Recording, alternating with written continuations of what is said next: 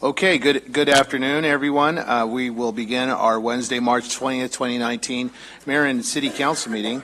I'm going to ask City Manager, are there any items, or our City Attorney, are any items to be added to a closed session agenda? No. Very good, and no public comments that I see. So we will reconvene here at approximately 7 p.m. Thank you.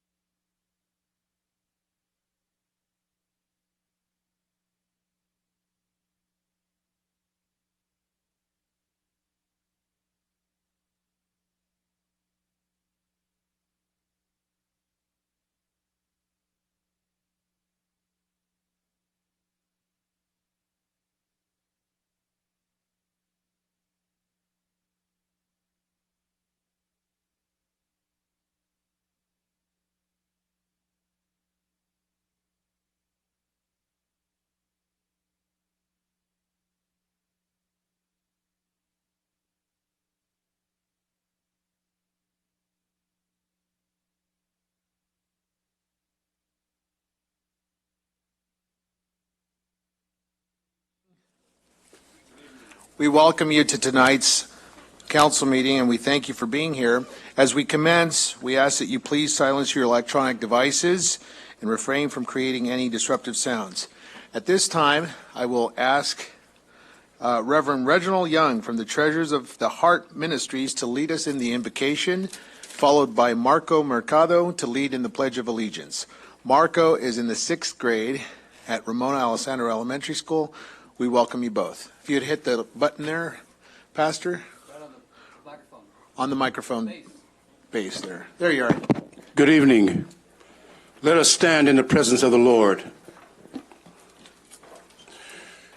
Let us bow our heads in prayer. Most gracious Heavenly Father, we thank you for being most wise and all-knowing God. We come to you in confidence as we pray, knowing you hear our prayer. We invoke and invite your presence into this city council meeting. We pray you anoint the agenda, anoint the mayor Valdivia, the city council members, the city staff, law enforcement, and all of God's people. We pray your guidance, we pray your protection, and we pray your covering, that we make decisions tonight that impact the community and the surrounding areas. We need to hear from you, O Lord, on tonight. Comfort us to know that things are going to be all right. Continue to watch over our community as we leave this place, but not your presence. Let us make wise decisions, not our will, but your will be done. And finally, God, be with our president and our leadership, that they begin to walk in better integrity as their office, as they serve, demands it. Continue to hold our leaders accountable for their acts of service. Let our hearts not be dismayed, but lift us up on this evening. We pray these things in the precious name of our Lord and Savior Jesus. And all that agreed, they said, amen and amen. Thank you.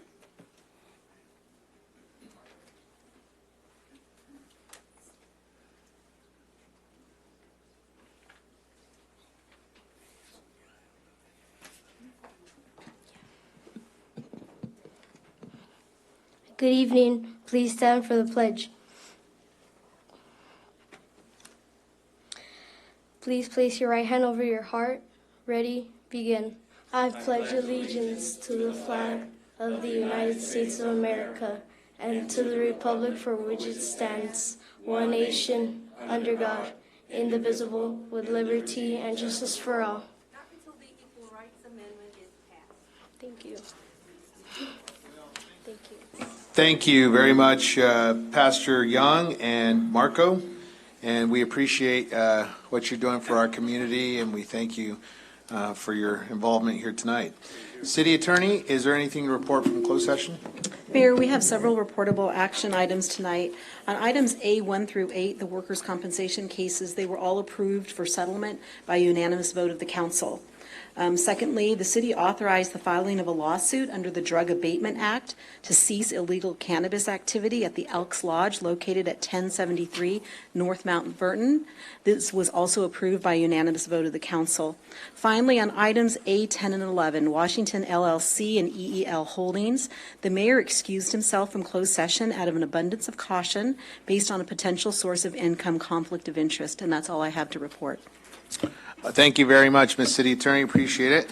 Our first presentation tonight is from our Chamber of Commerce. Do we have our Chamber of Commerce representative? Can I? Sure. Yes. I would like to request that we move the youth recognition maybe to the top of that list. Margaret Hill at last council meeting made it pretty clear that, some of these Sure, kids. very good. Let's move that. If there's no objections, we will call Councilman Mulvihill. If you would, sir, for your item tonight.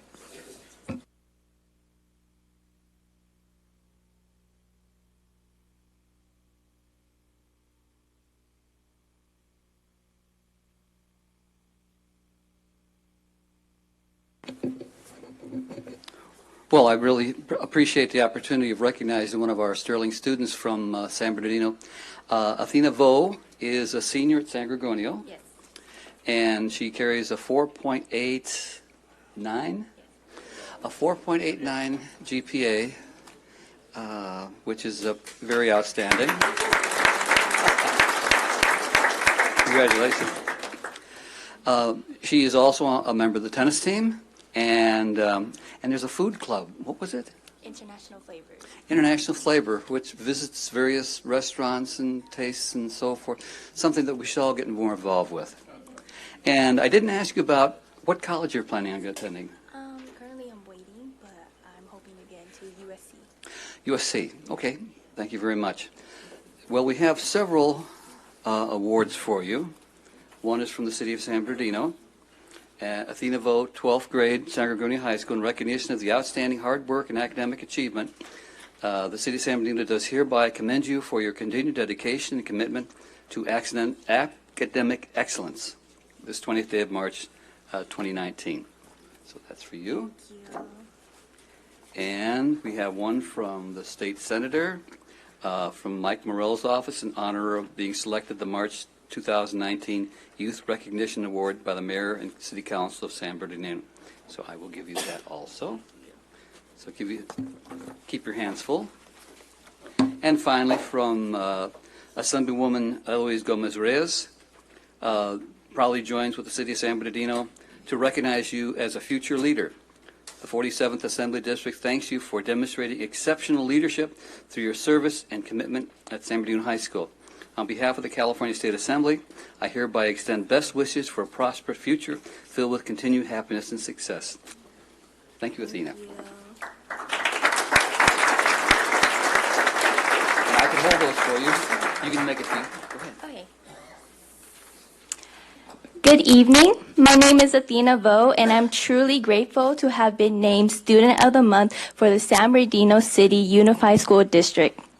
Clearly, being a student is not made possible without the wise expertise of my teachers at San Gregorio High School. Specifically, I would like to thank Mrs. Awad and Mr. Stockham for not only showing me the value of learning, but also providing me with insight and optimism of life to come once I receive my diploma. Of course, I thank Ms. Clark, our principal, for maintaining the most career-ready, staff-friendly, and the funnest high school that there is. Moreover, I would like to say thank you to Council Member James Mulhaville and Mayor John Valdivia for the hard work and effort that they put into shaping the city and community that I grew up in into a prosperous place full of business, recreation, and security. Most importantly, I am blessed with the most supportive parents who constantly push me to be the best I can be. My parents, Mr. and Mrs. Vo, please stand up.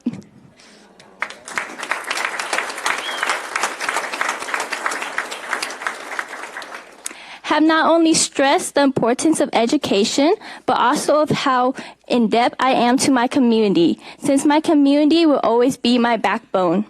Once again, thank you for having me here, and thank you for giving me this award that I am very humbled to receive. Mom and Dad, come on up here. Some time for pictures. Why don't you hold that? Hold that open. And hold that open. And for you, Dad. Okay, thank you. Why don't you come over here?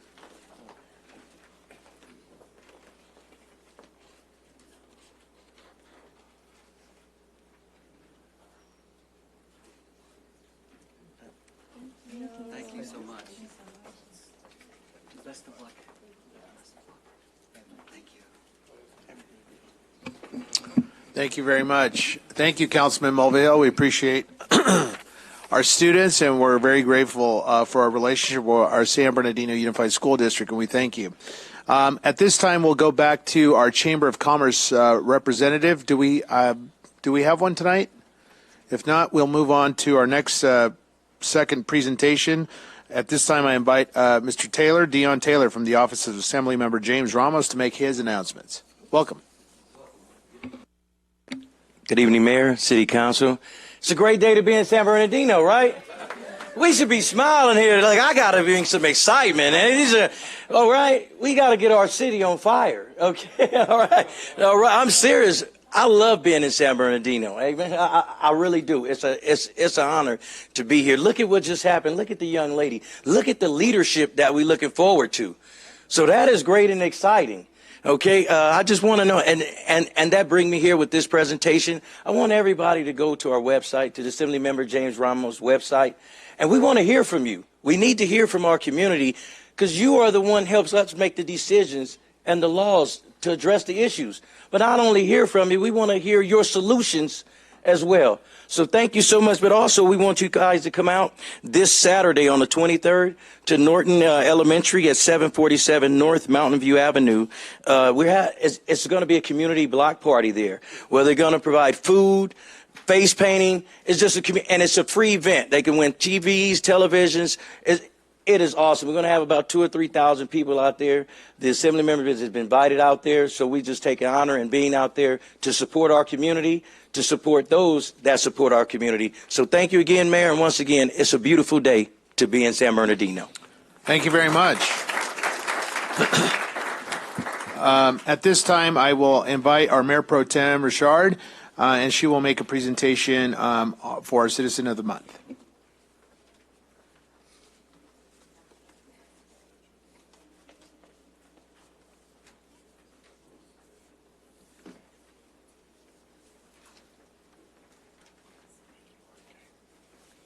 Well, good evening, everybody. Can't say good afternoon. The meetings are starting later now. It is my sincere pleasure and honor to introduce this person as Citizen of the Month. This person has had a lifetime residence of the city of San Bernardino. I've been knowing her since I was 5 years old. I'm sorry. I've been knowing her since I was 5 years old. You know, she is the most hardworking person I've ever known in my life. You know, she's a homeless advocate for the veterans. You know, we go to the grocery store. She'll see somebody sitting in the bush. She will go out there and get them. No, Bessie, we got to stop. We got to go help them, and we got to lead them to resources. And I always appreciated her for everything that she's done. Every time you see her in the community, she's with me most of the time. So Tanya Johnson.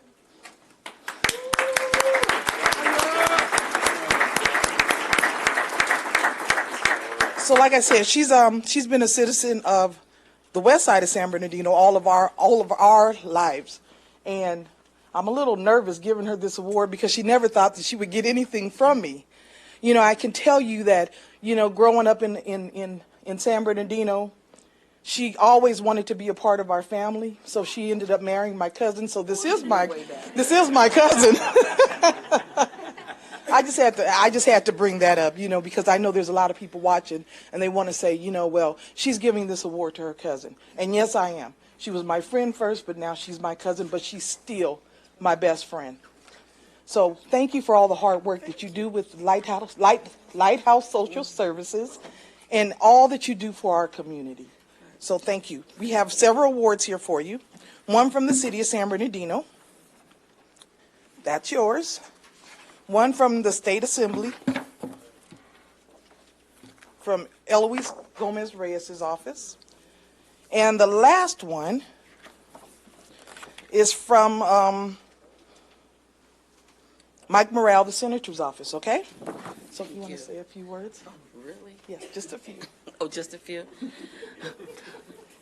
I would like to thank the city council and my cousin, Bessine Richard. She didn't have to go that far back. But I work with Lighthouse Social Service Centers. We have several different programs, but our heart is with assisting the veterans in San Bernardino County and Riverside County.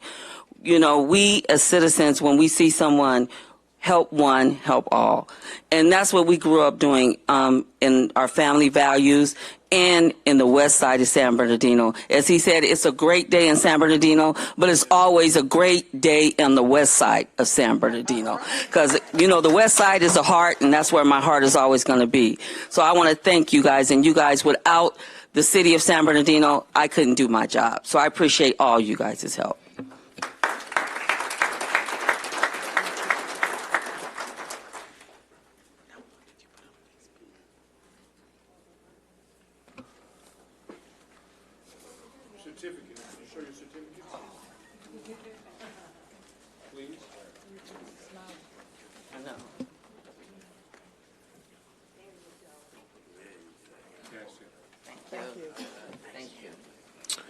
Thank you, Mayor Pro Tem. We appreciate Tanya. you're a friend, and I admire all of what you do for our community, so we thank you. Thank you very much for your involvement here. Also, at this time, I want to draw attention to our annual State of the City. I want to encourage all residents and taxpayers and families in our community, as well as our business stakeholders, to join me and the council. We'll be hosting it at the Indian Springs High School on Friday, April 5th. The time will begin at 5:30. Is it 5 or 5:30? 5 o'clock. So 5 p.m. on Friday, April 5th at the Indian Springs High School, and we look forward to seeing you. Moving on to our appointment section, tonight I welcome a motion to appoint Monique Guerrero to the Planning Commission and Peter Torres to the Public Safety and Human Relations Commission. Is there a motion to that effect? Move to approve. Second. Go. If members would cast their vote, please.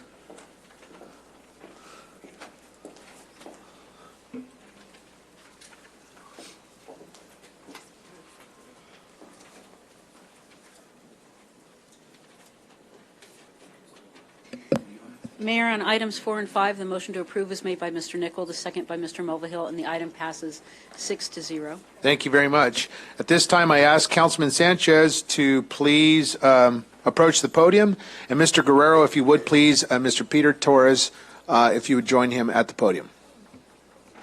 Can we do both at the same time?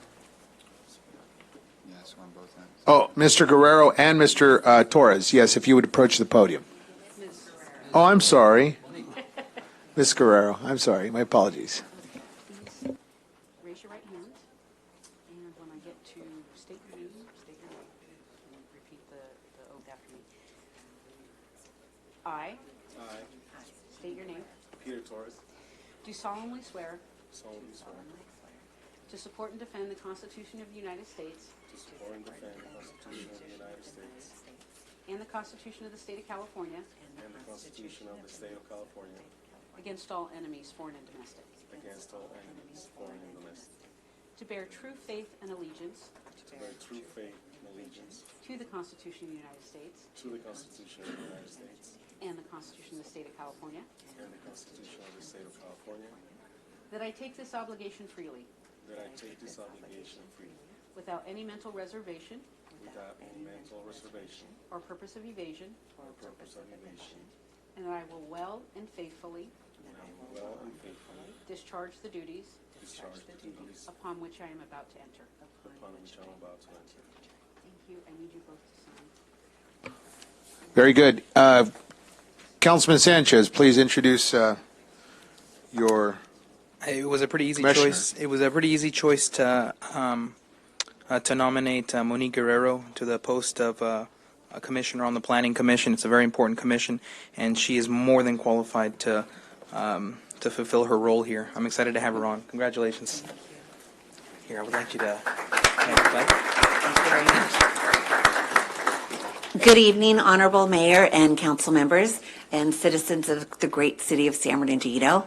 I am a lifelong resident of the city of San Bernardino with about a 15-year stint to Orange County, where I was able to get lots of knowledge and working with developers out in Orange County. I also started out my career way back in years ago with the mayor's office and with Mayor Wilcox and Mayor Holcomb and a little bit for Mayor Minor, and also went on to economic development. So it's great to be back and be here with you all today. Thank you, Councilman Sanchez. Thank you. I'm very excited to have you on. Thank you. We're going to do a quick picture. All right. If you want to hold that up.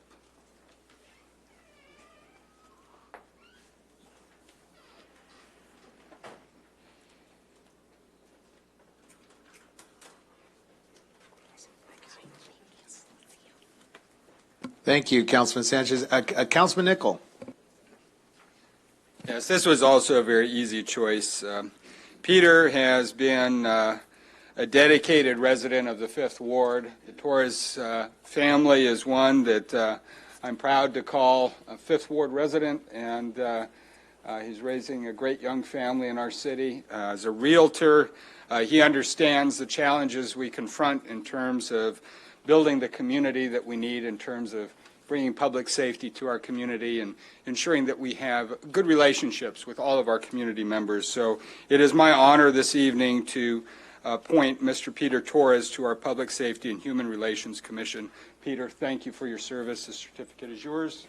And of course, one of our great San Bernardino pens, wear it with pride. The podium is yours. Thank you.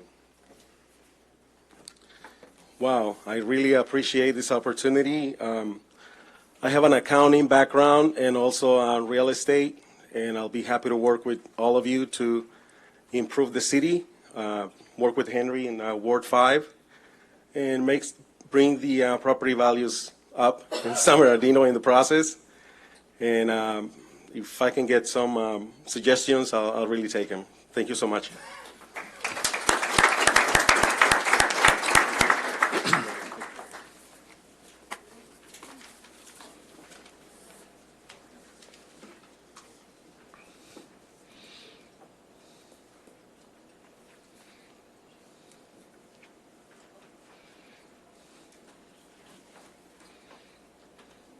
Thank you, Councilman Nickel.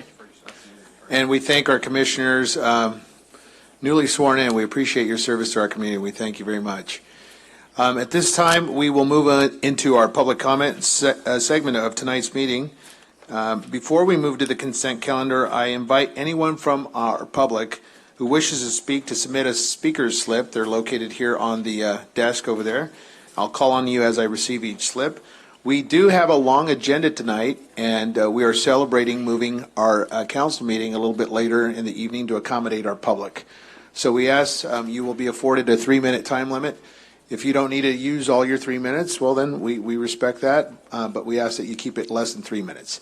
This time I will call Robert Porter, followed by Lynn Ware, followed by Treasurer Ortiz. Mr. Porter, welcome.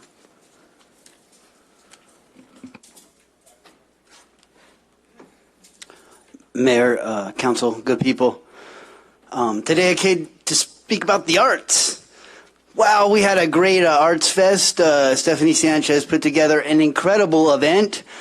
There were people from all over the county, Inland Empire, artists and regular just visitors, and I was really impressed with the amount of work that they put into that.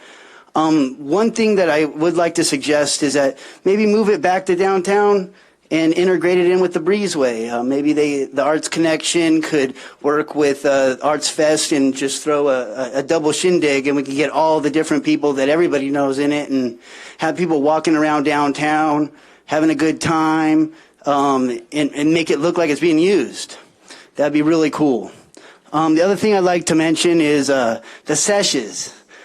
Are we going to be able to get some events at the Orange Show? Like, we're losing a lot of money to Adelanto. We need to be having those events right here in San Bernardino. Those gas station owners, those convenience store owners, the hotel owners, those guys make a lot of money when we have these events over there at the Orange Show. So if we could get those started again, please at least consider it. I mean, it's legal now. We got to do this. Last but not least, Third Ward. Everybody needs to know we're in an election. We're still in an election right now for the Third Ward of San Bernardino, and we have to pay attention. Do your studying. I personally am going to vote for Juan Figueroa. Why? Because I know him. I've seen him throughout the community working very hard since I started working hard. So that to me tells me that he really loves San Bernardino and wants to do good for this city. Now, Treasurer is cool girl too. I don't know her as well, but she has great aspects to her too. So take a look into her and make your best choice, and let's fill that Third Ward seat with someone who can really help San Bernardino. Thank you very much. Our next speaker is Lynn Ware, followed by Myrna Spear, followed by Treasurer Ortiz. Ms. Ware, welcome. Thank you, Mayor Valdivia, Council, City Manager, and others. I'm Lynn Ware, and I'm here representing the Neighborhood Association Council. And I would like to introduce, we have a couple of NAC people here. John Schallenberger is Vice President of Arrowview Neighborhood Association. Charlie Jacobs, raise your hand. She's the President of Terrace West and also on the board.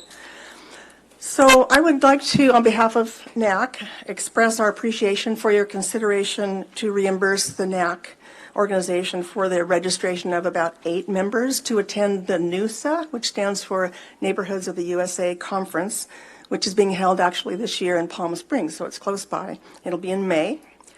And I'd also like to thank Councilwoman Ibarra. She also sponsored 2 or 3 of us to go with the registration funds. So in 2017, there were 5 of us from the NAC board that went to Omaha to the NUSA conference. We brought back a lot of new ideas and inspiration. It was also an opportunity for those of us that attended to strengthen our relationships and get a focus and renew our vision. We came back pretty fired up. So we're looking forward to going to the one in Palm Springs this May. This year, we'll be sending about 10, and we once again plan and expect to bring back fresh ideas and enthusiasm. We will apply what we learned there to our neighborhood associations and to the development of the Neighborhood Resource Center, which we've talked about here before, and the forthcoming Community Leadership Training Program. So thank you again for your ongoing support of our neighborhood association efforts in the community. And if you have any questions about this issue at all, agenda item number 22, I'll be in the audience. Thank you very much. Thank you. Thank you, Ms. Ware. Our next speaker is Myrna Spear, followed by Treasurer Tees. Ms. Spear, welcome.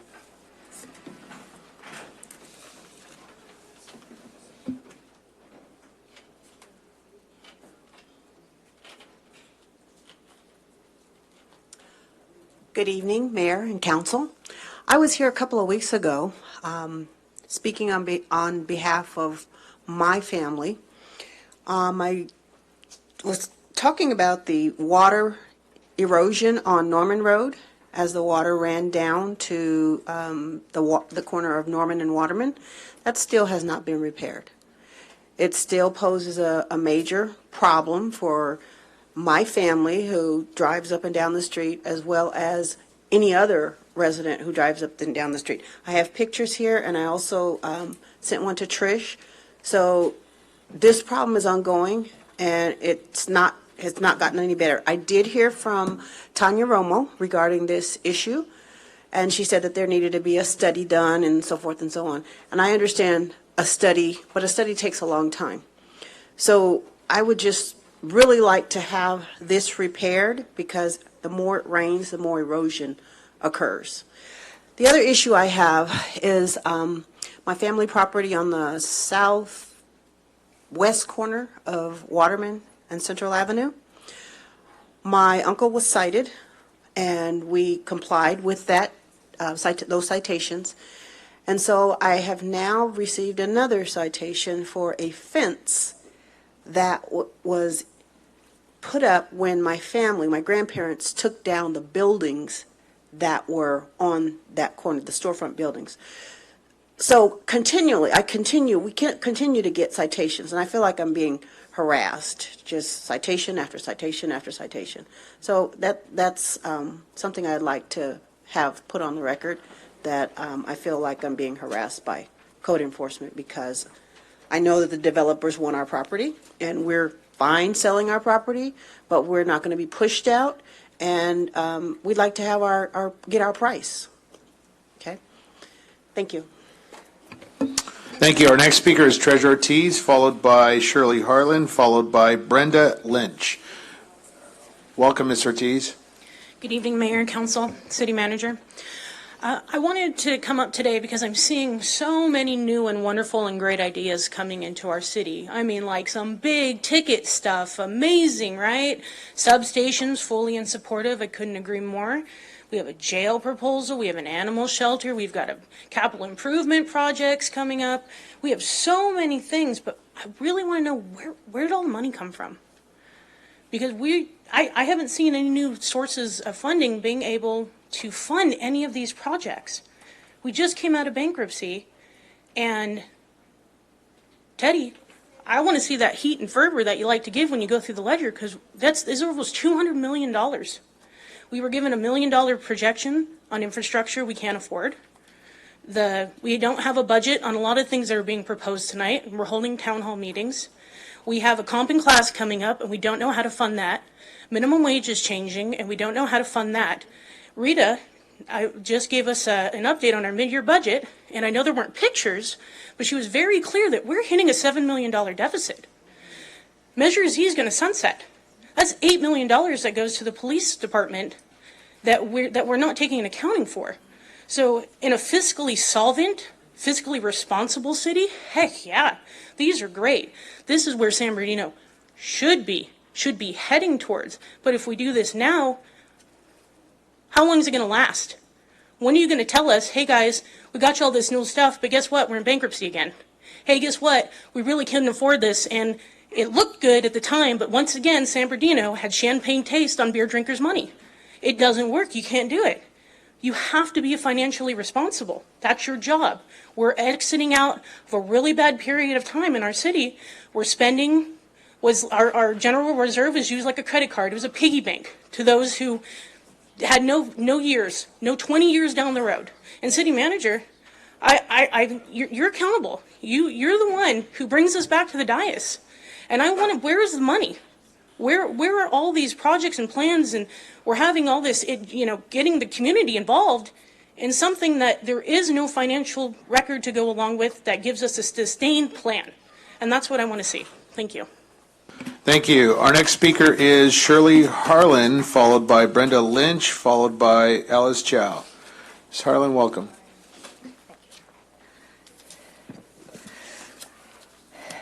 Shirley Harlan.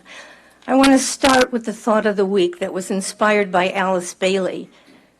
How can we help retain people to automatically look for the good in others rather than always being critical and negative about what is going on in the world?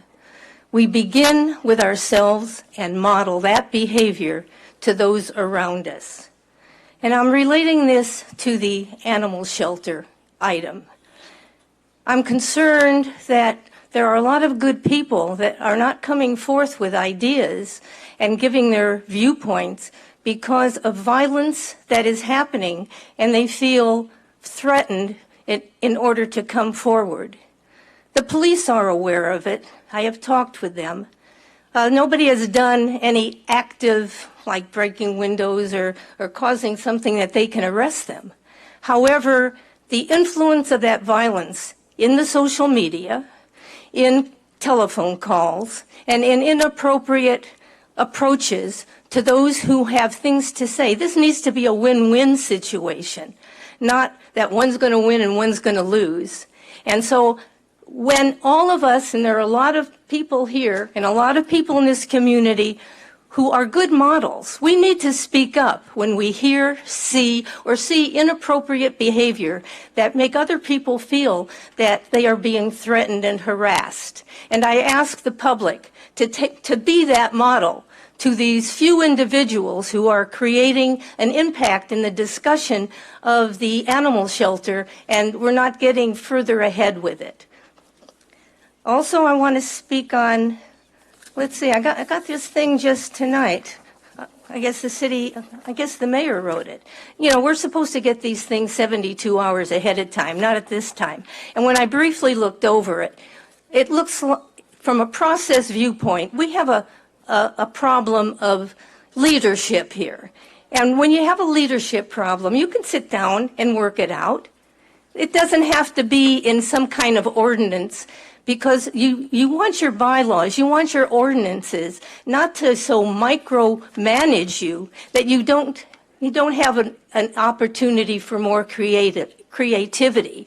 So if there are management problems in how you lead, get together, get somebody who has a professional way to lead that kind of discussion and work it out.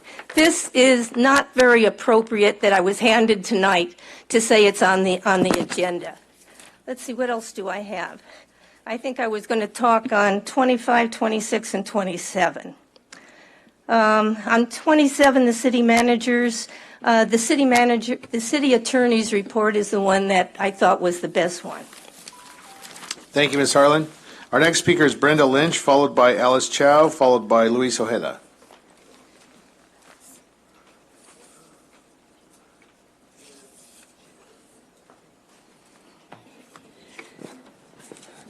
Hi, thank you. My name is Brenda Lynch. I'm with Angels for Animals Rescue, and I'm also a volunteer at the San Bernardino Shelter.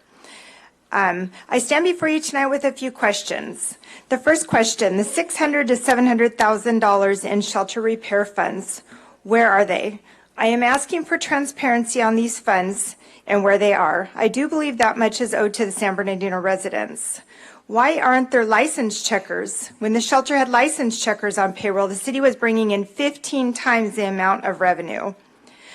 Why didn't the roofs get repaired? Instead, we have green fences.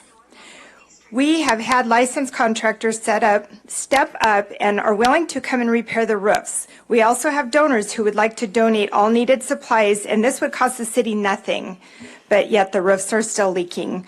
Why can't we move forward with these repairs? What is the holdup? The old cot-style beds have since been thrown out, and we have 3 rescue groups come forward to donate the Curananda beds. These beds are approved and used by surrounding shelters and don't harbor disease.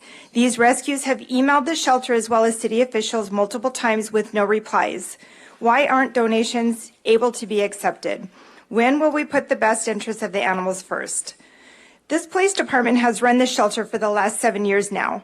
Now they're complaining about the conditions. It has taken 7 years to get to this point, and we are still sitting and doing nothing.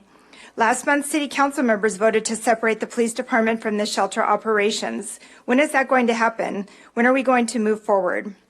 Are you aware that a longtime employee, Jennifer Van Ness, has been placed on paid leave with no reason given more than 2 weeks ago? Jennifer is an asset to this shelter and all people who enter. She genuinely cares for the animals. She has not been able to work with rescue groups for months. She had a unique ability to network all animals as well as maintain her professionalism behind the counter. Please bring her back to work as a rescue coordinator so we can all benefit from her smiling face. And my last note, Captain Green has received a letter from the Humane Society telling him why they think a partnership with a nonprofit won't work. I find this interesting since the Humane Society hasn't had a good working relationship with SBC since the old shelter manager removed animal cruelty officer Padilla. Why would they insert their opinion when these relationships have been proven to be very successful in other cities like Upland Rancho? Thank you. Thank you, Ms. Lynch. Our next speaker is Alice Chow, followed by Luis Ojeda. Chow, welcome. Hello, good evening, Mayor, council members. Alice Chow, San Bernardino Animal Care Organization, and also a volunteer. I went to the town hall meeting last night, and they discussed the police substations.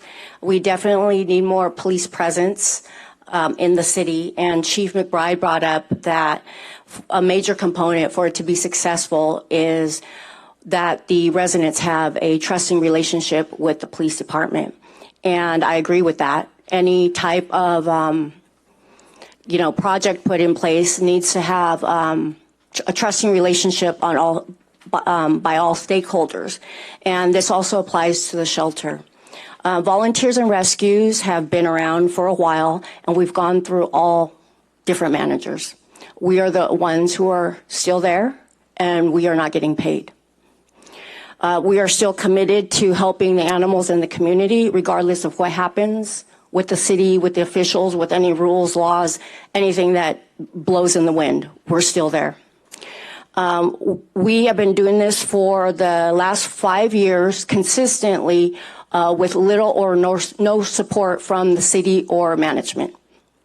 Can you imagine the possibilities if we did work together, what we could do?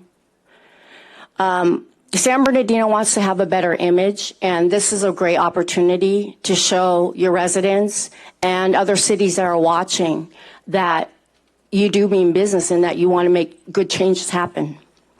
The organizational chart of the city, on top are the residents, below city manager, mayor, council members. Your residents have spoken already, and they want a city-run shelter. And I think it's time to do right by them and their animals.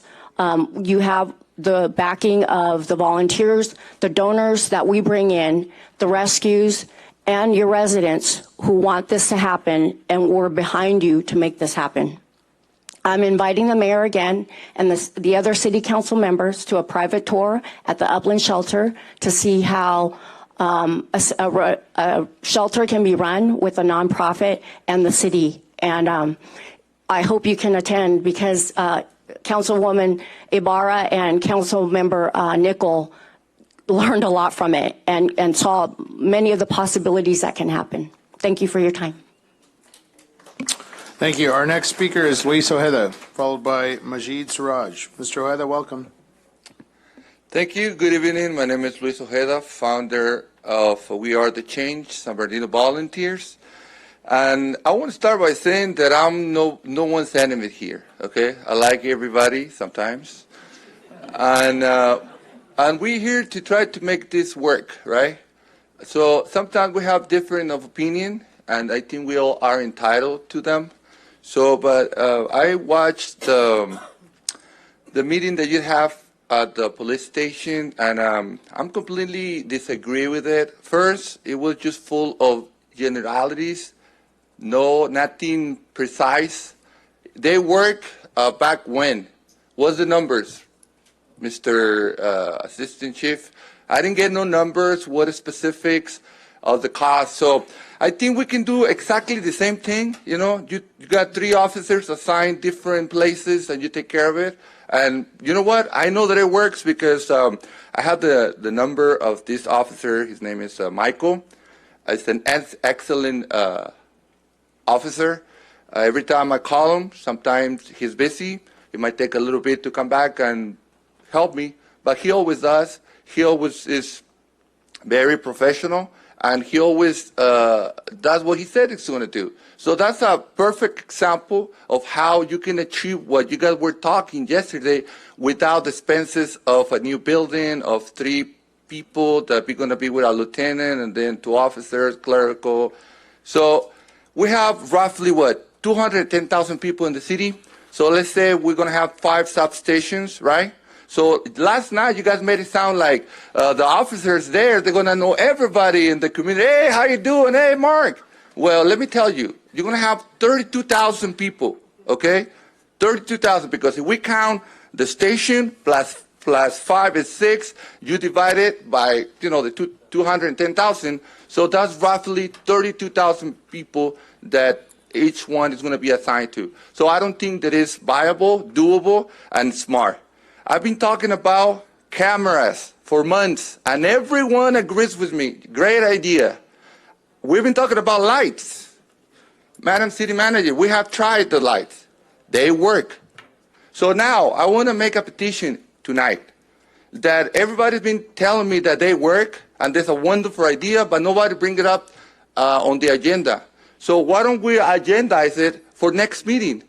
And we look for options. The police, they were saying that they try to work with technology. Well, if you are, true to your word, you check all the principal cities in the world, Singapore, Japan, Berlin, London, they all work with cameras. So I think that we should pursue that idea. Thank you. Mr. Mayor? Thank you. Our next speaker is Mr. Siraj. Majid, welcome. Just a minute, Mr. Siraj. One exciting note, we just did take delivery of 3 new light towers. Great. So awesome. we need more, but again. It's a start. It's a start. Mr. Siraj, welcome. Mayor, council, members, staff, my name is Dr. Siraj. I'm with ECS Labs, a failed micro-business applicant. I just want to talk a little bit about the cannabis licensing process. The cannabis licensing process was a stress test for the city of San Bernardino. The results of the stress test showed a complete and utter failure by the city at every phase of the licensing process, a perfect case of Murphy's Law, which says that if anything can go wrong, it will, and it sure did. Disgraced HDL's Phase 2 scores were vacated, the city's Phase 3 scores were statistically debunked, and a Phase 4 meeting was a sham in the name of due process. As questionable policy decisions were made and licenses were offered for sale on the spot to satisfy licensing quotas. Let's explore how things should have been done. A competent planning department would have reviewed general plan and land use compliance. For each applicant that was not compliant very early in the process, it should have amended the general plan and the land use designations where cannabis businesses may be permitted based on a conformance analysis during phase 1, not after awarding licenses. Adding insult to injury, Ms. Miller abused her authority throughout the licensing process by accepting a late application, modifying the application guidelines at will and without city council approval to satisfy her own licensing agenda. As a result, her actions have exposed the city and herself to fierce litigation, and just like Measure O, we're back in court. On a positive note, the council astutely recognized the shortcomings and challenges of the licensing process. Mr. Nichols said, I will be honest, there are a lot of good applicants here. I'd like to see some of you guys come back. Because I personally think 17 is kind of an arbitrary number, and I don't think we should be doing this. What we're doing is picking applicants, and to me that is dangerous, and I don't think that we should be doing that here tonight. This was a messy process, and I apologize to each and every one of you in this room. During his closing statement, Mr. Nichols directed the staff to include an item for consideration to increase the number of licenses no later than the second meeting in April. Mr. Charette said he would support this agenda item. Let's make sure this happens. What's important is for the council to provide a clear path for the remaining qualified applicants to secure a license without having to go through an entire application process. Therefore, we cannot afford to go through another potentially flawed four-phase system. You have everything you need to evaluate the remaining applicants and consider issuing additional licenses. There's a tremendous amount of work that needs to be done. Please help us get there. Thank you, sir. Our next speaker is Tom Pierce. Tom Pierce. Mr. Pierce, welcome. There you are. Followed by Stephen Munoz and Dolores Armstead. Mr. Pierce, welcome. Thank you. Let me just get my notes here. Good evening, Mayor Valdivia and council members. My name is Tom Pierce. I've lived and worked in San Bernardino since 1976, and I served on the committee that drafted the charter voters approved in November of 2016. I'm here tonight in reference to MC 1516 to applaud the efforts of City Attorney Sines for his consideration of recently proposed municipal code amendments and to raise one related question. Mr. Sines regularly attended charter committee meetings and provided valuable legal input whenever requested to do so. He also made clear that if the voters approved the charter, changes would be made to the municipal code to ensure its consistency with the new charter and the council's city manager form of government it reflects.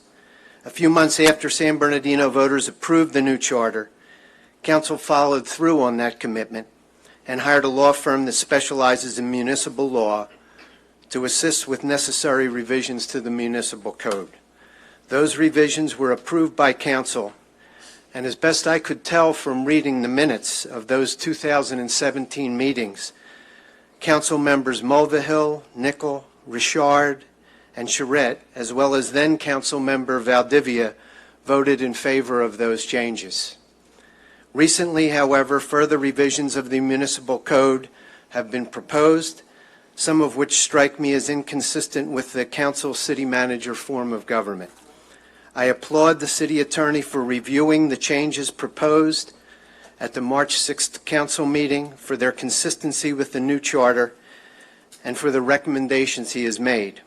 But I would like to mention one point that I hope can be given further consideration. The proposed change to Section 2.g states that when warranted, the city attorney shall cause an investigation of the city manager. But Section 504 of the charter states that the city attorney shall serve as the chief legal advisor to the city manager. If that point arose at a charter committee meeting, I believe I would have asked whether it might be better to have outside legal counsel investigate the complaint against the city manager instead of the city attorney, who's the city manager's chief legal advisor. If that issue can be given further consideration, I'd appreciate it. The other changes proposed in MC 1516 strike me as excellent recommendations, which support the council city manager form of government reflected in the new charter. Again, I thank City Attorney Sines for his efforts, and I thank you, Mayor and Council. Thank you, sir. Our next speaker is Stephen Munoz, followed by Dolores Armstead. Good evening, Council. My name is Stephen from 3P. Thank you for all the work you are putting into this. We're here to support the emergency cannabis ordinance. Thank you. Our next speaker is Dolores Armstead, followed by Roxanne Williams. Welcome.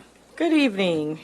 I am here again in concern of the status of the Boys and Girls Club located on 9th Street. I'm representing a group of concerned citizens comprised of previous board members, founders, school officials, and citizens.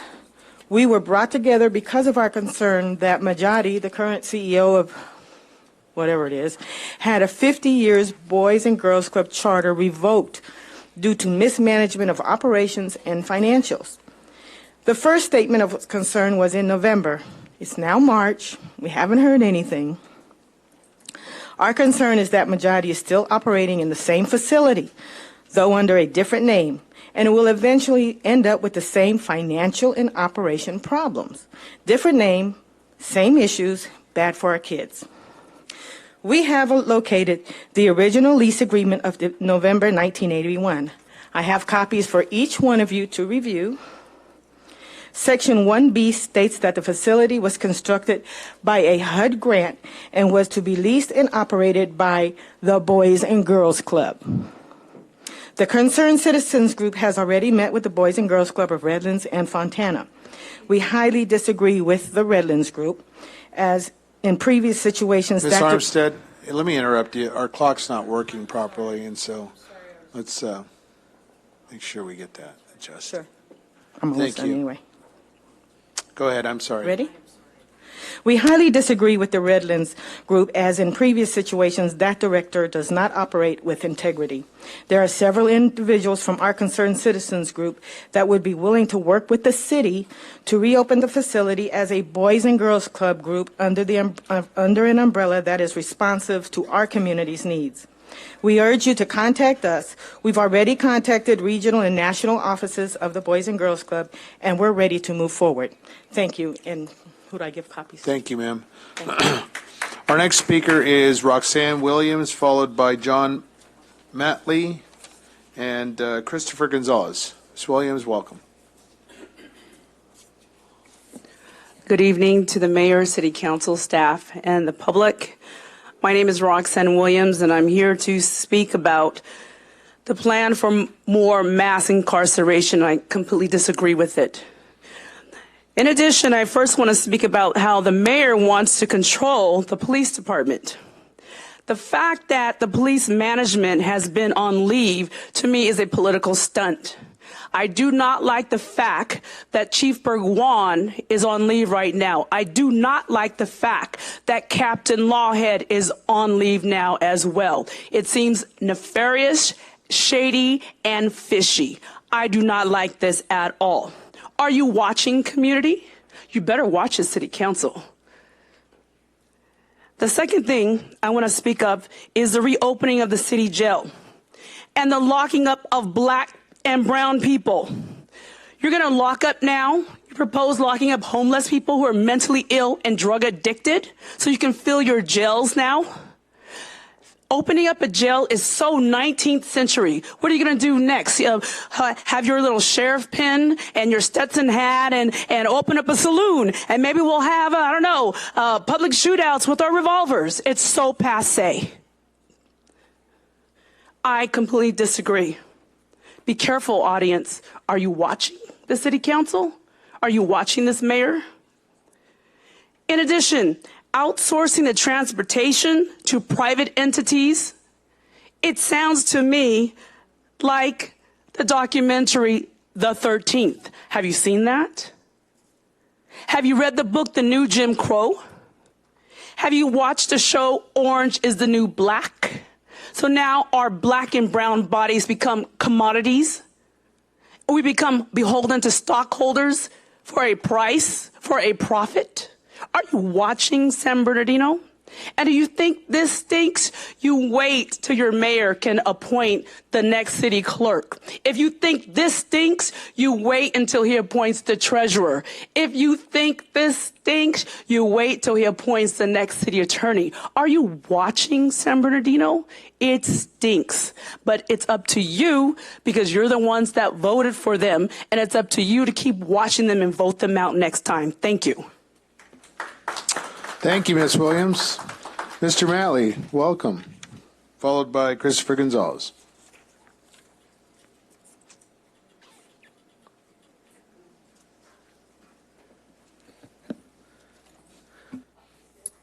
Good evening.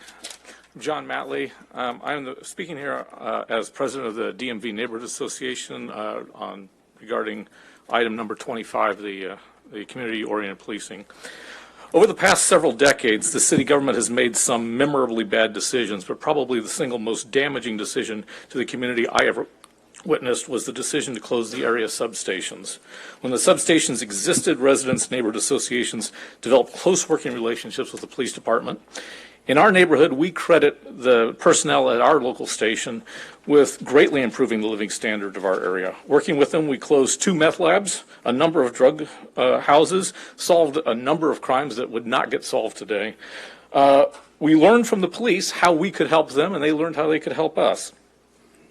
Also, we helped them more effectively deploy their resources. They learned what was really happening in the neighborhood. Instead of today when a different cop shows up for every single call and doesn't have any context, shows up, provides just very little value and moves on to the next call. Back then when we had these offices, we had a group of people who could understand the context. They learned the context and were able to bring a thoughtful, knowledgeable approach to address the underlying problems that were leading to the calls. Most importantly, the dedicated staff of the local station was able to build personal relationships with the residents. This led to the residents and the officers trusting each other a little more, being a little more patient with each other, being a little more understanding with each other, and being a little less upset with each other. When the substations were closed, for the most specious of reasons, there began a slow but certain loss of public police interactions. Long before the bankruptcy crisis, the police department began to recede into what became a bunker mentality because of this one decision. The impact of closing these stations was ultimately to remove the visibility the police had in our neighborhoods, decrease the trust between the officers and the residents, and increase frustration on the part of the citizens who no longer have a reliable method of communicating with the police. Less than 3 months ago, this council approved a high-density apartment building in our neighborhood. At that time, the DMV Neighborhood Association raised the issue of the increasing density in a high-crime area. We stated that one of the things that was needed to assure the success of the project, if you decided to vote for it, and to prevent it from becoming another slum, was to open a local POP office and give us a CSO we could work with. This would allow us to reestablish this critical resident-police interaction. I heard a lot of agreement from the dais when this was stated, and today is your opportunity to make good on what you said on the dais and actually put into play, approve this. The cost of this is minimal. More significantly, it is a force multiplier. It makes your investments in personnel and equipment more effective by giving the police valuable information to effectively and efficiently deploy its resources. More importantly, Thank you, it offers Mr. a Matley. chance. Your time is up. Thank you, sir. Thank you. Our next speaker is Christopher Gonzalez, followed by Victor Munoz, followed by Luis Carmona. Good evening, gentlemen and ladies of the council and of the public. I truly believe in if you're not part of the solution, you're part of the problem.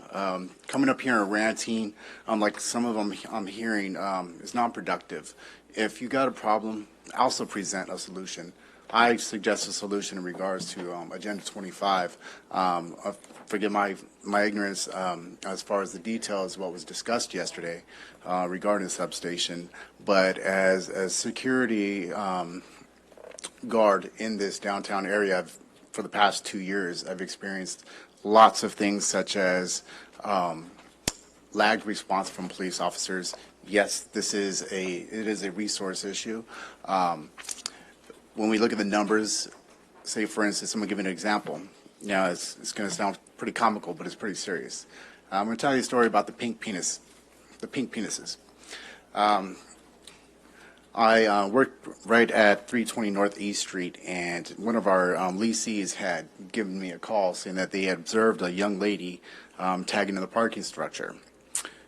So we converged. We, as in Platinum and Capital security agencies, we work closely together. We're all we got, basically. We converged on her. I called the police, and I told them, like, we have a tagger here. She's tagging on the public property. I said, when can we expect to get an officer en route? She says, well, they're very occupied, and I understand, they're going to address the more dangerous issues. We get that. I understand that. So I was posed with a conundrum as far as, okay, do I tie up these resources with these gentlemen by literally kind of like sitting on her, wondering when will the officers respond to maybe haul her away? So I made a decision. I let the young lady know that, hey, you know what? I've called the cops. They're to be on their way. Don't know when they're going to get here. You're not officially detained. Basically, kind of so you can go. And so we didn't have a prompt response for a police officer to be able to detain her. She came back later on the evening, went and tagged pink penises, like illustrated penises, on county vehicles, county property, and the parking structure. And the cost of that was more than actually having to detain her and actually have an officer respond and maybe cite her and release her. If we did have a substation, we can collectively as a security guards say, you know what, we'll detain her, bring her over to wherever you guys maybe have a bench with handcuffs, one officer so we can have exchange of custody. And maybe the evening, bring a van, get all these people that have been offending in the downtown area and haul them off to jail or cite them right then and there. If we don't do anything like that, it gives the impression that, hey, you know what, they're going to get away with whatever they want to do. Thank you, sir. Our next speaker is Victor Munoz, followed by Luis Carmona, followed by Jose Cortez. Mr. Munoz, welcome. Thank you. Hi, my name is Victor Munoz. The more meetings I attend, the more I realize that we are not the only thing going on in San Bernardino right now. So I want to come up here and thank every single one of you for all the hard work that you've been putting into this. We really appreciate everything that you guys have been doing. And I'm here to support an emergency ordinance. Thank you. Sir, thank you. Luis Carmona, followed by Jose Cortez, followed by Stephen Beaver.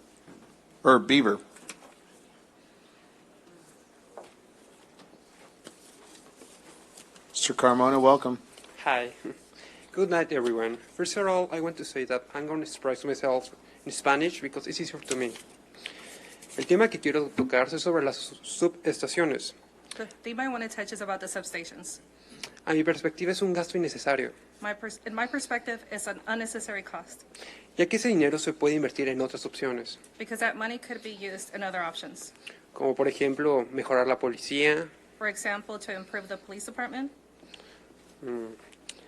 contratar más personal, contract more personnel, un traductor o alguien que tome las llamadas en español.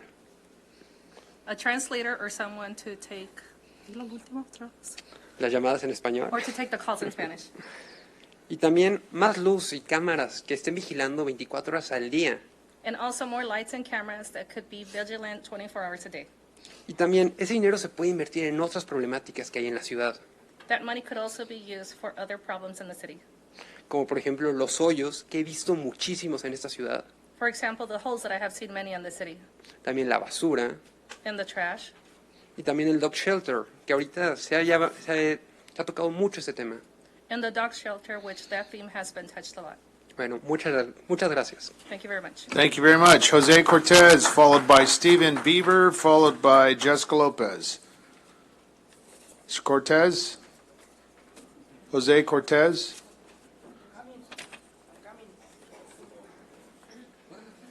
Followed by Stephen Beaver, followed by Jessica Lopez. Welcome, sir. Good evening, members and mayor and residents in San Bernardino. I'm resident to 1986 in San Bernardino, and in my area, I look all the good change in my area, all the nice buildings, the reconstructions, streets and everything. But it hurts me so bad. What happened in the areas when there's not a building, when it's still exciting the old streets? It's batches, lots of water, because the new construction, they don't mind where the water going. They go into my house. Last time when it rained so bad, almost 3 feet of water, almost going inside to my property. I make a report it to the city, and they say, they seize me right away and no give you answer. And my point is, when I working hard with my foundation, the voluntary, I work so hard and I don't measure the consequence what I'm doing, if you do good or not. I don't know what is the point to the city doing for us people. We pay every month or every payment our taxes. Thank you so much. Thank you, sir. Stephen Beaver, followed by Jessica Lopez, followed by Esmeralda Negrete. Welcome, Mr. Beaver. Yes, good evening, Mr. Mayor and Council. My name is Gina Escobar, and I'm here with Stephen. And we're just a little, he's just a little nervous. This is his first time speaking, and he just asked if I could please thank you all for everything you're doing as public servants and leaders in this community, and that we're here to support for you to please put forth an emergency cannabis ordinance. Thank you. Ms. Escobar, you also had a speaker slip. Can we count that as a? You can, but can I add, Sure. thank you so much You for have all a few you're minutes. doing. Okay.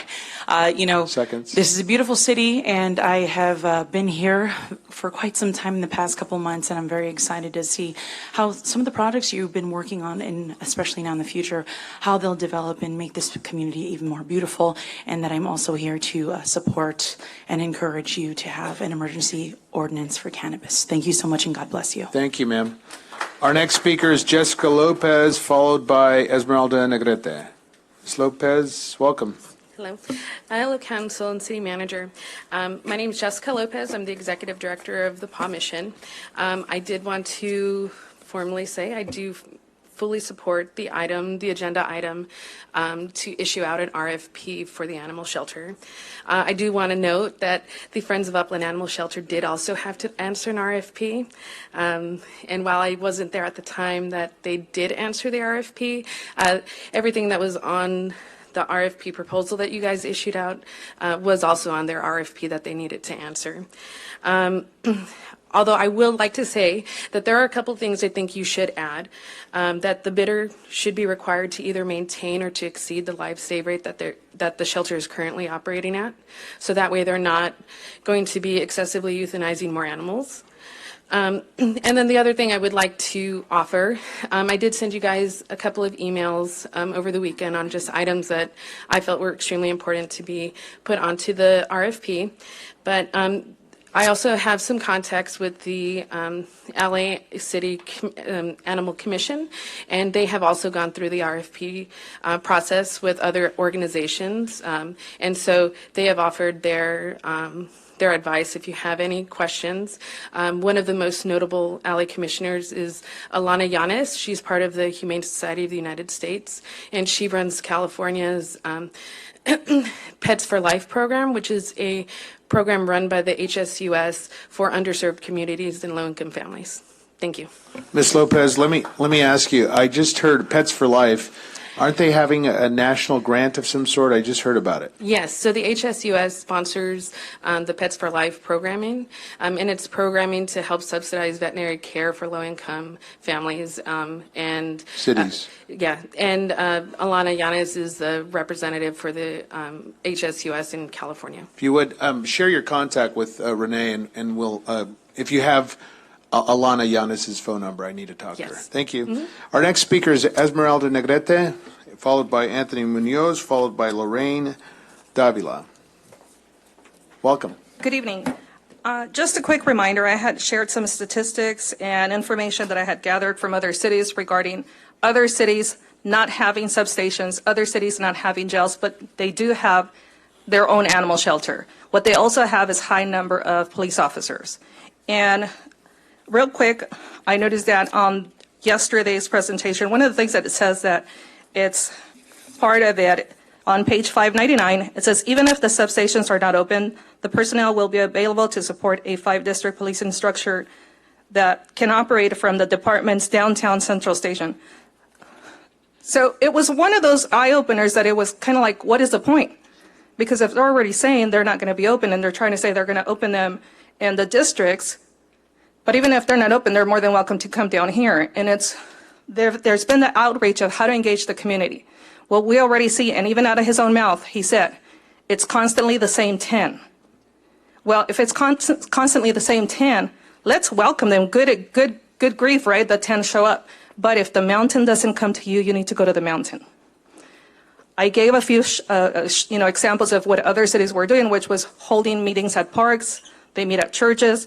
That is a great idea. So that's the whole vision of what I would see as community engagement is reaching out, like actual reaching out to the community. If they already don't feel welcome coming to certain buildings, then why not reach out on their own space?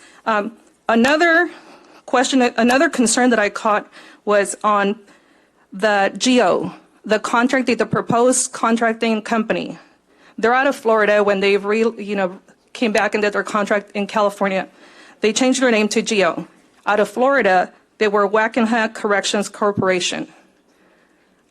Before you make any decisions or anything, I would highly encourage all of you to look into their record, because why would they go from Wackenhut Corrections Corporation to GEO? We've seen some businesses that they change names when something happens. They begin lawsuits, and in order to avoid paying for those lawsuits, they start changing names.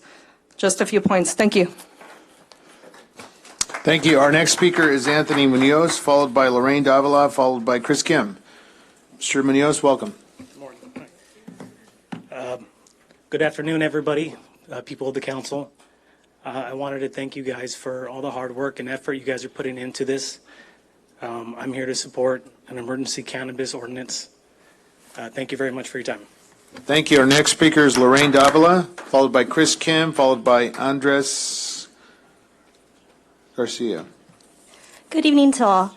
My name is Lorraine Davila. For those that don't know me, I'm a resident of San Bernardino County, proud Rotarian, humbled recipient of the 40th Assembly District Woman of Distinction, and President-elect 2020-2021 of the San Bernardino Sunset Rotary Club. I'm here today because I believe in San Bernardino. It's in my heart and my mission to see the city turn around. For some of you, we have crossed paths serving food to those less fortunate at Mary's table, or joining forces cleaning the streets with the groups We Are the Change San Bernardino Volunteers and the Real Talk, Real Actions team. We all have heard the outcry from the public: crime, corruption, negligence, lack of businesses, lack of resources. Each week, it's more words than action being done. I am a woman of action. This year, within Rotary, our goal is to do more outreach projects within the community once a month to benefit the lack of support. As Rotarians, our mission is service above self. Council, one project that I'm passionate about is bringing back the Tin Man. The Tin Man is a sprint triathlon that combines 3 sports: running, cycling, and swimming all in one. A test of one's endurance and satisfying accomplishment.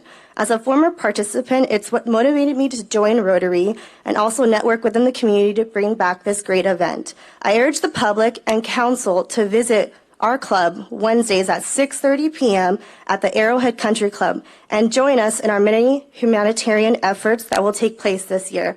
It's a new year, vast opportunity, and a time for change. We must not hold only our council accountable, but also ourselves. I hope to see you at our next meeting and look forward to making a difference together. Remember, we are only as strong as united and as weak as we are divided. Thank you. Thank you. Mr. Kim, Yes, sir. welcome. Good evening, everyone. Honorable Mayor, honorable council members. There's just I've just been hearing too many rumors and erroneous social media and articles for the past few weeks. I saw this firsthand from my celebrity friends such as Carrie Fisher and Scott Wyden of SDP, and experienced it myself when I was very active in political campaigns and recently as well.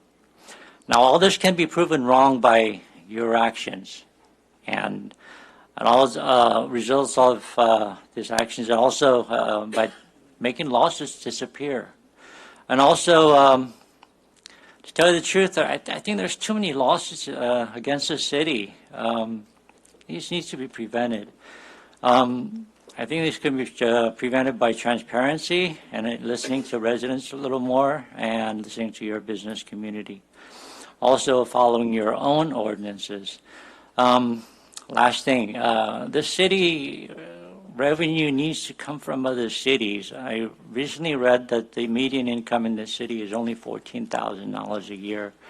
That's too low. If you think the taxes are going to cover those revenue the city needs, it's not going to happen. For example, this is just an example. I'm not saying to do this, suggesting this or not. Some cities are considering casinos. Now that'll definitely. I don't know if the city can do it or not, but if you do it, if you're able to do it, I know that'll definitely bring revenue from other residents from other cities. So that's just a suggestion. Also, making this emergency cannabis ordinance, pass it and, start collecting taxes. So thank you very much for the time. Thank you, sir. Andres Garcia, followed by Mireya Gonzalez, followed by James, I think I'm getting this right, James or Jane Mouse. I can't read the writing, I apologize. Sir Garcia, welcome. Good evening, Mayor and Council. Tonight I'm here to discuss and share my concern with policing. As I stand here, you can look at me and see the makeup of a growing demographic here in the city of San Bernardino, aged 27 to 35. I've seen an enthusiasm in the arts and in civic engagement here in our city in my age group. However, I will add that the gridlock, the brinkmanship, the gamesmanship here that I've seen at this council and in these meetings, it takes away from our enchantment with the city. There are so many nonprofits that are working all the time, every day. I'm going tonight to a meeting. And it is sad to see that there's no enthusiasm. I know that recently a topic of concern has been policing. Although the issue has not been dissected to the degree that I'd like to see, I'd like to think I know a little bit about policing myself. See, as a young man of color, I felt policed, inherently over-policed my whole entire life. From school referrals and excessive office visits to the actual issue of encountering law enforcement in public. Policing is an issue that spans generations. That is why I'm voicing my opposition to the appointment of Acting Chief McBride. His support for unconstitutional immigration enforcement, coupled with the already flagrant culture that exists in San Bernardino police departments, are more than enough reasons to find an alternative to an already controversial figure like Acting Chief McBride. Now, I won't pretend as if I, a member of the public, have any clue about the internal decisions made about the most important policies of our city, but I will say that I feel like I should. What I can say is that on February 23rd, I witnessed San Bernardino Police Departments attempting to put a man in custody, and because of the amount of force applied while attempting to load the man into a squad vehicle, an ambulance had to be dispatched. I'll add that the man was elderly and homeless. Not to mention the extrajudicial killing of a man that was literally asking to be killed by police.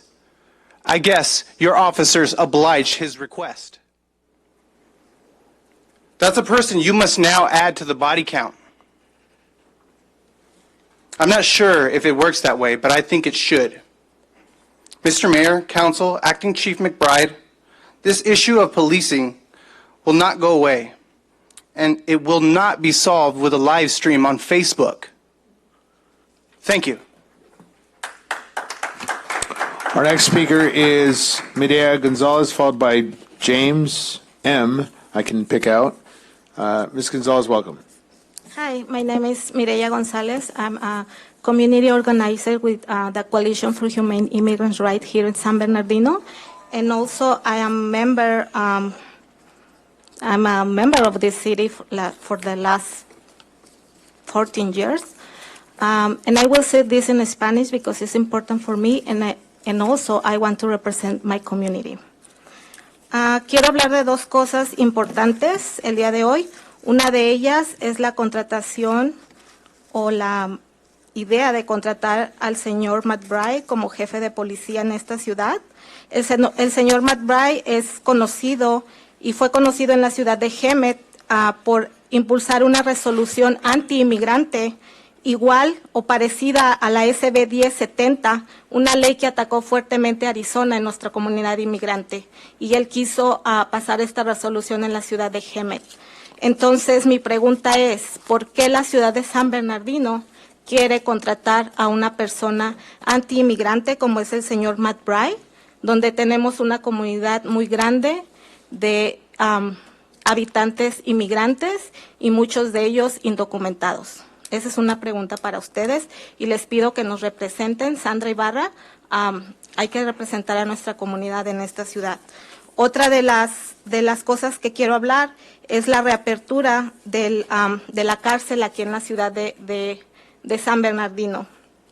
Nosotros creemos que el traer más policías que estén patrullando nuestra ciudad y gastar nuestros recursos en más personal de policía que estén atemorizando a nuestra comunidad no es una solución real y permanente tampoco.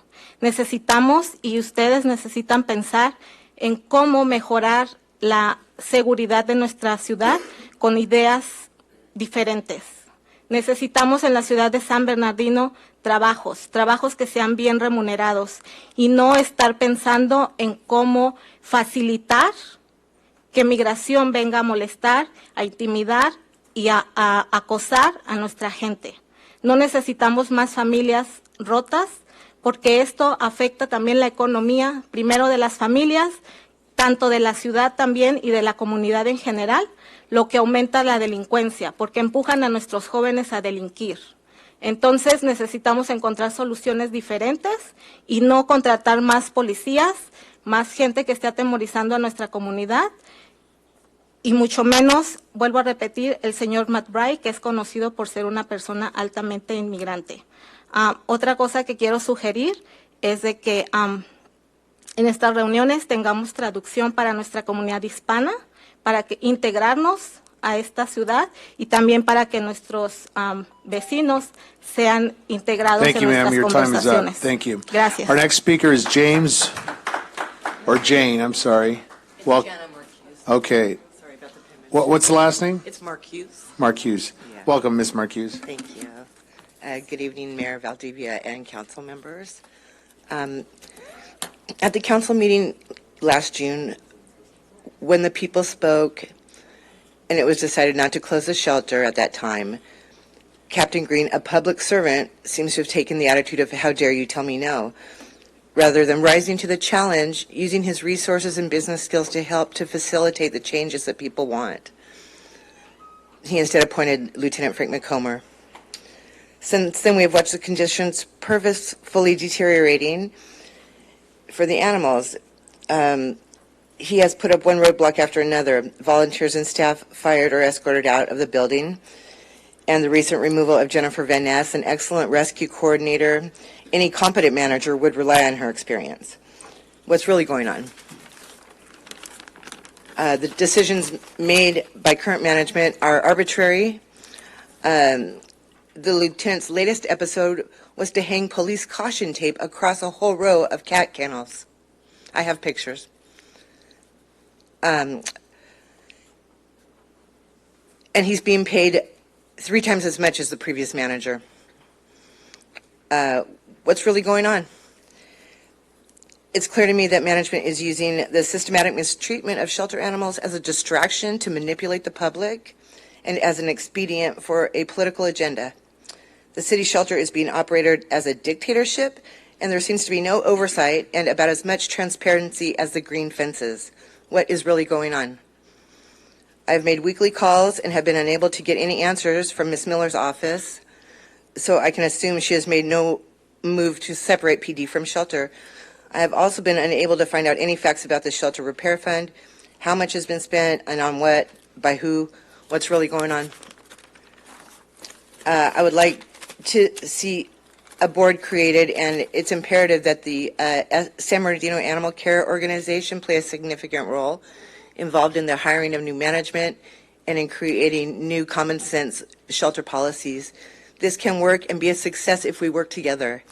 Thank you for your consideration and your time. Thank you, ma'am. Our next speaker is David Rojas, followed by Ryan Morale, followed by Adam Stanley. Mr. Rojas, welcome. Hello, how you guys doing? This time I came prepared, wrote a little something for you guys. Good evening, San Bernardino. I am David Rojas. I'm a supporter of an emergency cannabis ordinance. I just want to let you guys know, we are the lions guarding the lambs. We fear no evil, we fear no man. I see you guys have bigger problems and cannabis isn't one. And thank you, all you guys, for all your hard work.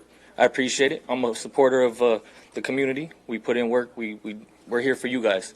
Have a blessed night. Thank you, sir. Our next speaker is Ryan Morale. Ryan, welcome. Followed by Adam Stanley, followed by Ivan Garcia. This time we're closing public comment after Mr. Garcia. We will not be receiving yellow slips. Mr. Morale, you're recognized. Perfect, thank you. I'm Ryan Myro, local business owner, resident of the city, also a cannabis applicant, SB Pharma Holdings.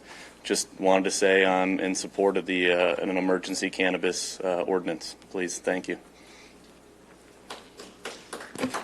Adam Stanley, sir, welcome. Mr. Stanley.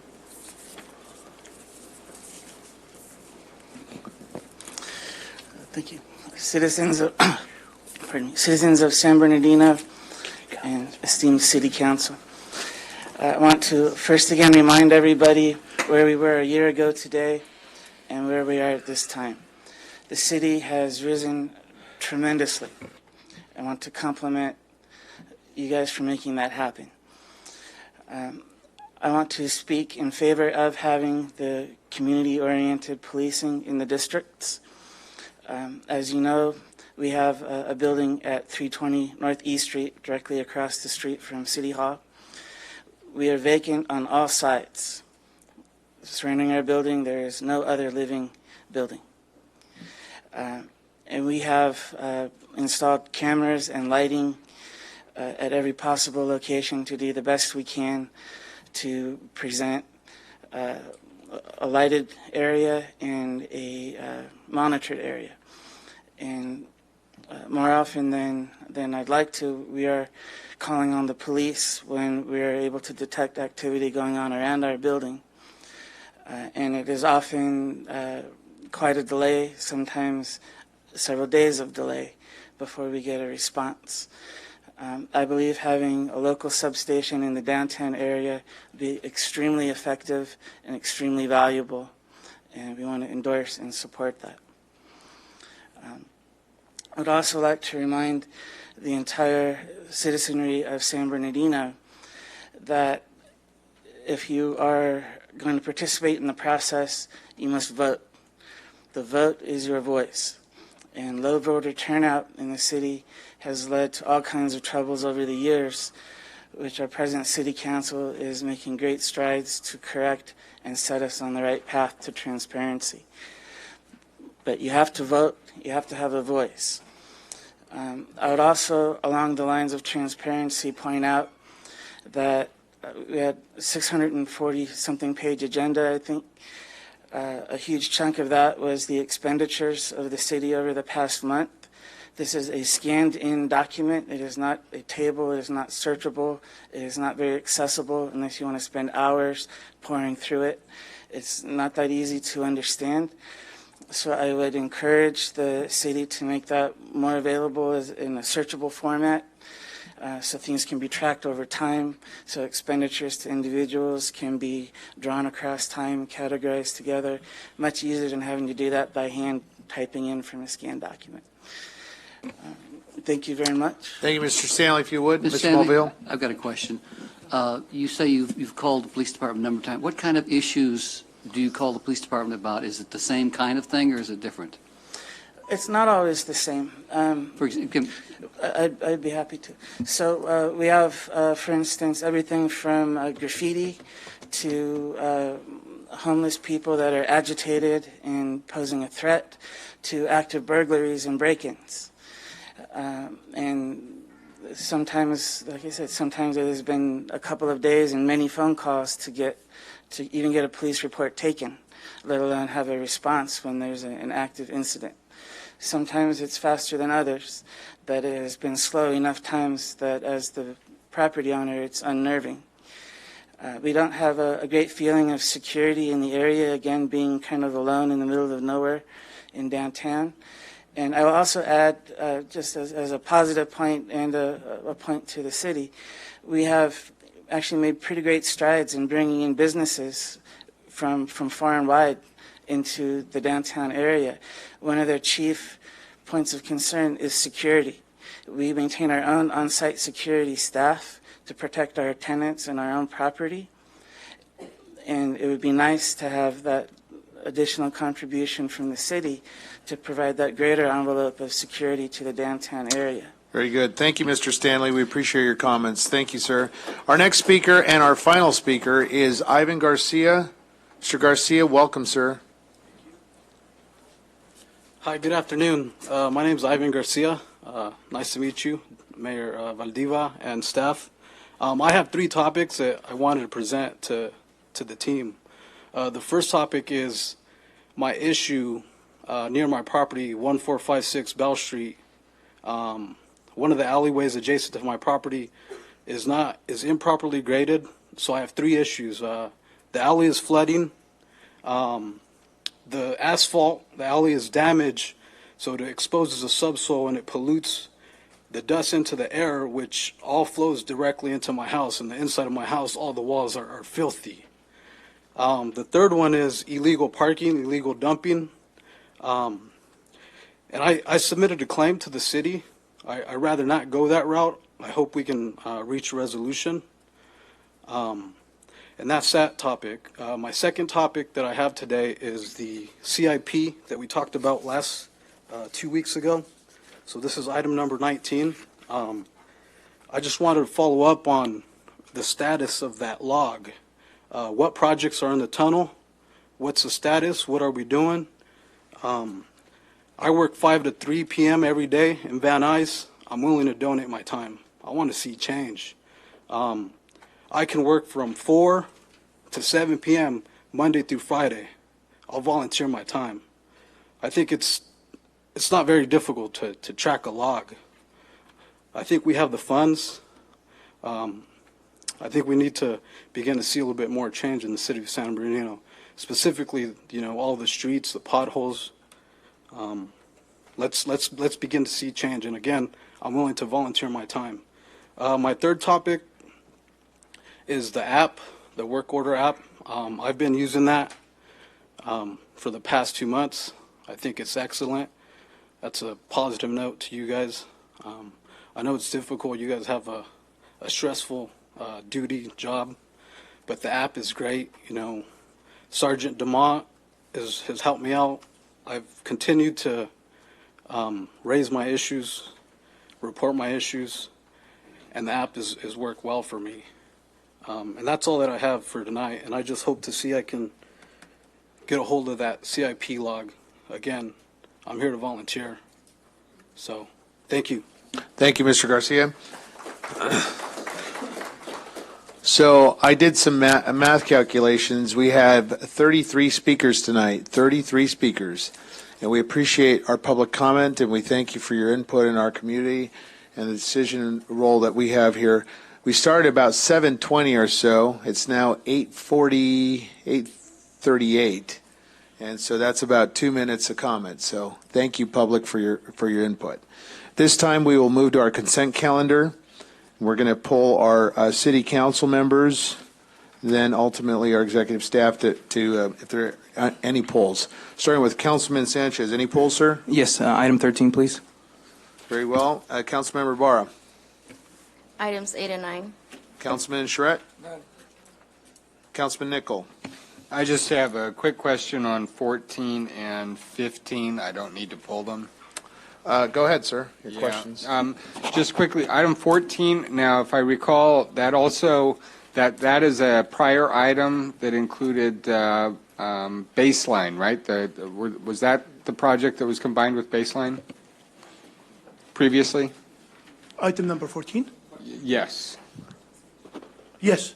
Okay. That was yes. And now we're bidding them out separately? Yes, we do. Okay, and do we have any idea when the Baseline component is The going to baseline. be brought back? Sorry, the baseline and other projects are in bidding right now, and Okay. the opening of the bid in 2 weeks. Okay, I just got a lot of questions for it because obviously a lot of people, Understand. it's a troubled intersection, Exactly. so I appreciate that. Okay, and then item 15, my understanding is the current utility poles are on the county side of the street and the undergrounding is to now occur on the city side, is that right? No, both sides are the city side. There is no county side on 40th. Okay, so Yeah. will it be on the south side or the north side of the street where the undergrounding occurs? I believe that is Edison, we're talking about designing on the south side of the street. Okay, because the poles are currently on the north side of the street. Yes. Okay, so they'll move the poles to the, or move the They will utilities. underground it, so, all the poles will be moved, taken out. Okay, but both sides of the street are city property? Yes. Okay, all right, thank you. My comment on item number 14, I represented Third Ward District, and I appreciate seeing this. We thank you. A lot of children on the Meridian Street Avenue corridor, Kelly Elementary School. I remember talking to parents and teachers there and PTA presidents. We thank you for the good work that our Public Works Department is doing, and we appreciate it. I know the residents are going to appreciate that because I know Kelly Elementary and the crossing guard always somehow seems to contact me, and we appreciate them, and we appreciate our parents and teachers there at Kelly Elementary. So we thank you, staff. All right, moving on to Mayor Pro Tem. None tonight. My questions were answered earlier.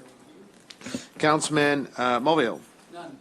Very good. Move the balance. And let's ask our staff, are there any item pulls from our staff? No, they're not. Very tonight. good. And we have a motion to move it with the balance on a second. Yes, by Councilman Mulvihill. Members, will you cast your vote, please?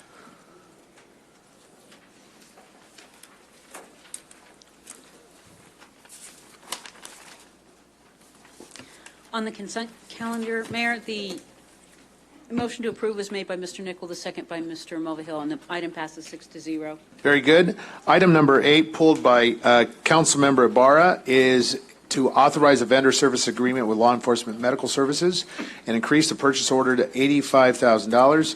Ms. Ibarra?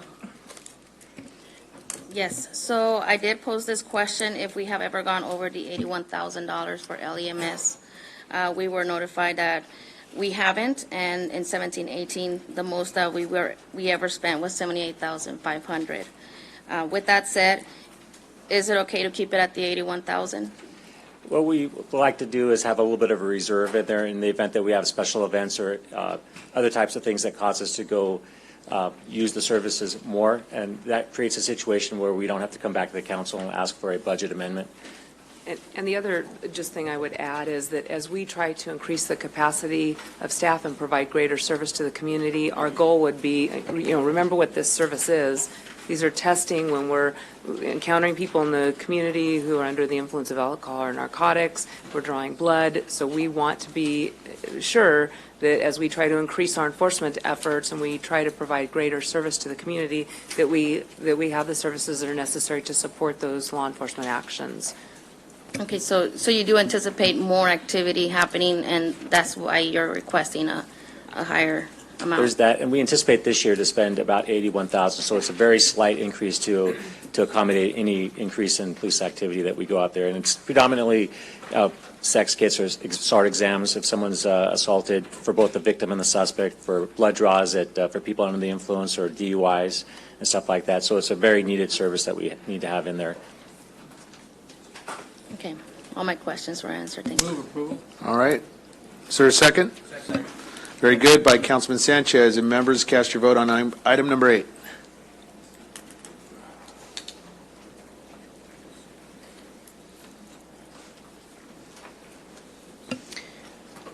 On item 8, the motion to approve was made by Mr. Charette, the second by Mr. Sanchez, and the item passes 5-0 with Mr. Mulvihill absent. Thank you. The next item pulled by Councilmember Ibarra is a purchase, item number 9, purchase of Dragon Law Enforcement Dictation. Ms. Ibarra. Yes, so on this one, I did ask a series of questions. The first one is how many officers do we currently have actively out in the field? I was provided with the number of 130. Do you attest this is the right number? That's an approximate number for sergeants, corporals, and officers. Okay. And then also there is additional investigators and others in assignment Correct. as well. Okay. Is there any way we can bring down the 200 total? Because we have to do the maintenance every year, and if we're not using them all, I think we're Our spending. goal is to begin to better utilize technology so that we are able to provide a higher quality of service to the community. So our goal is to transition officers to this service. There will need to be a transition period because we have dictation that we've been doing for many years that still needs to be addressed. But again, we're trying to better utilize technology so that we can provide a better, higher quality of service to the community.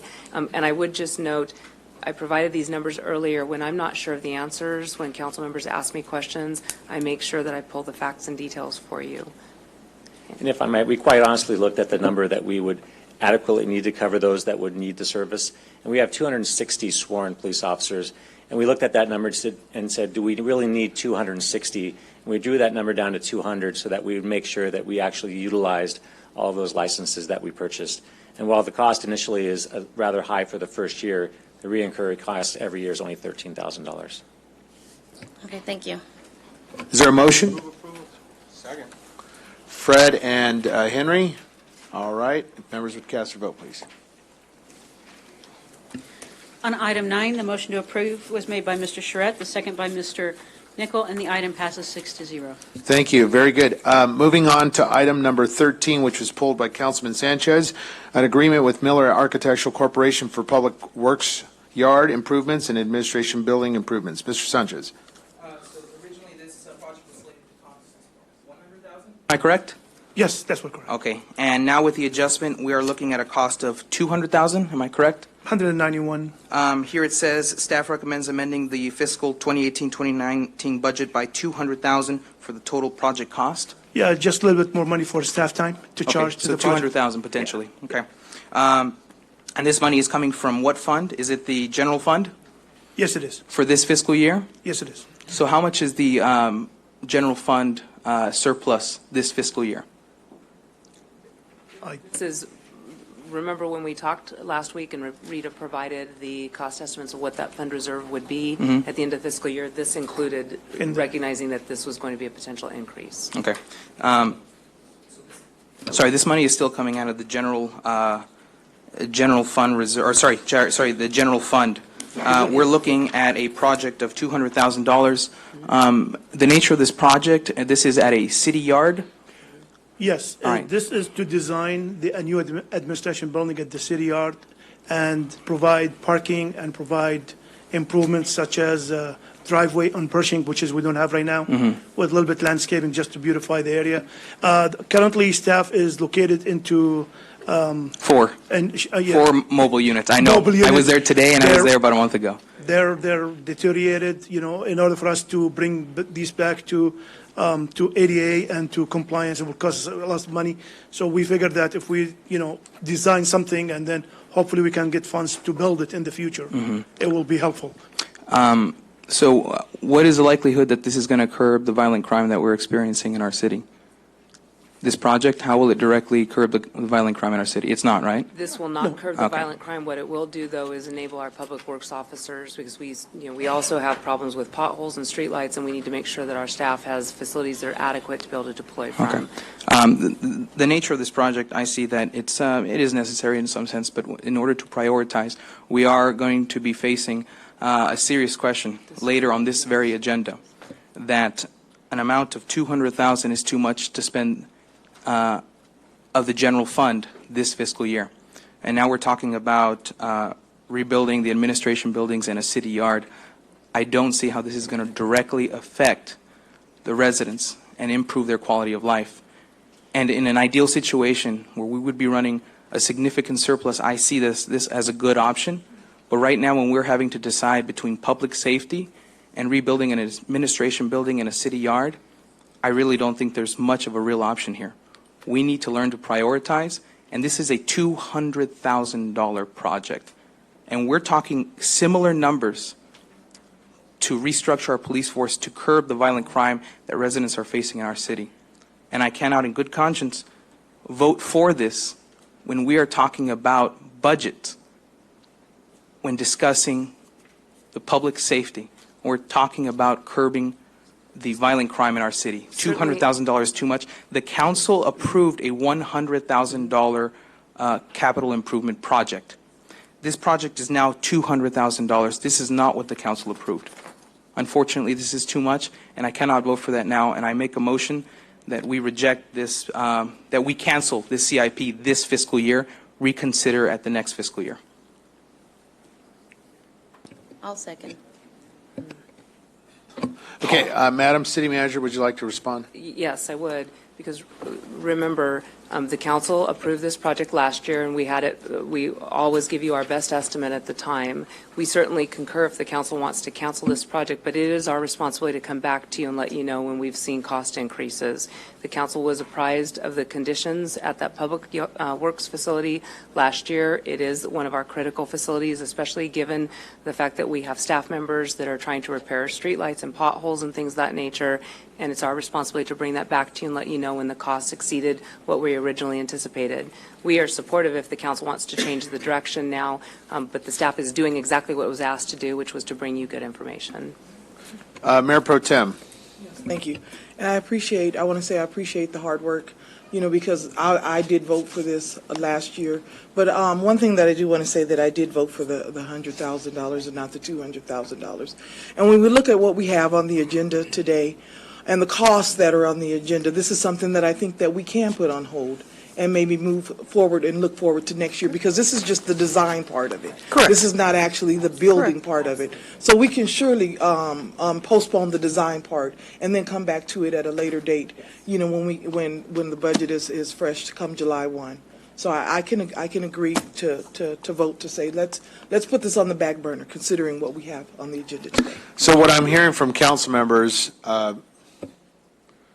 is some prudent, thoughtful decision-making here. We're still in discussion mode. Are Councilman Mulvihill or Nickel, any opposing viewpoints? Well, I actually Councilman Nickel. concur. I received quite a bit of concern from my constituents, not just from this bid, but all the other bids. I mean, the top bid was what, somewhere in the $400,000 range for designing a 7,000 square foot building and parking lot. People were like, what? I mean, that's a little excessive. And I think given the circumstances that we confront, the fact that this is general fund money, I'll be honest, I can't in good conscience at this time approve. I'm okay with 100,000. I mean, I kind of held my nose on that one, but this is a bit too far. So I will be supporting the motion put forward. Very good. All right. So, yes, Council Member Ibarra. The reason why I'm rejecting, I'll let you guys know this. A couple of weeks ago, we had before us the Waterman baseline, storm drain, the culvert box, and Rancho Rialto corners. And you came to us asking us to reject those bids because they were overbid. This is the same situation here. Those corners that get flooded affect our citizens, our taxpayers. A city yard, not necessarily, not directly. That's where I'm coming from, because not too long ago, you came before us and you asked us to reject those bids to fix those major cross streets, which really does affect people who live and work in this city. Mr. Mayor, I just want to make sure we're clear, though. We recommended that you reject those bids, and we're rebidding those projects. And you'll find that we recommend that, and it's based on how many bids we get, whether we feel that we got enough representative bids to show what the true cost is. We got a lot of bids on this, so we felt that the bids were probably accurate. Yet, granted, they came out higher than what the initial engineering estimate was. But we got enough bids to know that that was what the market was going to bear at this time for that one. Not so much with the other one. We thought we could get more bids if we were clearer. So those are the trade-offs that we always look at when we're bidding, when we bring a recommendation back to you. Correct. But then we went with the second lowest bidder, not the lowest bidder.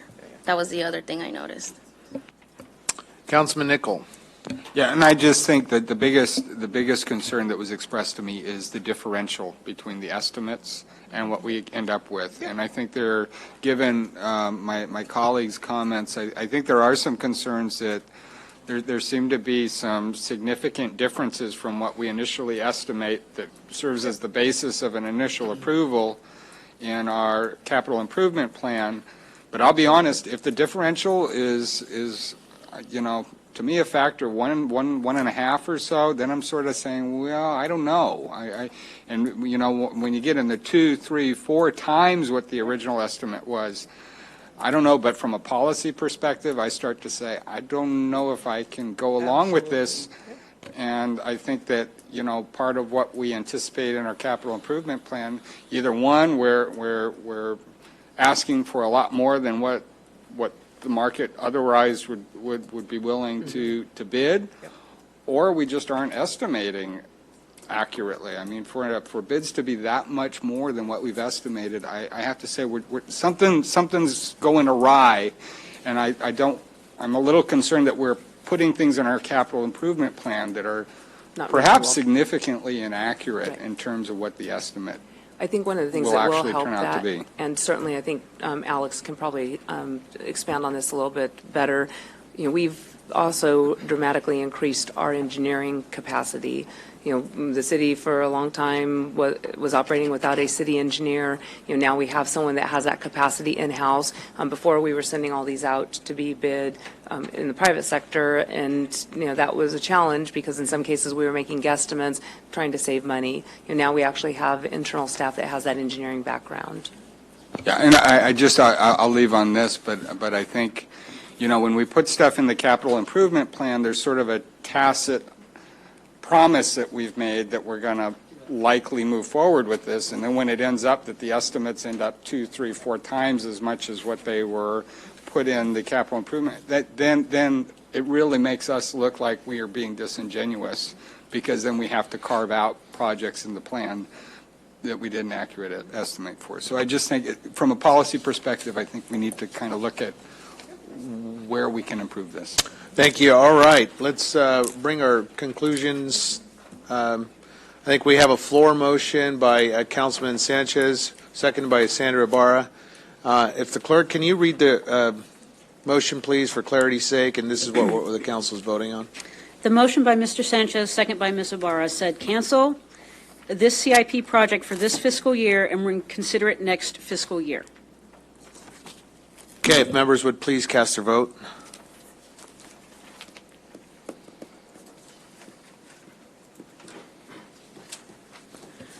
And on item 13, again, the motion was made by Mr. Sanchez, the second by Ms. Ibarra, and the item passes 6-0. The motion made. The motion passes 6-0. Okay, thank you. So it's denied. That's right. Correct. Thank you. All right, moving on to our staff report segment.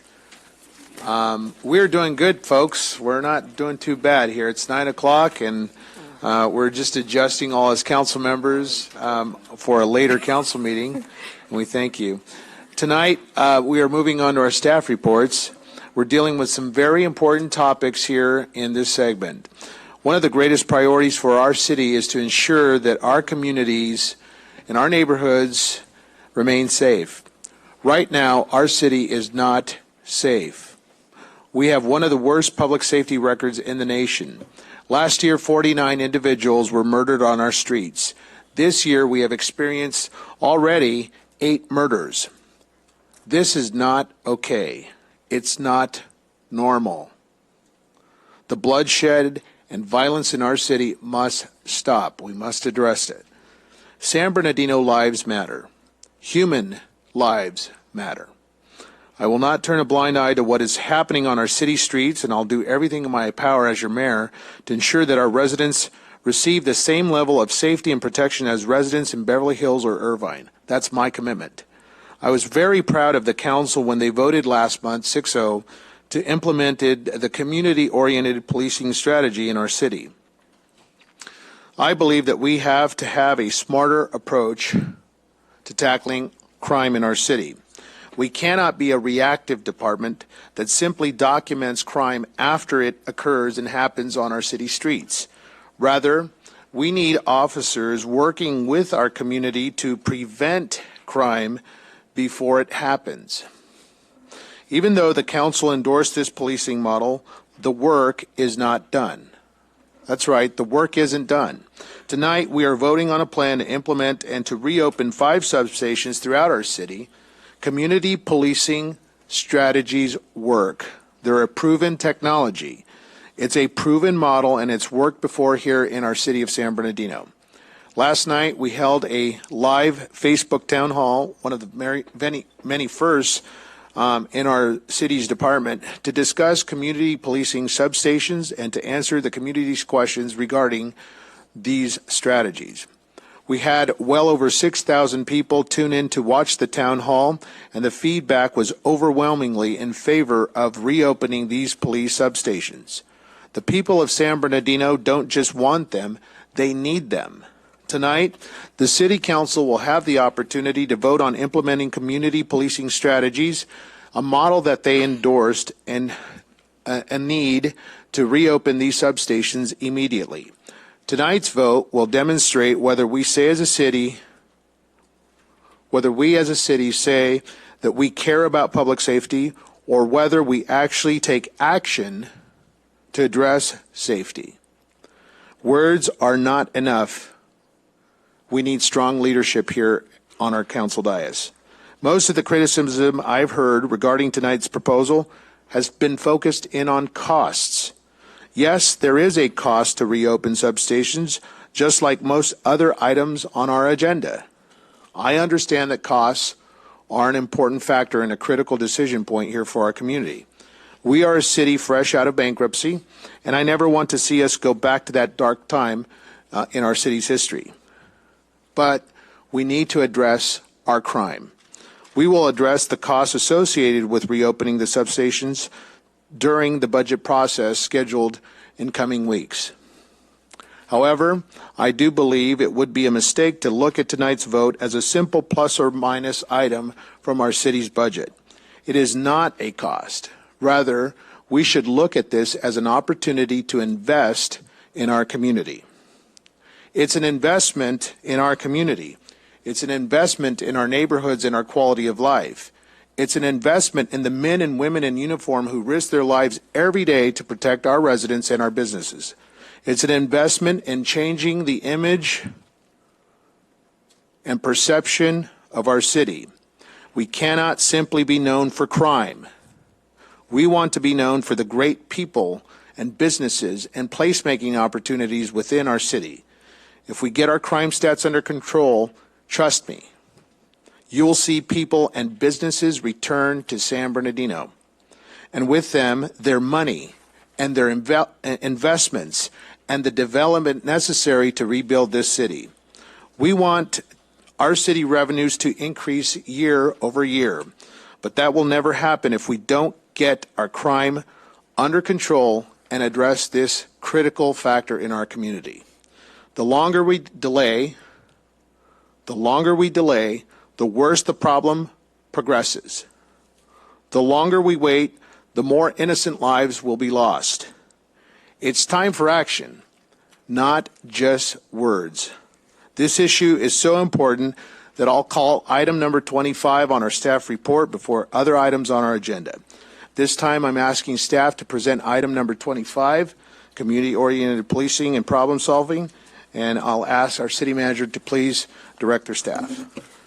Mayor, members of the council, the mayor has moved up item number 25. This is a report on the community-oriented policing and problem-solving plan implementation. At the last discussion of this, the council asked that we come back with a plan to reopen substations, including potential costs and opportunities. This evening, Acting Chief McBride is going to walk through that report. The mayor has acknowledged, and it is accurate, we are very concerned about our annual operating revenues. As we discussed during our last meeting, our revenues have remained relatively flat over the last several years, and we do need to do work to try to increase that so we can provide a higher quality of service to our community. So Chief McBride's going to walk through the report, then we'll answer any questions the council has, and then await direction. Good evening, Mayor and council members. As the city manager had mentioned, the council had directed staff to come back with a plan to reopen substations and also implement community-oriented policing. Throughout the history of the department, we've had anywhere from 4 to 6 district commands within the city, which are geographical locations identified in the city for policing districts. Through our history, through our experience, the last 28 years that I've been here, we've identified 5 districts as being the most optimal number and most manageable for those district commanders to get out there and manage those districts. With that, we are short on our management and supervisory staff to actually accomplish that area command without adding a couple more lieutenants and sergeants to our overall command staff. And that isn't actually adding more people to our actual police department. What it is reclassifying some current positions to augment the number of managers and supervisors. And there has been discussion about the ratio of officers to staff. And I just want to kind of bring the council up to date on what those numbers are. And you have to understand that policing has changed over the last 20 and 30 years. And we've taken on a lot of additional responsibilities, and things are looked at and viewed differently in policing. We now have civilians that take on a lot of investigative responsibilities. We've taken on animal control, we've taken on code enforcement and parking enforcement, and a lot of things have come into the police department that we didn't have in the past, which also means that we have not augmented our management and supervisory staff. It's been pretty stagnant. In fact, a higher number of lieutenants at one time was 14, and we're currently at 10. So we actually don't even have enough management personnel to manage the personnel we have currently. If the police department fully had on staff everybody that was authorized, we would have 452 employees across both sworn and professional staff. And when you break that down with 10 lieutenants, which we have sworn lieutenants that actually manage the civilians as well, that's 1 lieutenant for every 49.9 employees. I don't think anybody here, knowing that in law enforcement, that's where you have your most liability and exposure in an agency, that we want to have a management to employee ratio of nearly 50 to 1. And with that, we also have a ratio of sworn supervisors to sworn officers of 1 sergeant for every 11 corporals / detectives and officers. And then if you include the civilian supervisors, that's 1 for every 10. So obviously, just as we stand right now, we need an augmentation of lieutenants, management, and supervisors. But that being said, we looked at 5 district commands, and each one would be commanded by a lieutenant. With that, we're asking for 2 additional lieutenants and 5 additional sergeants to actually implement that community policing model with model rather. But we're conscious of the fact that the cost is rather high for full implementation of substations in addition to those positions that we're asking for in the police department. So we provided the City Council with a couple different options. We need to go to a community policing district model. Our option 1 provides for that additional increase in lieutenants and supervisors so that we can actually put that into place, but then also operate that model from the police department. It's not the optimal thing we need. I think the community really likes police officers and substations in their community out there where they live. However, we're conscious of the cost of that, and so we wanted to present options to the council. And that first option is just to increase or upgrade the number of lieutenants and sergeants so we can actually effectively implement the community policing district model. And that cost would be $336,000 annually. Option 2 includes substations. But with substations, we also need to augment that the staff in those substations with some community service officers. And so the responsibility of those community service officers is in there to provide the administrative support for the substation, but also that's a resource for people in the community to go to and make police reports. So what you're doing there in that case, when you open those substations and add those additional community service officers, it provides an efficiency for the police department, and also it helps reduce response times for individuals. I'm sure most people, when they have certain crimes of low priority for the police department but high priority for them, they realize that when they call in that oftentimes the response times are not quite what they would think.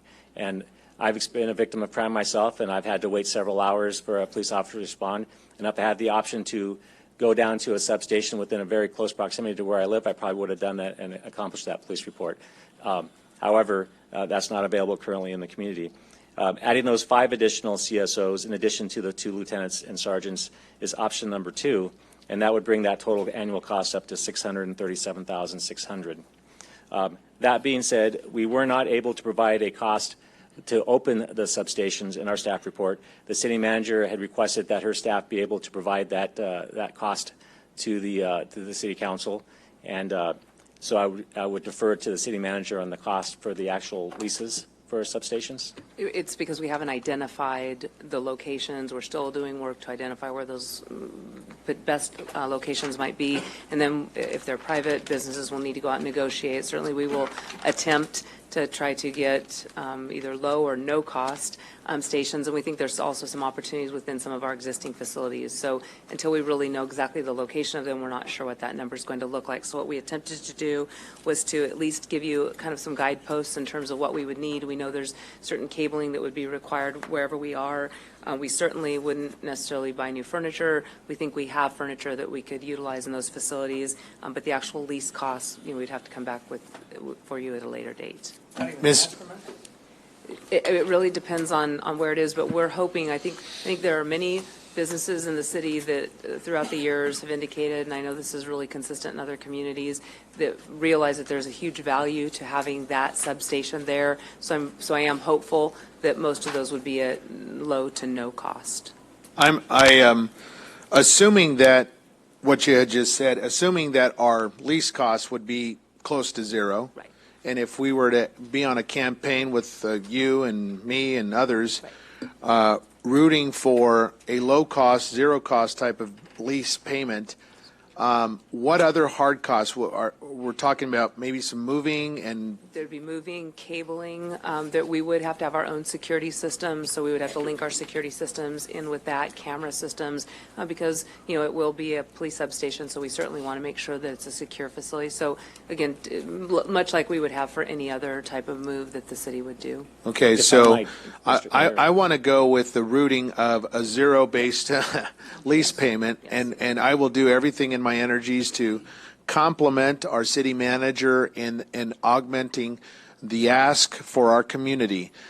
In my conversations with business plaza owners and management companies, I think that many individuals have expressed a desire to adopt this, that they are willing to put their money, private market, private capital, and say, hey, we'll support this, Mayor.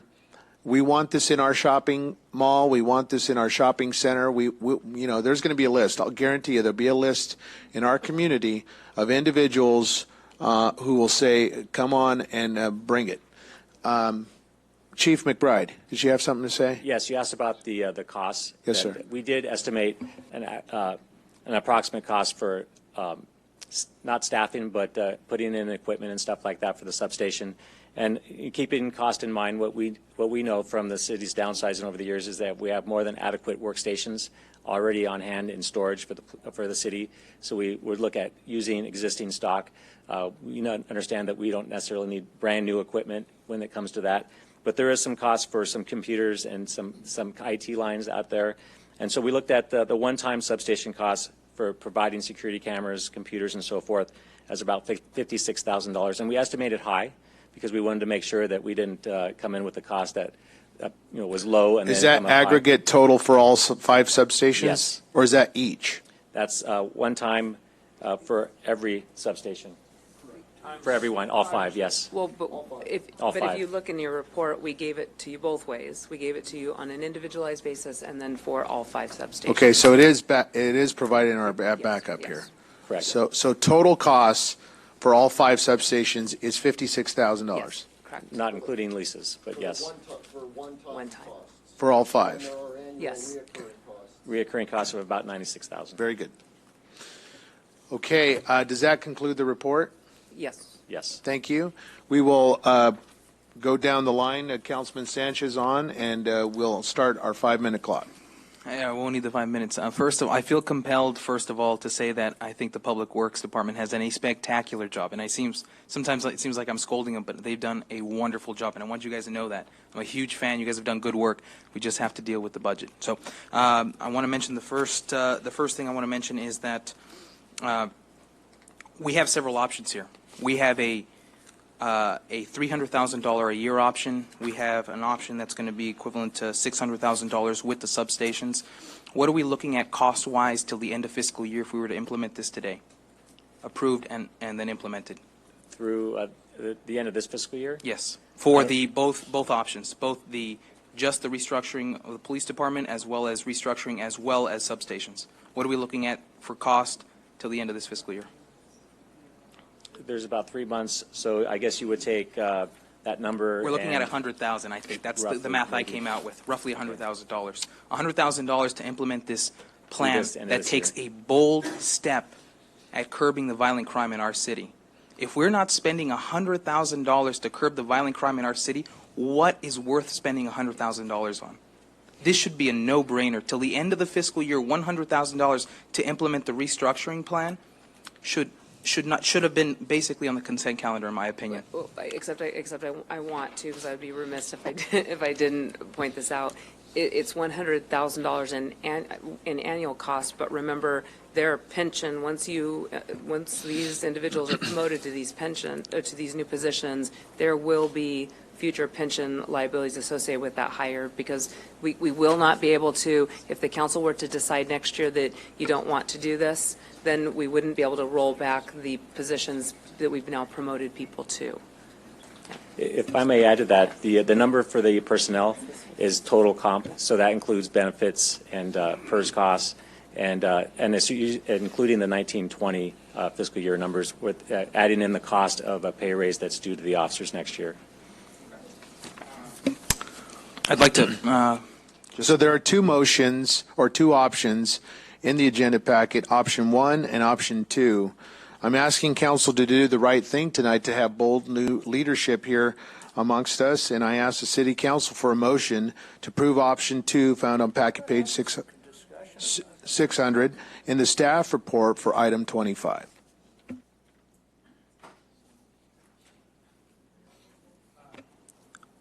It's a very difficult decision to have to make.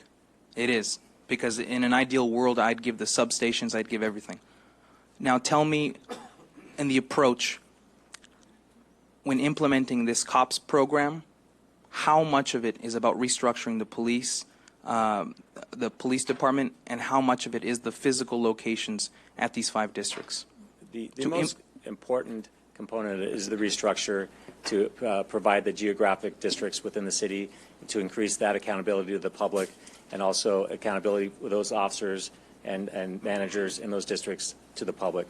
So as you look at it, the most important part is obviously the restructuring of the police department. I need kind of an image of this. So we're talking close to what, like an 80% to implement this. Really, it's 80% in restructuring, 20% in the location. Because paint the image here for me. When we have the restructuring of the police department, but we're not going to have these substations, how is implementation going to look? How is that structure going to look? How is the accountability going to be there when we have these 5 districts? The accountability is going to be there whether the district commanders and the sergeants are located in the police department or they're located in a substation in the districts. What's going to change and not be available is that they're not going to be forward deployed in those communities where the substations would be located, and not as easily accessible to the members of the public. It is also not going to provide that service to the members of the public where they can step into the substation, talk to that officer that patrols their district or works in their district, and make police reports and do all those other things. One thing we also want to do is, if we had those substations, is to provide an area for members to gather from that district in that community to have community meetings, neighborhood watch meetings or whatnot. And so that's not going to be available to them where they live. We have those facilities at the police department. They would have to travel down to the police department to have those. That's something we always provide to members of the community. It's not going to be where they live. It's going to be down at the central station. So I really see 3 options here. The council here voted 6-0 to implement a COPS program. So they believe in this theory. They believe in this theory. So, but we have, again, we're back at 3 options.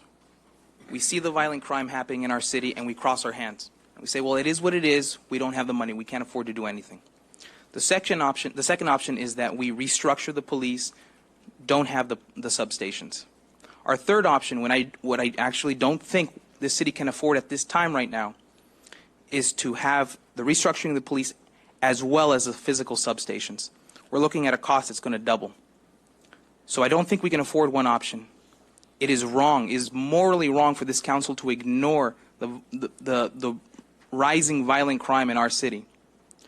It should be obvious that we need to go with the second option. We need to restructure the police and change the mentality in the police department so that we start to prevent the crime as opposed to just respond to a dead body on the streets of our city. So I recommend that we really consider the first option here on the agenda, which is to implement the restructuring of the police department and wait on physical locations at the 5 districts. Councilmember Ibarra. I have several questions. Okay, the first one I was asked is the hours of operation. I remember at the town hall you mentioned 7 a.m. till 6 p.m. Somewhere in that ballpark, correct. Okay, and now they're asking me about weekends and holidays. The big concern where I live, and probably the whole rest of the city, is the illegal fireworks, 4th of July, New Year's. It would be helpful to have somebody there. And I'm very cautious with the money that I spend. The money that I saw here was pretty high, but it is a good investment. However, how about we start small? How many lieutenants and how many sergeants do we have currently? We have, how many lieutenants? We have 10 currently in the police department. And as I spoke earlier, the ratio for lieutenants to personnel is nearly 1 to 50. So that's 1 lieutenant for every 50 people in the department. And then supervisors, we currently have a total of 39. Is there any way we can use these instead of promoting new officers into lieutenants and sergeants?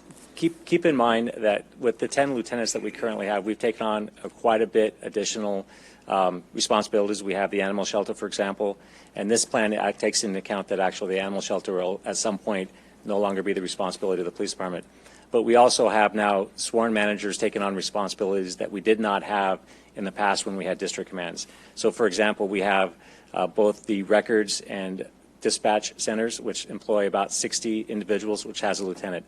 That was a civilian manager in the past, and currently it's a sworn manager. So it's very difficult to reprogram those because then the span of control just goes up and it doesn't really implement the policing plan and the district that we really need.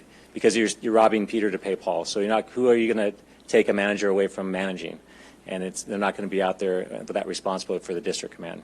The other thing that we are doing, because of the bankruptcy and the need to try to reduce costs to the extent we could, we placed sworn officers in positions that, throughout stations and departments in the state and throughout the nation, for that matter, are really held by civilian employees.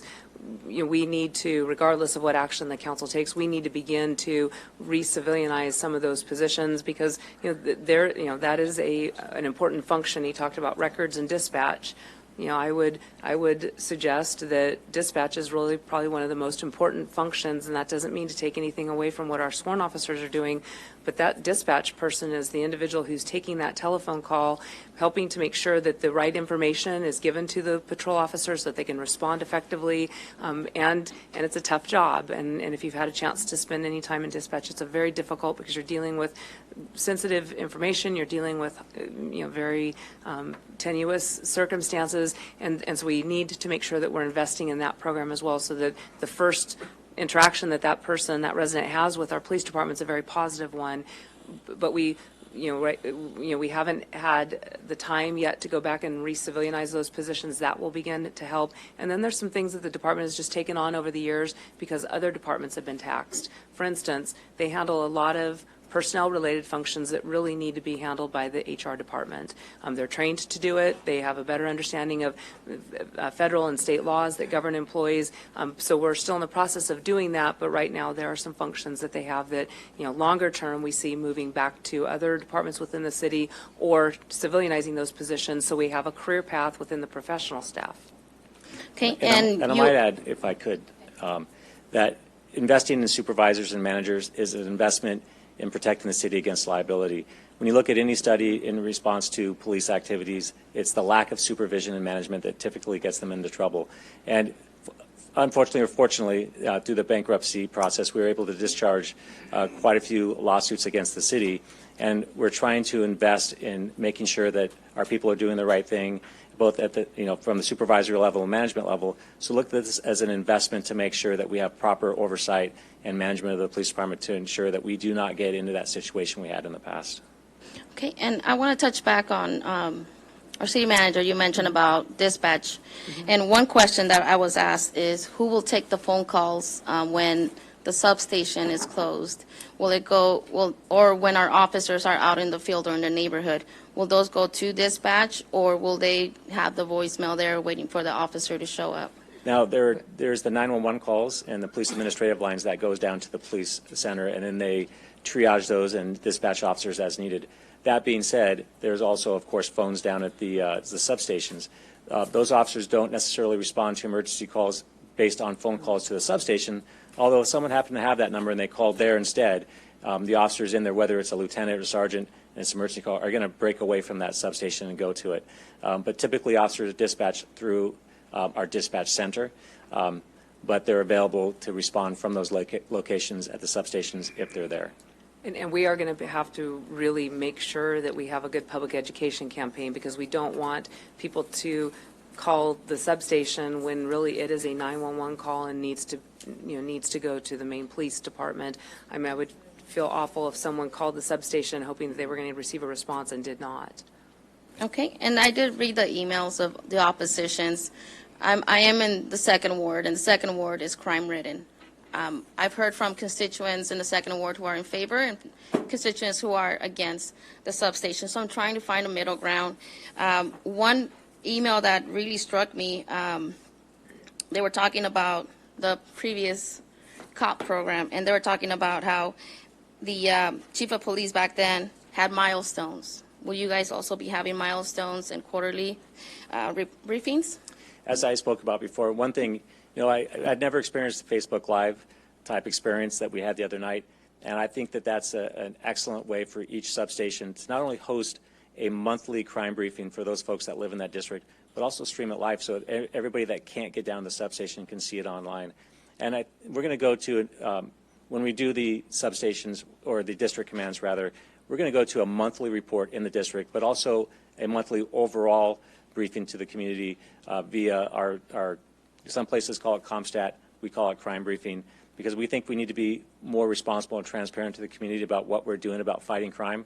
And I think live streaming that stuff to the public and then having it available in the public, specifically in the districts where people live, is a way of doing that. Okay, and then one more point I want to make is back to being fiscally responsible. Is there any way we can start with one substation and gradually adding more substations as needed, or does it have to be all 5 at once? And then the acting chief can answer. But I think there are components that, regardless of the action that the council takes tonight, we have got to start doing, and we've started it, but we need to continue in this effort. Right now you get an annual crime report, but we don't provide monthly statistics to you. I've asked the police department to start doing that, because you should be able to see by area of the community what the crime rate looks like. Okay, we've not done that. So regardless of the action that the council takes tonight, we are going to start providing to this city council and this community reports on the crimes that are occurring within each area of the community, certainly by ward at a minimum, so that you have an understanding of, because we do recognize that there are higher volumes of crime by type in some areas of the community than in others, and you need to know what that is so that you can then brief your community members on it, so that your community members are aware of it. If we have areas of the community that are the subject of a high number of property crimes, well, then we need to be talking to you about lighting up and lighting your houses and locking your doors and windows and things like that. And we can't do that if we don't have good information. So regardless, we're going to start providing better information to the community, and we're also going to re-implement the Neighborhood Watch program so that we are helping groups to form, helping groups to understand the crime trends that are occurring in their area, giving them those points of contact, and then again, being more accountable to the council and to the community for making sure that we're addressing issues. On that point, how soon do you anticipate the reports coming out to the council? I want them to come out to you immediately. I've already asked for a quarterly report that you'll get at the end of March, and then I'd like to go from that right at the on month to month. Go from the quarterly report to month, beginning in March and April. Okay. Also, on the Neighborhood Watch issue, I've heard it from Neighborhood Watch program leaders and presidents.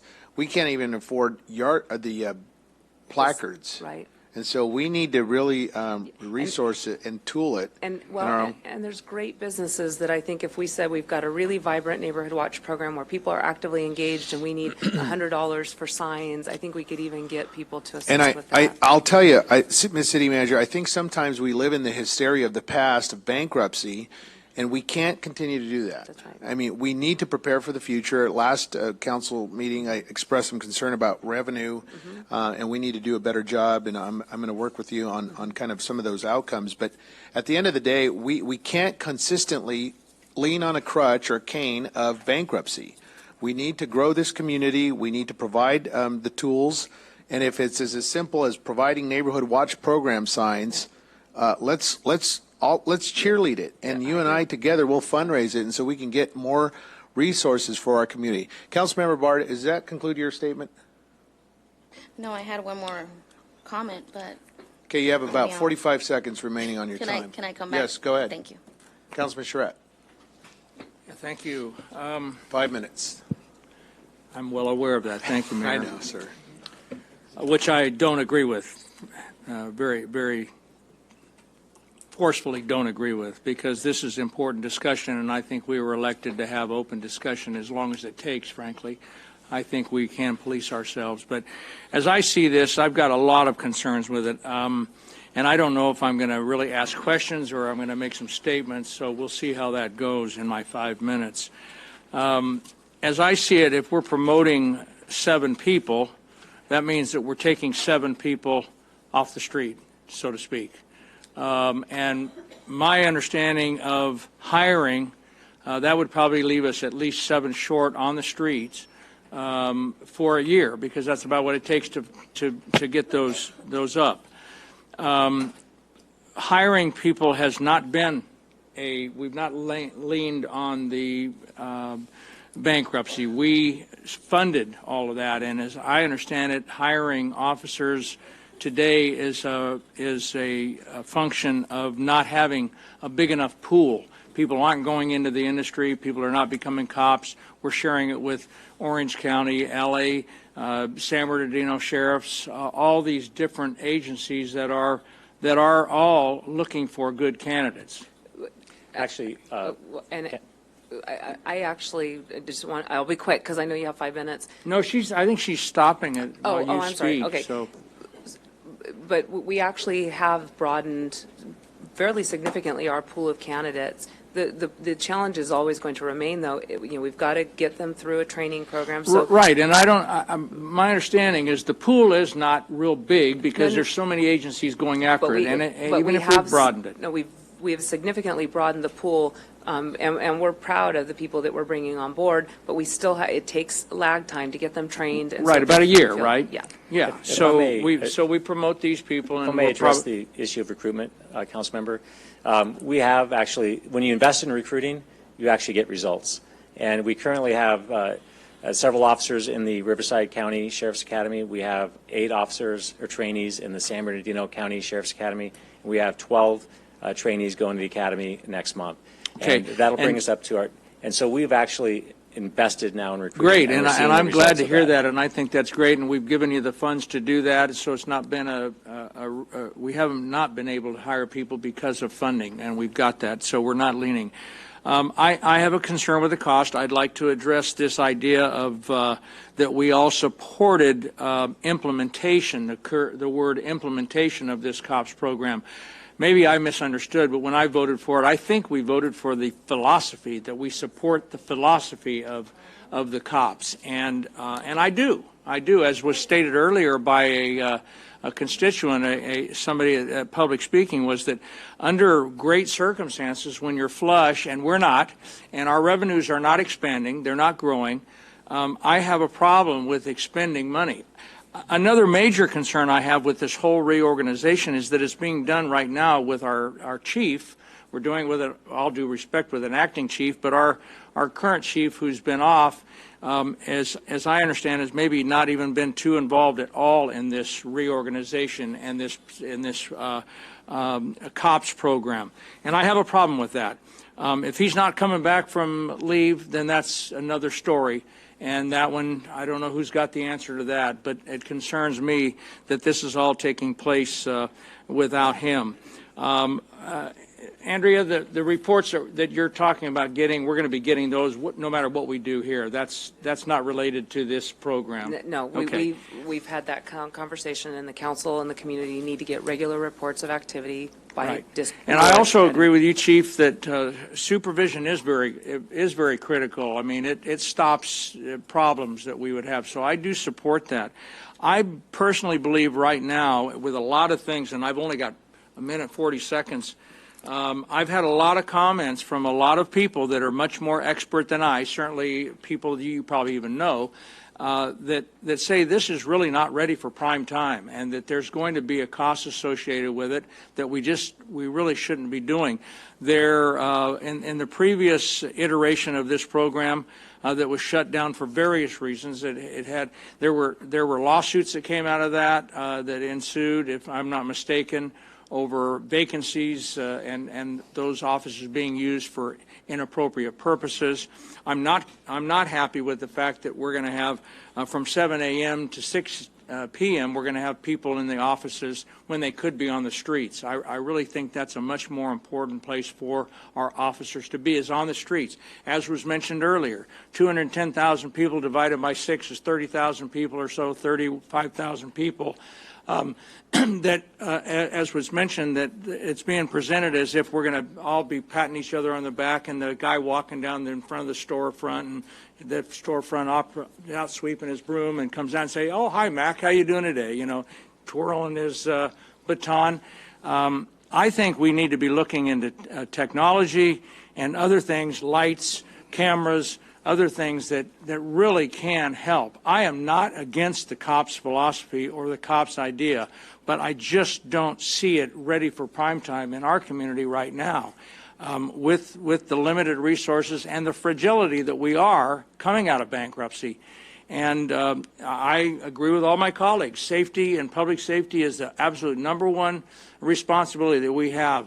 But I don't think that 5 substations is going to change that much. So with that, I've been cut off. So I hope my colleagues at some point in time will recognize that a 5-minute discussion on some of these items is certainly not enough. Thank you. Councilman Nichol. Yeah, a couple quick questions. Back at page 600, I'm trying to understand the calculations on the bottom section of that second table, the recurring annual substation costs. Can you explain those numbers to me and how we get from the per location cost to the subtotal? So, of course, the number for the lease is to be determined. However, there is a number of about $1,500 annual cost for phones. And how do we get to the 90,000? We requested a number from IT of what it would cost to outfit each substation with phone service, and that was provided by our IT company. So what is the per location cost then? Well, it would be 53. By how many locations? It would be. Yeah, that is a typo. It should be. Okay, because it looks like they're all typos in that bottom table, because I see the same thing. 5 times 50 is not 3,000. 5 times 50 is not 3,000. 5 times 1,500 is not 90,000. Sorry. Per location. Yeah, that I should don't know. actually be I don't know what the 1,500 times numbers- 12. So it's 1,500 times 12 for each way. It's 1,500 a month. So it's by times 12. So those are monthly costs? Yes. Monthly. And then it aggregated to a year. So 96,000 annually for that cost. Okay. Okay, so those are monthly costs. Okay. How many do we have an understand where these locations are? What are the 5 locations that we are anticipating, roughly? Well, do we have a map? Do we have a sense of where they are so we can start anticipating who we need to approach for potential free space? I provided the possible locations for substations to the city manager. We're not definitely not tied to those locations, but the locations within those vicinities. And what is the basis of establishing those locations? And that's what I asked for. We wanted high visibility locations where the members of the public would definitely know where the substation is, so high trafficked areas where members of the public would see it. because Okay. that's also places where officers would go to That take was a breaks and question I stuff was like getting that. from constituents. Where are these going to be located? And they'd also be on main thoroughfares with access to freeways and major When thoroughfares. do we anticipate we'll have a sense of where those locations but would likely be? the things I think you also are going to want to see is how did we separate it by call volume? So I've asked for the call volumes. What are we anticipating? Is it based on the crime rate? Because realistically, if you look at the city, we want to make sure that the officers are equally as busy in each of those areas and that they have the time to invest in the community the way we want them to. So we're looking at call volumes, history of calls for service, what kinds of calls are we receiving, what's the amount of time that we're spending per type of call, Right. and we just want to make sure that those, because it's not by ward, we're proposing 5 of them at this point, so we want to make sure that those 5 are equally served. And maybe if I could make a distinction, that you asked about substations, but I think it kind of went into districts. Right. And so the districts will be divided along geographical and natural boundaries within the city. So you'll understand where that district is that you live in. It makes sense that maybe the 215 is a divider, for example, because it doesn't make sense to have a district cross over the 215. You want to make it consistent and concurrent with where it's at. And then maybe baseline is a divider or Rialto. So we're looking at boundaries like that. That being said, it's very difficult to make each district equal in crime. However, within each district, there are subbeats. And so we will make sure that each district has an adequate number of officers per call volume to serve that area. Yeah, and I think, the bottom line is, and I agree, this is an investment. And to me, every investment is a calculation of the cost and the benefit. And I think clearly the challenge we have as a city, and I mean, I don't disagree with most of my colleagues, we have both the reality and the perception that we have a very high crime rate in this city compared to others. You open up the newspaper, and typically if there is a shooting, if there is a homicide, guess where it is? It's here.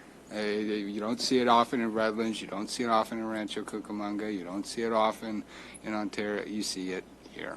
And so I think there is a need. There is definitely a need for improved policing, and we need to do everything we possibly can to invest in both the infrastructure and the restructuring that's necessary to do that. To the point of the reporting, what I'm hearing from constituents is we really need to start gauging outcomes with this investment. As with any investment, if we are operating under a corporate paradigm, we need to understand what our return on investment is going to be during the term that we commit ourselves to this. And what I would recommend is looking at perhaps a 3-year time span, a moving 3-year period, so we can start to see what, if any, because these things take time, and I think it's important for the public to understand that you may get a substation up and running, but it takes time to develop that network of intelligence and resources and connections within a community to start generating that return on investment. So I think as pertains to the reporting, I don't want to create the false impression that we're going to immediately see this drastic change, but I think we do need to start to contextualize this in terms of looking back to what we had in place before, how things are either improving or not, and then having that ongoing discussion to make sure that if we need to implement some technologies, whether it's cameras or lights or some other things to serve and to augment those forces out in the field, that we start to understand that. Because I do agree. I think having staff is certainly a significant portion of the equation, but making sure that we invest in the technologies that are necessary to assist those additional staff is also critical. So I want to make sure we've got a good system in place both to report and to assess how we incrementally improve this system. So I do tend to agree with my colleague, Mr. Sanchez. I'm still a little concerned that we may be a bit premature at this point approving 5 actual substation locations. I like the idea. I'm generally supportive of it. I want to see a little bit more information where they're going to be, the basis upon which we're establishing those locations. I'm willing to consider those. But tonight, not having that information, I'm willing to move forward with option one, and then I think we can, in the next budget year, look at, once we got some more information, look at rolling out some substation locations. Is that a second to Councilman Sanchez? Yes, I'll be a second. to On option Councilman one? Sanchez. Yes. Thank you, sir. Mayor Pro Tem. Yes, thank you. So a lot of questions have been asked and also answered. But one of the things, I believe you guys got a grant for, just recently received some form of a grant. Did I hear some, read some? No? Well, the grant you may have been referring to, we've periodically received COPS grant. We have a COPS grant that will be expiring in September of this year. Through the COPS program, we are reimbursed 75% of the salary, PERS costs, health costs for each officer. We have that for 11 officers, and so our maximum reimbursement is $125,000 a year. So next budget year, we're going to have to find some way to fund those costs, because we have been able to offset those 11 officers' salary and benefit costs by about $125,000 a year.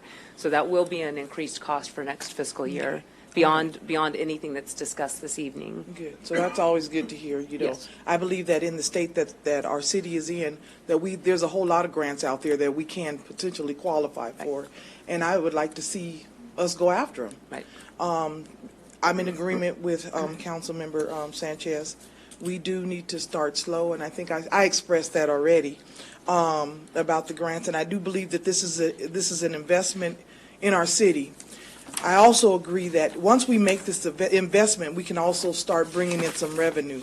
Because right now, you know, with me out there knocking and walking and talking to investors and trying to get people to bring just a sit-down family restaurant to the west side of San Bernardino is hard. But I know that if we increase safety and we have police presence, that will definitely help in bringing businesses into our city, and man, some viable businesses, and you know, and I'm not in disagreement of it, but you know, everything will be a gas station, tied to a gas station. I think that we deserve more than just gas stations, so I think this would definitely help with that. We also have to, I agree, we have to get rid of the negative things about talking about the past. We need to move into the future. You know, when you talk about the old substations, you know, we had one in our neighborhood, and the things that happen, I believe that things happen because of bad management. If they're managed correctly, then positive things will come out of it. So instead of just talking about what happened in the past, this is a whole new day, we just need to talk about how we're going to manage them. And I believe that you guys put together a plan. You know, I was a little skeptical in the beginning as far as adding more positions at a higher level. You know, I always talk about hiring people entry level. Let's go. You know, people that will live and work, live in San Bernardino. So with that, I have a better understanding of you guys' flow chart, and I appreciate you guys putting that together and sharing that with me to answer those questions for me. But again, I say that I think that this is going to definitely increase accountability in our police department. I think that it's investment for our community. And we have to move. We have to move forward. And we can't just keep talking about what won't work. Let's put together something that will work. Let's monitor it. You know, like you said, we can start in next fiscal year and see how we can create the 5 substations, and we definitely want to see how many people are going to come up to the forefront and say, hey, look, we're gonna donate this spot for you to put this substation in, and maybe some of them may even pay for some of the phone lines and other things. So you never know what may come out of it. So I say it's a great start, and I'm in support of option number 1, and I say let's keep San Bernardino moving. Thank you. Thank you, Mayor Pro Tem.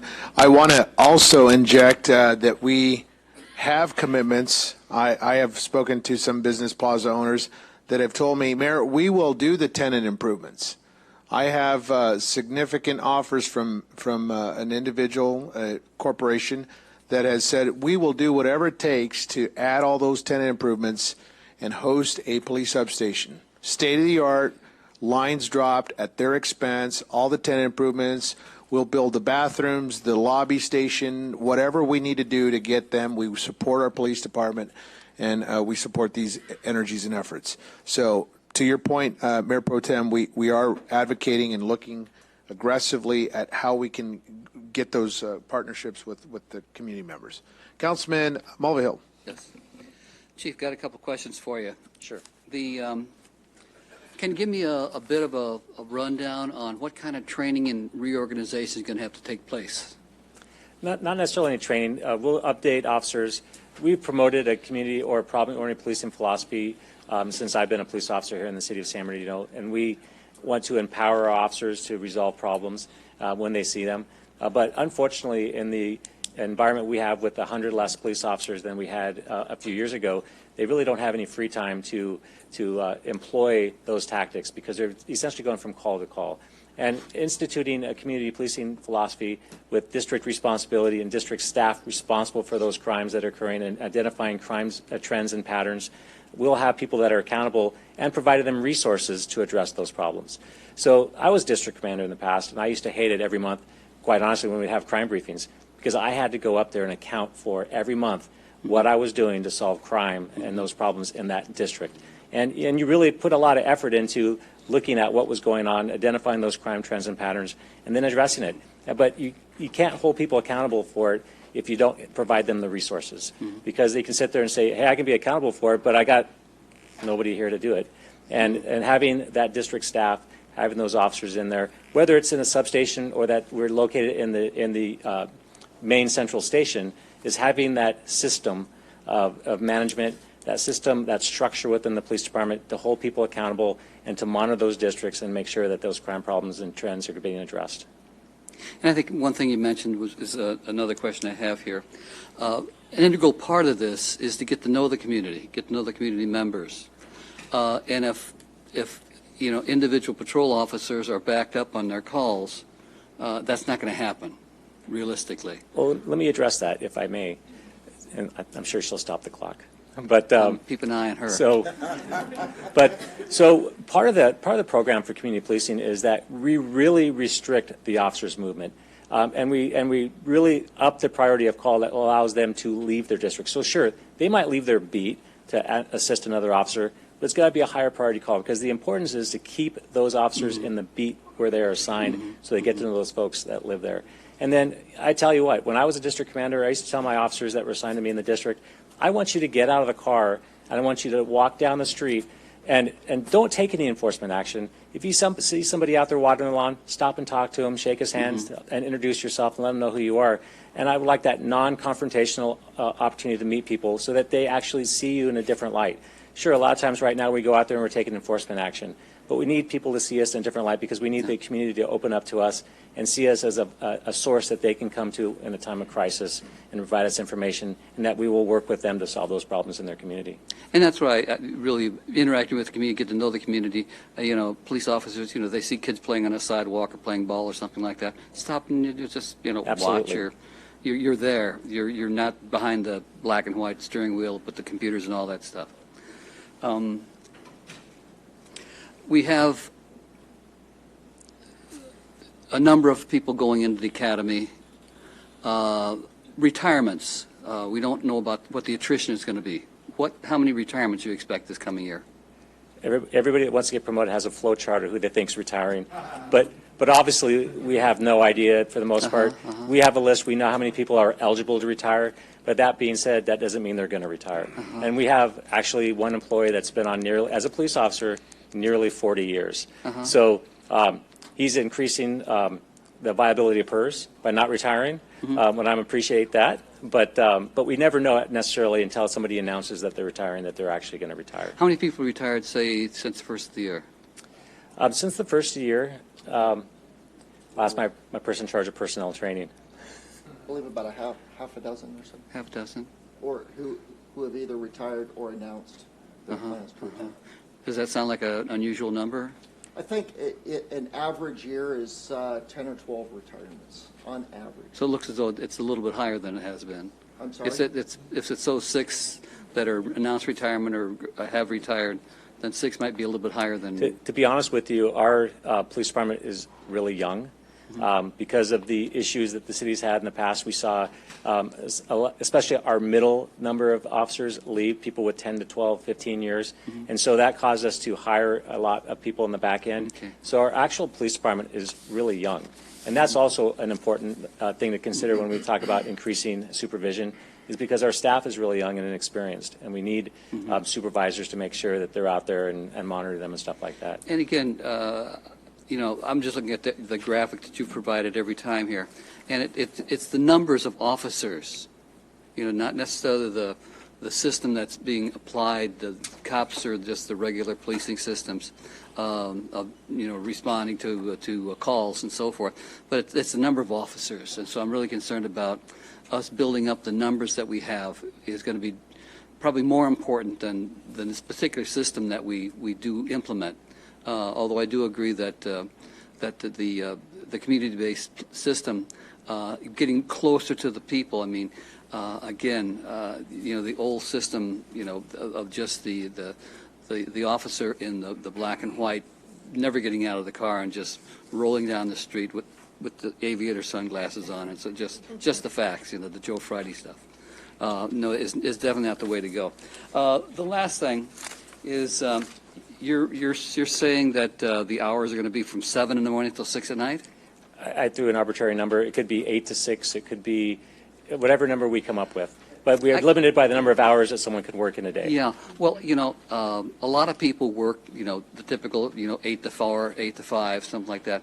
Could you move it to, you know, something that ends at 8 o'clock at night, so that people can be out, most people get on and work, can stop by the substation? Is that reasonable? Shove it back rather than 6 o'clock. Shove it to 8 o'clock at night. We can conduct a couple of studies and see when we would realize the most traffic. Obviously, it wouldn't make sense necessarily to have a CSO taking they're on in the substation at 2 o'clock in the morning. If it starts at 8, they work 10-hour shifts. Yeah. So, because I just remember from, you know, statistics that I used to, when Zimmons was here, I'd be able to get information from him. And obviously the hottest times are particularly on Friday and Saturday night, about 11 to 3 o'clock in the morning. And so it just seems to me that the more you can shove it further into the evening hours is going to be more effective in terms of, you know, the neighbors hearing that things are going on.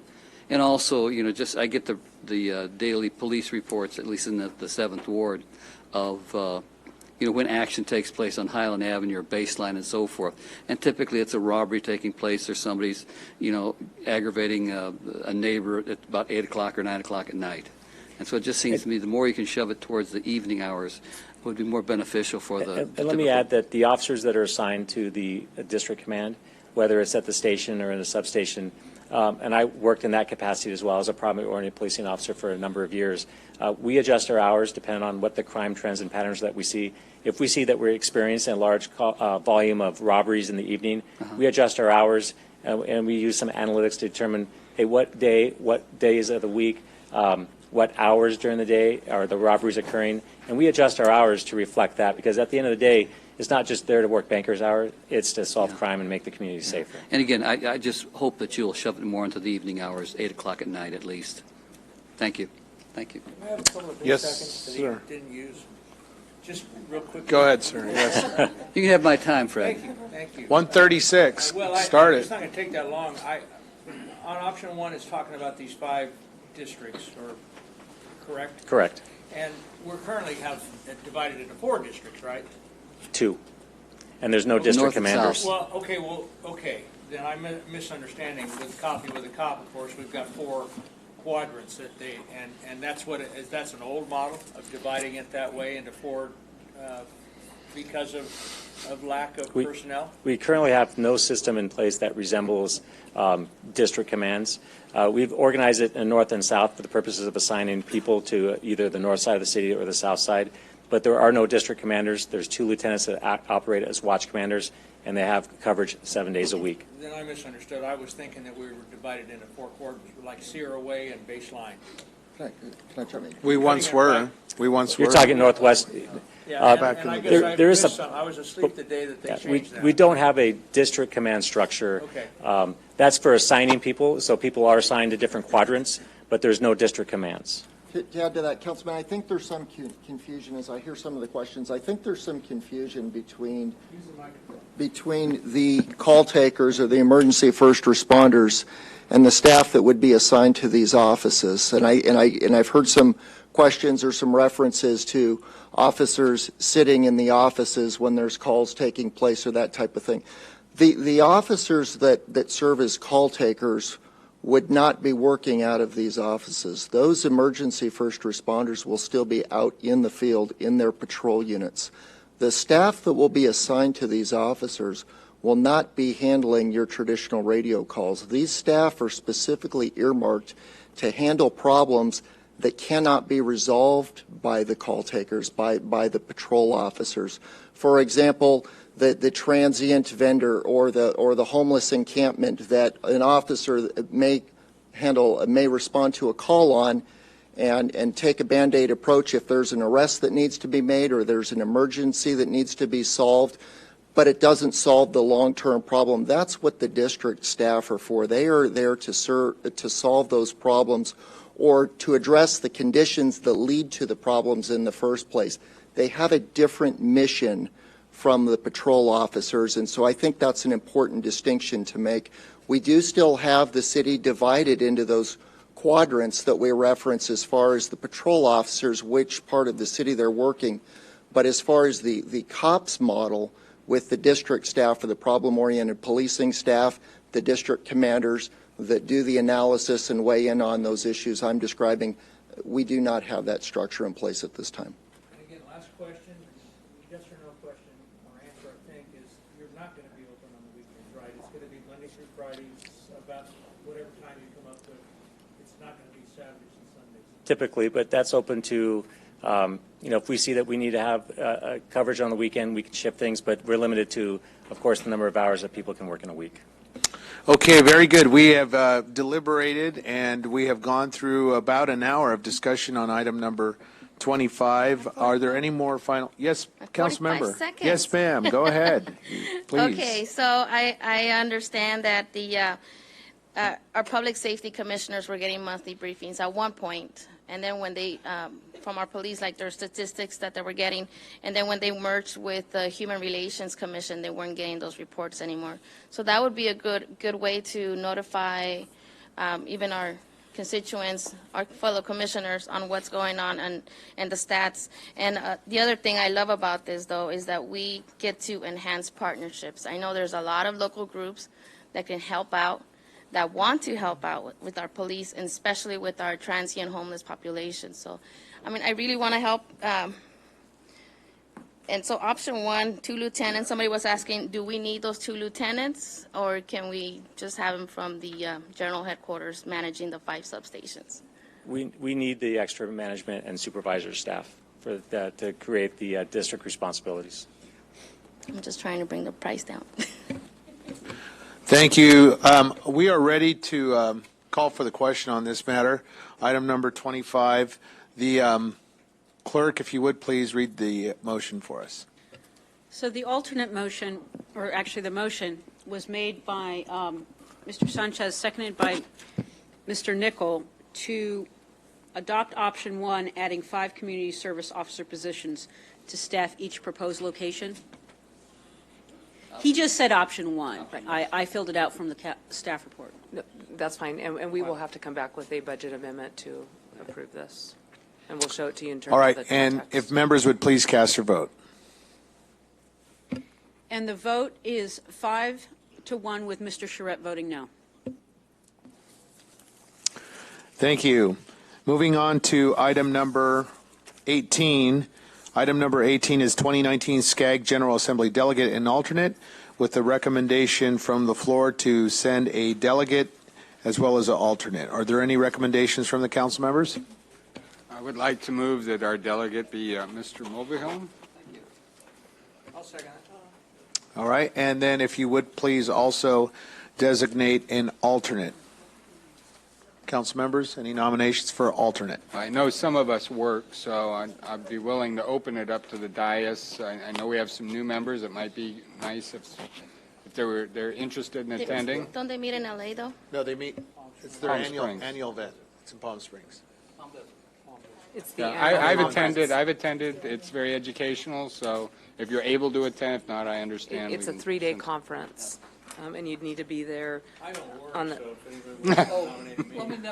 I'd like to nominate Fred Charette for the position. Very good. All right, so. Okay, the delegate and alternate being suggested that Councilman Mulvihill and Councilman Charette as the alternate, and we'll call for the question on it.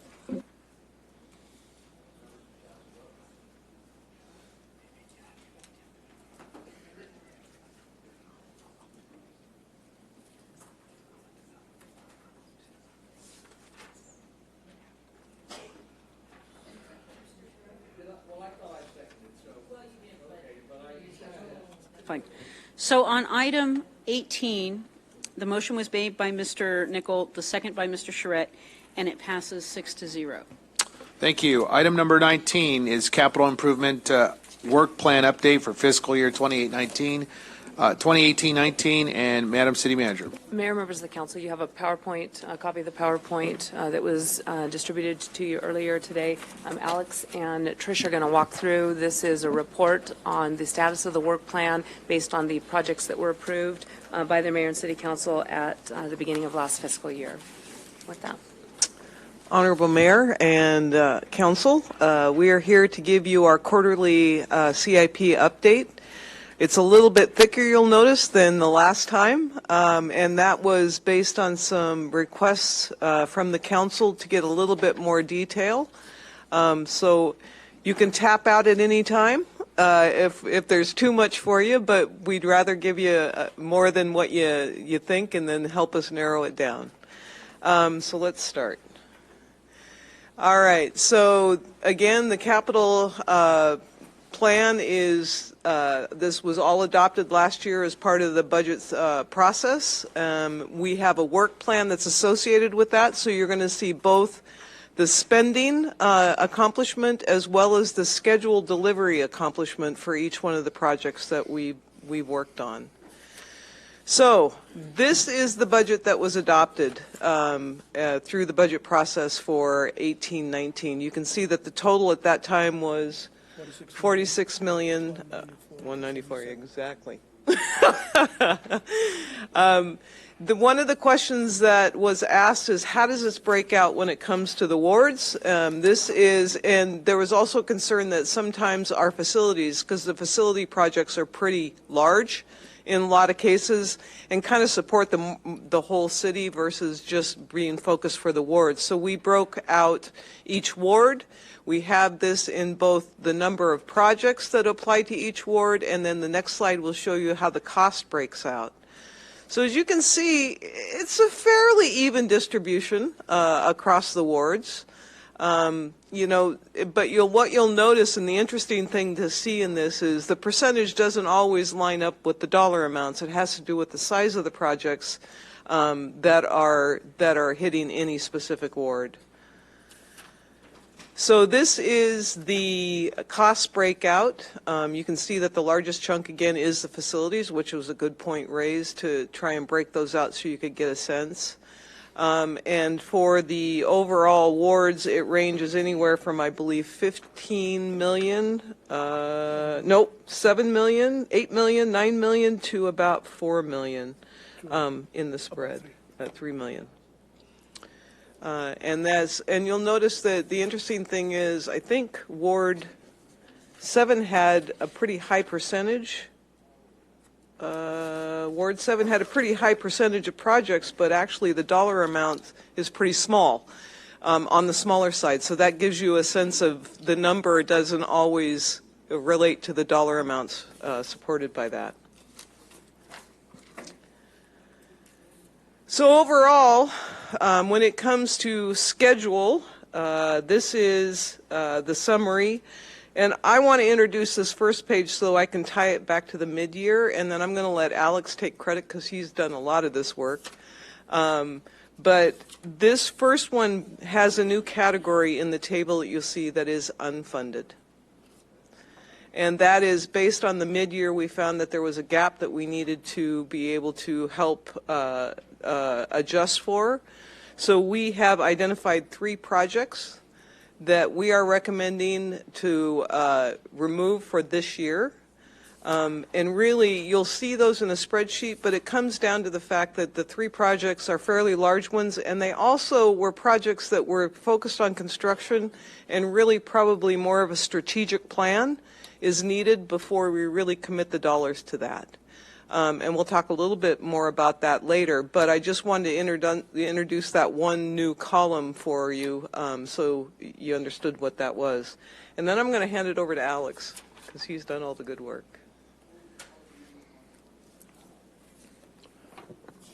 Okay, let me see. The next slide is the issue that we had with the general fund and the projects. And as was pointed by the interim finance director in the last meeting, there is a few projects that was funded through the $4 million reserve of the general fund, and these projects are listed there. One of them is the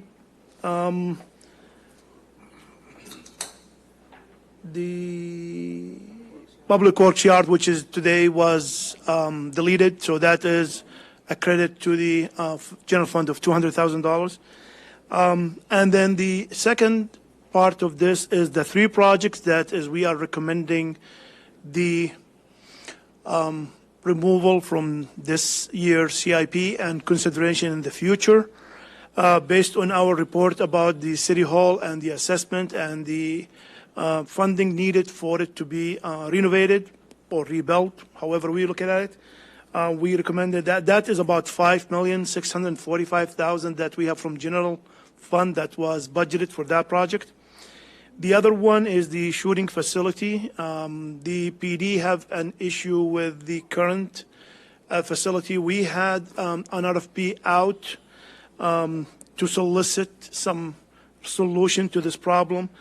We got 2 proposals, and unfortunately, one is at 3.7 million, and the other one was at $5.5 million. We discussed that with the PD, and we came up with the conclusion that is whatever we're going to be doing there, it will not address the number one issue that is the resident have, which is noise of the fire been shot at that location, and we will look for other alternative for that. I and we'll think come just back. to add something else to that, as we looked at those 3 projects, we need to have a longer-term discussion about City Hall and what you ultimately want to do with that facility and replace it. So it's really, at this point, we wouldn't want to say that we need to commit dollars to that until we really understand what the council's direction is. The other 2 projects, the shooting facility and then Building B improvements, it's a facility we don't own. We do have staff assigned there through the police department. But do we really want to invest long-term in a facility that we don't own? And then as we look at the shooting facility, we're really at the point where we're making improvements to a facility, but it really doesn't ultimately get us to where we want to be. If we look at that project, there may be some opportunities to use that to enhance revenue. There is a lack of shooting facilities within this region generally.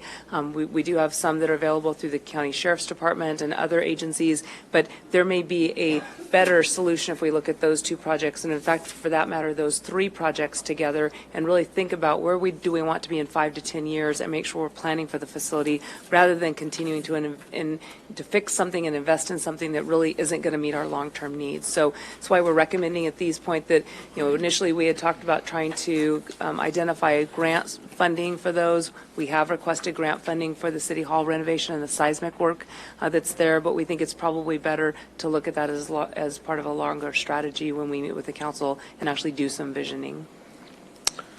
Ms. City Manager, I have some questions on this. As we understand this graph here, funded with $400 million of reserve monies, I want to talk a little bit about that. I do have some questions. The money and these program account numbers, for instance, 8635, 8638. Are these somehow, I want some reassurance for the public's sake that if these monies were reaffirmed tonight, are they somehow protected? In other words, how do we know, because we had some scandal rear view discussion years ago as Oh, to okay. borrowing from various accounts. What assurances can you provide the council members that if we were to approve this, or we have approved this, or talk about it, is there protections? Are these monies impounded into account? Can they be spent? Can they be borrowed from? No, these are all general fund monies, and so if the council wants to reprogram general fund monies, and I think what you're referring to, the It's scandal which. restricted funds. Yeah, and I want to just make sure I address that. You know, I was here during those years where there were discussions about borrowing from the restricted funds. That truly was borrowing. There wasn't any inappropriate use of the restricted funds, but there was borrowing that was occurring from restricted funds, which can happen as long as it's paid back within a certain time period, and there are some accounting standards for that. If the council earmarked these for these projects in the last fiscal year, and so we've allocated this money. You know, it's not in a restricted fund, but the council has earmarked that for a particular purpose, and so we don't borrow from that, given that the council has indicated you're going to do these projects using those funds. I would also like to add that in the top of the 4 million, a large percentage of these are already complete. Yes. So we have completed the projects, and you'll see that in the upcoming. Because the bottom three needed a more strategic plan, we had not begun the work on them yet, and so they were there and on hold until we got a better idea of what was needed. So while this shows you what is in the general fund, I caution you. So an example, the parking structure deck, it's done. The demolition of Fire Station 223, it is complete. The facilities assessment is complete. So the status of each one of those are a little different. And again, because remember, these are in the adopted CIP. So 8682, the Public Work Yard Administration Building, was rejected tonight. Does that impact that then figure? That goes back to the fund. Let's go back It'll to go back to All the right. general fund. I appreciate our staff, and before we get far into this report, I do have, I want to express some very serious concerns that I have about the state of the city's budget information we learned from our mid-year budget review back on March 6th at the council meeting. It seems that our budget last year was off big time.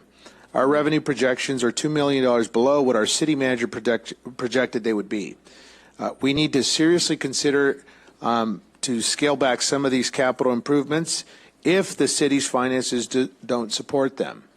We have to prioritize our spending where we need it most and apply those resources appropriately. I do intend to call a budget workshop study session next week so we can better assess our current finances. We also need to get answers on why our finances are so far off from what was presented to the council and the public last year. I look forward to developing and researching this topic a little bit more with our city manager and her staff. So with that, please, if you would, continue. Yes, sir. I actually want to go back to something. We need to think about our budget. There's the capital funds that the council has set aside, and then there's our annual operating revenues. Our annual operating revenues are used to fund our ongoing programs and services.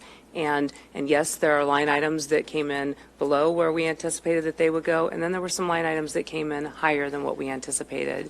Overall, when we started last budget year, we talked about the idea that there was a $5 million gap that we were able to close, but we projected that that gap was going to grow by about $2 million this fiscal year, and we need to cure it. So the upcoming fiscal year, we already know we're starting that with a $2 million to $3 million gap, and that gap was going to continue to grow because costs are going to continue to increase. There are some things that we know are going to increase, like the PERS costs, and we have projections of those from CalPERS. So that budget deficit grew to about $9 million. The council made a bold move. You changed the functioning of the city attorney's office, and we were able to save about $1.5 million a year in future years. That will help with that number.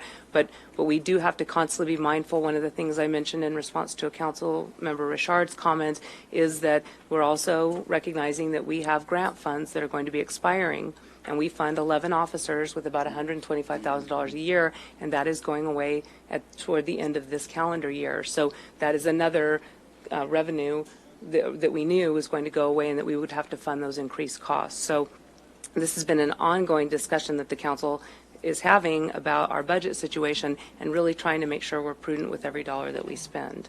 So again, that's part of it, but tonight we're talking about the monies that have been set aside for capital improvements, and if the money's not spent, it would go back into your reserves. It is not the annual budget that we're actually talking about right now. Okay? Go ahead. So, now for the fun stuff, completed projects. I just want to note at the first project says pavement rehabilitation at 11 location. That is incorrect. It's pavement rehabilitation at 10 location. So just wanted to have some pictures of before and after for some of the CIP projects that was completed this far. And one of the projects that we have is the Secumbe Lake, Paris Hills Parks improvement, where we did some security fencing around the baseball field and also upgraded the bathrooms to meet current ADA and to meet current standards. If you can see from this picture, you can tell the difference between before and after in the bathroom. That is taken from Paris Hills Park. The next one is the Verdemont Community Center. As you may call, the council have directed staff to demolish the old building and replace it with a modular building for community use until further notice when we decide what we will be doing with this. Just to be clear, that after is actually a before, right? I'm sorry? The after picture is actually the before. Yeah, sorry. Okay, I just want, No, the before is when we demolished it. The after is the, yeah. are you sure? Because that looks almost identical to what was there before. We tried to match what we got. Okay. Yeah, because this one's boarded up, so. Yeah, just wanna the make before is sure. when we were demolishing the building, and this is what the building exists in right now. That's what it is. And Okay. power, All right, and it's ready to be used. okay. Next project is the Raw Library improvement. This project was completed. We just did some fascia, and we replaced the roof in that branch library. The pavement regeneration we slurry sealed. We have 57 streets within the city last year that we slurry sealed. The next project is the annual concrete repairs. There is some sidewalk, curb and gutter that been replaced through the city. We have 26 locations been done and completed. The next one is the ADA. We built some ramps all around the city in different wards, and we have done 183 ramps in the city. Yes, I'm sorry. Just one quick question on Yeah. the ramps. You're talking Yes. about the ones from the freeway, right? No, the ADA ramps. Oh, okay. Yes. Sorry. Sorry. So the next one is the rehabilitation of the 10th Street, not 11 locations. And this is a picture from Sterling before and after.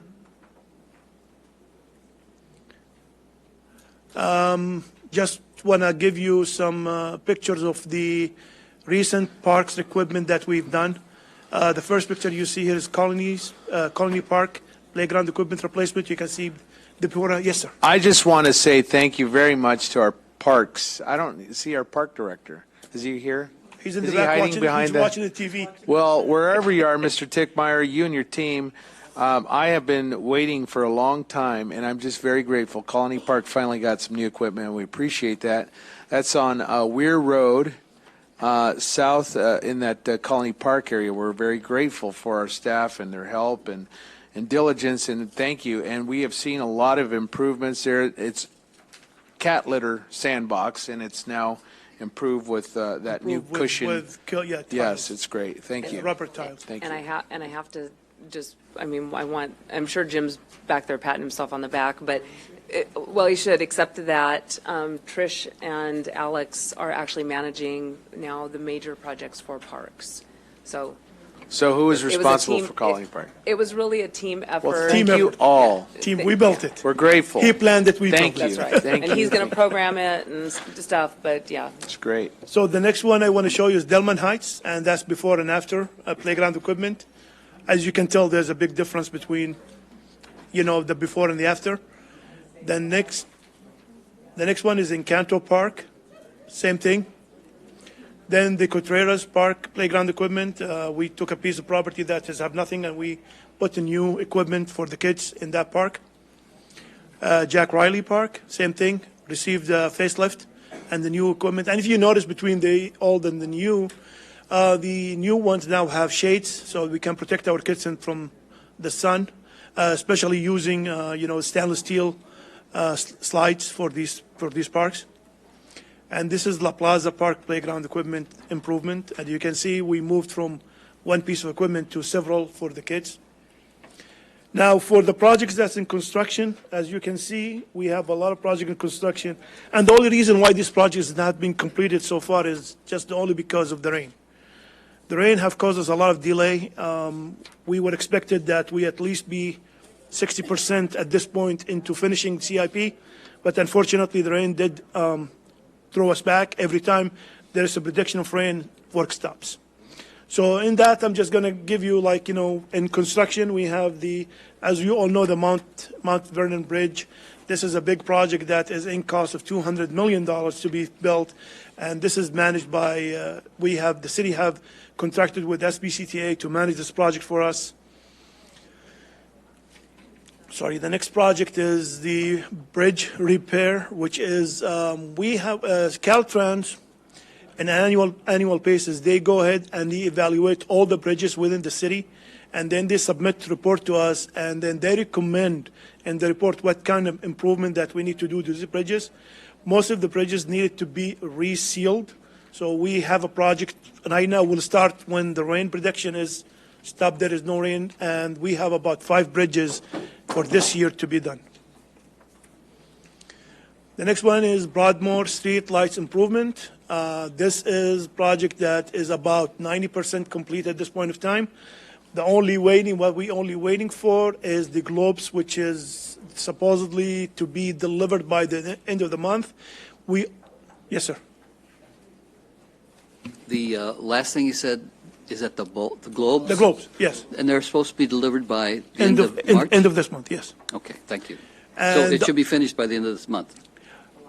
It will be finished The by the lighting. end of the month, but we still, No, I'm- we with the have, lighting. we have one small issue that we are working with Edison. Edison, at this point of time, they do want the meters to be in the median. They wanted to move it to the parkway. So they give us a design as of yesterday. So we're waiting into, talk to the contractor, see how much it's going to cost us to move it across the street. Okay. So, but basically, the project's about 90% done. Yes. So in my area, I have something similar to this on 17th and East Street. Is that what's going on as well? Because the whole sidewalk is exposed, and it's scary people to walk on there. It's all hollow on the inside. And it's got signs like this. So I don't know if that's what's going on, that you guys are fixing those lights on the I'm not northbound East Street. Yeah, we'll look at Okay, it. it's Yeah. very unsafe right now for pedestrians, so just, It's 'cause- I saw it this weekend. 17th and East Street. Yeah. Yes, 17E. The next one is a project that is called the Infill Housing Project. That project is funded by CDBG funds, and it's this project at this point of time, which is, it's a pavement rehab, a sidewalk, curb gutter replacement, and as you can see, there's 4 areas where we're doing this project. This project at this point of time is about 60% complete, and we're hoping that they will be finished with it by the end of April. And as you can see, there is the Genevieve Street between 18th and 21st, Union Street between Western and Mount Vernon, 8th Street between H Street and G Street, and F Street between 9th Street and 10th Street. Remember, this is part of the broader infill housing. The next project that we have is the fuel station upgrade at the city yard. And this project is basically upgrading the system that we have right now to manage CNG. All the trash trucks, the school buses, there is some private residents that use our station for natural gas. Unfortunately, we have one dispenser that is dispensed, so sometimes private citizens, when they walk into trying to dispense, and they see the line of trash trucks and buses waiting to be dispensed, they will leave. So we are upgrading that. We are adding 3 units that the citizen can use, and the trash trucks, and it will be a fast fill kind of thing, kind of system. This project is going to be a little bit more than before the end of this fiscal year. It's going to take to the next fiscal year because of the intensity of the project. So we are estimating that project to be done by December of this year. Question? Yes, sir. Quickly, this is a revenue for us. Yes, I was it just is. going to add that. This is a revenue This is generating. the most important Yes. thing we need to talk about because this is benefiting the coffers. I believe at the current situation, this station is generating about $200,000 as revenue. Annually. Annually. When we finish with this improvement, it's expected to be at $450,000. Great, thank you. The next project that we have is the City Hall deck wall proving, and project is completed. I know that there is tapes around it, but the reason why is because they are coming to do the striping. So we striped one side, but we are when we bid the project is for them to stripe the whole area. So they're going to be started removing striping and restriping hopefully soon. And this is another project that was delayed because of the rain. This is the street light pole knockdown, which is so far we are replaced 180 lights, and we still have 20 more to go, and this project will be completed. In the future, we're hoping that we don't have this issue. This is because there was a significant backlog of projects that hadn't been completed in several years. So we're hoping that, now we're staying on top of them as they're happening. This is dealing with the backlog that had existed. Okay, and I just want to confirm that the E and 21st one is on that list because this just recently happened that a vehicle went through that light pole. If it's recently happened, we have Yeah. another.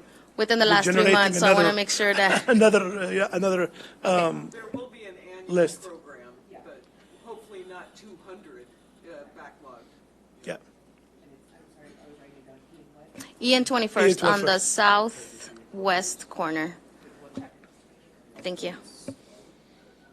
Also, Rialto and Stoddard, when I come to City Hall every morning, there's 2 candelabra poles. I told Councilman Sanchez, and I don't know if he got them, but anyway, Rialto and Stoddard on the northwest corner, there's about a 12-foot, those small candelabra sticks, sheared off, and it's been like that for about 6 months. And then also on Rialto and D Street, the northeast corner is a sheared off candelabra stick too. We'll look at it. Thank you.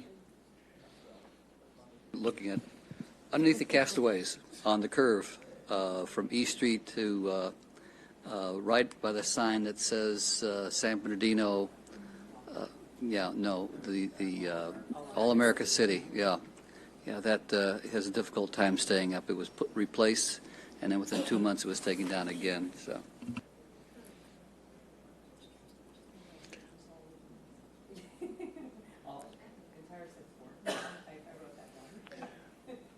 Next project that we have in the book is Mountain Avenue improvement at 40th Street. This is a storm drain and a pavement rehab project that is going on right now. This is, at this point of time, I'm going to estimate about 35% done. This project have started back in the beginning of this month. We encountered a couple of issues with water lines and hydrants that would need to be relocated. So that is what put that project a little bit back in the schedule, but it will be finished before the end of the fiscal year. Comment? Yes, sir. Evelyn Alexander is looking down and very happy that that project is finally done. She's only been working on it. She passed away while we were trying to get that done, and it's been over 15 years, if I'm not mistaken. And it's been started, stopped, started, stopped. Many times I had people say, look, we've got the plans on the table. And I said, well, get them off the table and get them on the site and get them done. So thank you. It's a problematic area, heavily traveled, a lot of water. Yes. And it's going to, When I it's started in working conjunction for- with the county, isn't it? No, this is the city. The county is another project that is, the county is that's Conejo and 39th. Okay. Yeah, when I first started working for the city, I was told this project and Meridian is the top priority for us to move because they've been in the book for a long time. Right. And, Thank you know, there is a lot of issues with them, so we took them and thank God they're now into construction. Right, thank you. Alex, also, is this the issue that Mr. Wildebrandt Yes, called? I talked to him. Okay, very good. Thank I you, sir. talked to him about Thank the you. spring It's a waters fourth and how we're ward gonna- constituent that called the Yes. mayor's office, and we appreciate your helpfulness. Thank you. And then the PD headquarter roof replacement, which is another one that is, in order for us to do this project, we need 9 days of sunshine. And unfortunately, every time, like all the other projects, there is any foresight or there's any forecast of rain, now no work will be done. So hopefully we get some sunshine and finish this project, and it will be done before the end. This project, I believe at this point, is 25% completed. But, you know, we're waiting for the perfect weather so we can finish it up completely. And then there is few projects that is in the design right now. If you notice, there is some of them, like, for example, the first one that is deleted as the council directed us today. The Delman Heights, that is, we're going to start this soon on the analysis. The ATP, this is about 85% done into design. The pavement rehabilitation at 11 locations and pavement rehabilitation at 14 locations will be bidding by the end of this week. Broadmoor Parkway rehabilitation, that will be moved to construction because the council have awarded it today. The slurry seal is to go by next week to be bidding starting next week.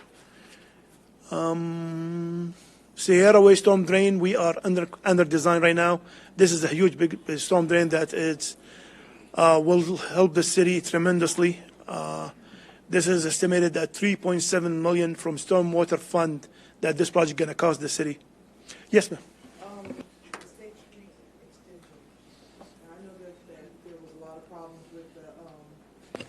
With the kangaroo rat and the Yes. study that needed to be done, and the Yes. study was done, and then Yes. the study expired. And, So that's- you know, this is another project that has been on this Yes, in if you- design for many, many, many years. Yes, if you notice, it's called Phase 1 between baseline and 16th. Mhm.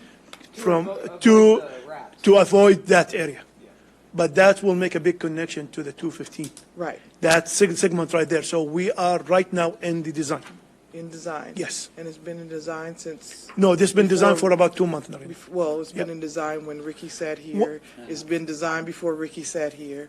This has been a project that has been on the list for quite some years. Yes. So we just want to make sure we All- can eventually get it out of It will. design. It will. All these studies that you heard about was not design, was environmental, which is what they did, and they determined about the kangaroo rats and everything else, and what we cannot do. Right. And so, you know, when I first sat here, you know, I was told the study was done, Yeah. and then the study expired, and then, so we just We want have to to make redo it sure we again. get this project. No problem. We're on top of it, and we'll Thank get you. it done.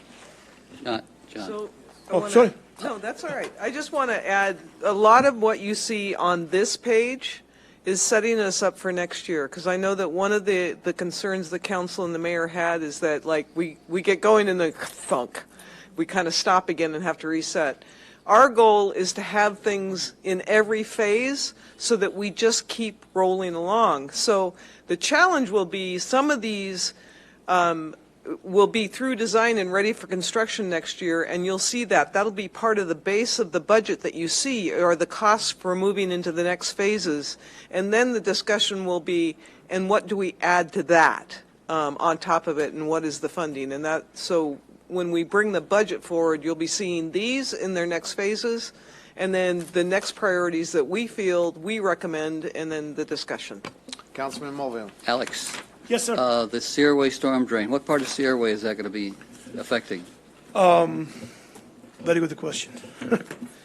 I don't have it with me, but I will send you the map that will cover what was Is it that? likely, well, I think the area that I have in mind is north of Marshall Avenue. It is. Oh, good. It is. It Good. is. No, that's, it doesn't I have apologize. to. I should have It could be it, but- sprinkling and that street is flooded. Okay. Yeah. Yes. Okay, thank you. That will conclude. Thank you. the I had a presentation. couple I of have a question. questions. Yes, sir. The playground, I'm sorry, the pool plastering, page 316. Yes. It cites that there is pool plastering project at Mill Street Park, which is in my old district. That's at, but that's a shuttered community center. We did not, we took Mill Park out of it because, Remember, when you It's closed adopted- down. Well, when you adopted this, we weren't sure what was going to happen to it. Once the council made the decision that we took were it out. going to get rid of it. Is there any overage of monies there? the project was, yeah, there was some savings. This is CDBG fund project. And it goes back into the fund balance to be allocated. at Can you CDBG maybe fund. follow, I want to know how much did we save by not plastering Mill Park? Okay. Because that's on Central and Foyce, and I'd like to know that, please. And then finally, one question I had was I can't find it, but I read it and I memorized, we have almost $1.5 million in 88 projects. Yes.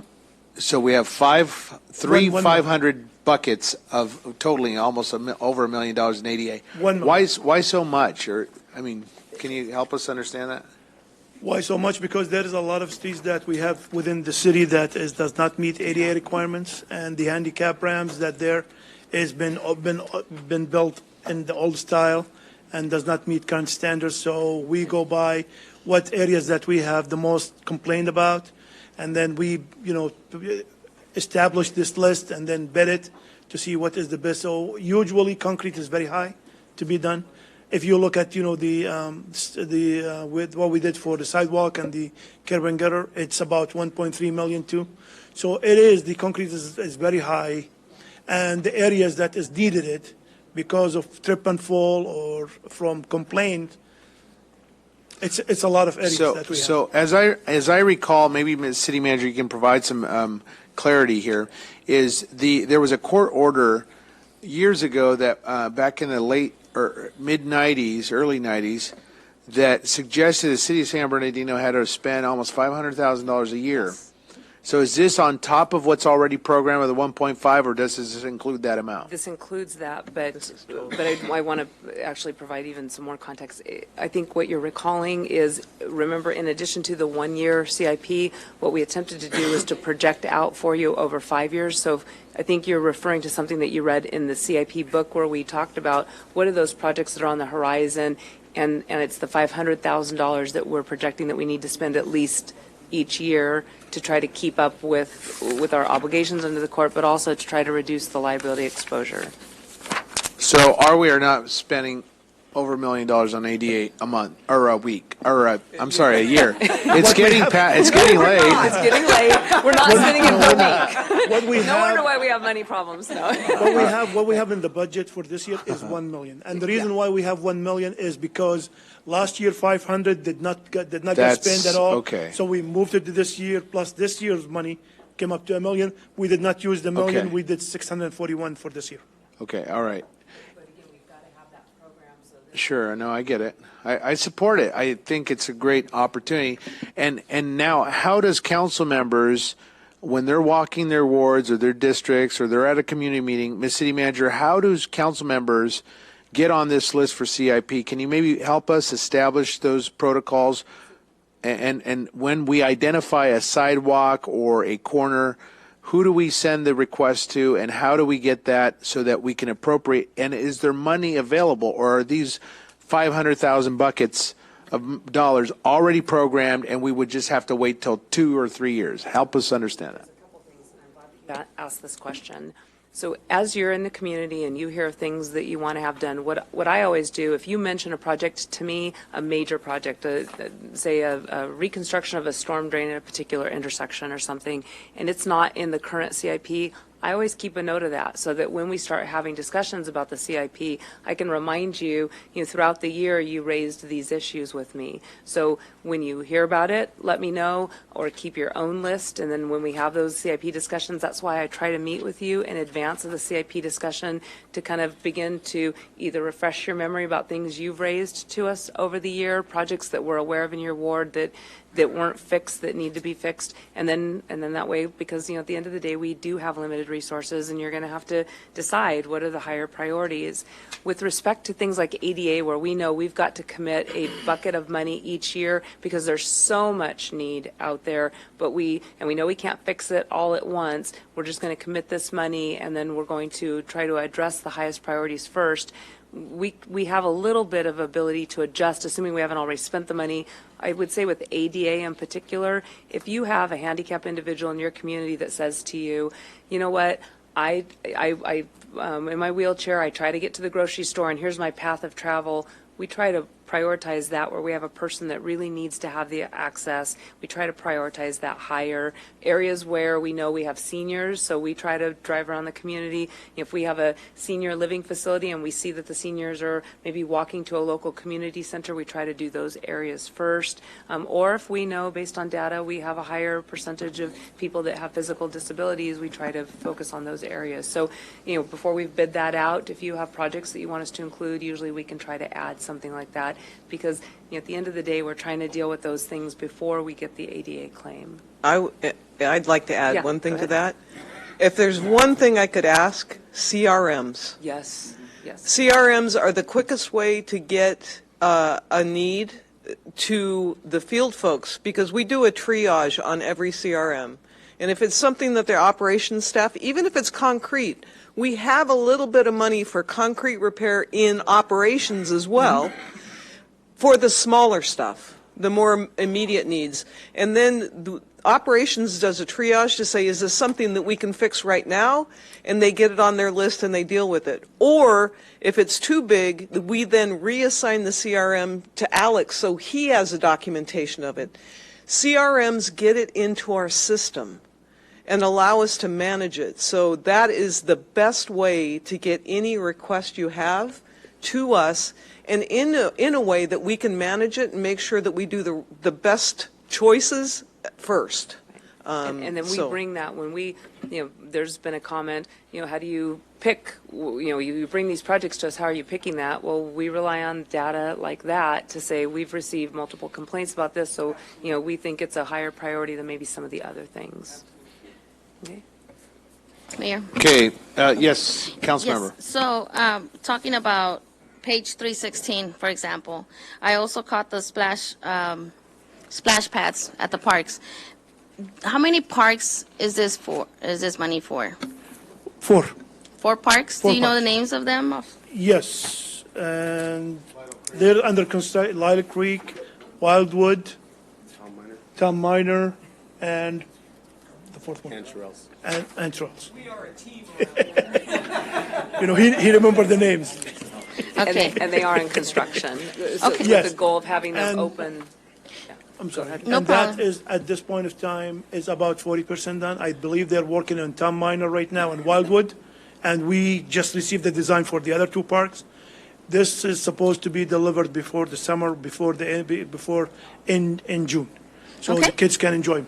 Excellent. And then the other item on page 317, when you're listing the pavement rehabs at 11 locations, I'm just curious to know what locations. There was Windsor Drive, for example. Is this the one that's completed, or the one that? Project is completed. I just don't know if it's Windsor South or north of Highland. I have a street, several Yes. streets actually that If you I'd like don't mind, to add. I can name the streets for you if you like. Well, I have the streets, Okay. but I'm trying to see where on Windsor, if it's below It's Windsor Gilbert between or, Park Drive and Morgan Road. so it's on the north end of town. Mhm. Okay, so I have to add mine. Okay, thank you. Yes. Great. Are there any other questions, council members? I would love feedback on this presentation, and if this is enough, not enough, too much. We did add, we added, we thought you might like to see the pictures and so. Yeah. Henry loves pictures. Picture's worth 1,000 words. I appreciate the report. I do, as you guys see, I do like also listed out projects that were completed.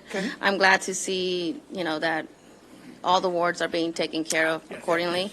So that shows, and that's the only thing I would just add, if when you're lumping everything, maybe have a list, so that way when we're out there reporting, we're not double reporting. I know we had that constituent on Crestview who was complaining about that little edge on the curve. And I need to apologize to Andrea because she had asked me to bring the spreadsheets. We were trying to sort through the dollars to make sure that we had the wards sorted out, so we ran out of time to bring that for you, but we will have that for you next time. Okay, absolutely. Thank you. One other thing I want to commend our staff, especially Alex and Trish. Thank you very much. Can we also maybe get I think that the color coding dashboard is useful, but can I get I know that last year we had talked about a grading system on project. I need to know what the percentage overall complete. Are we at 60% or 80%? Well, tell me then. Show me. Well, then whatever is in the narrative, also put it in the report. Yeah. Okay. The staff report, okay. Yeah, give it to me I'm sorry, I had to count 1, We didn't number them. 2, 3, 4, 5, page 6. It's a pie chart that shows by what's on schedule. What's completed, what's in construction, what's in design. But we also have it as far as schedule goes, right? Yep. Wait, in this one that we just got today? Yes. To work plan. So if you want to know compared, so you have it in phase, but on the next page, you also have it compared to our original work plan, whether it's on schedule, and on schedule means within a month. This fiscal year, within the month that we said we were going to be completing, or 3 months or something, within the year. I see the graph. Thank you. Yeah. It's the 74% graph, performance to work plan. Okay, perfect. Thank you very much. I have one more question. Councilmember. Yes, so recently we approved 1.5 million for designing 65 projects. Is that for this fiscal year or the following one? I don't remember.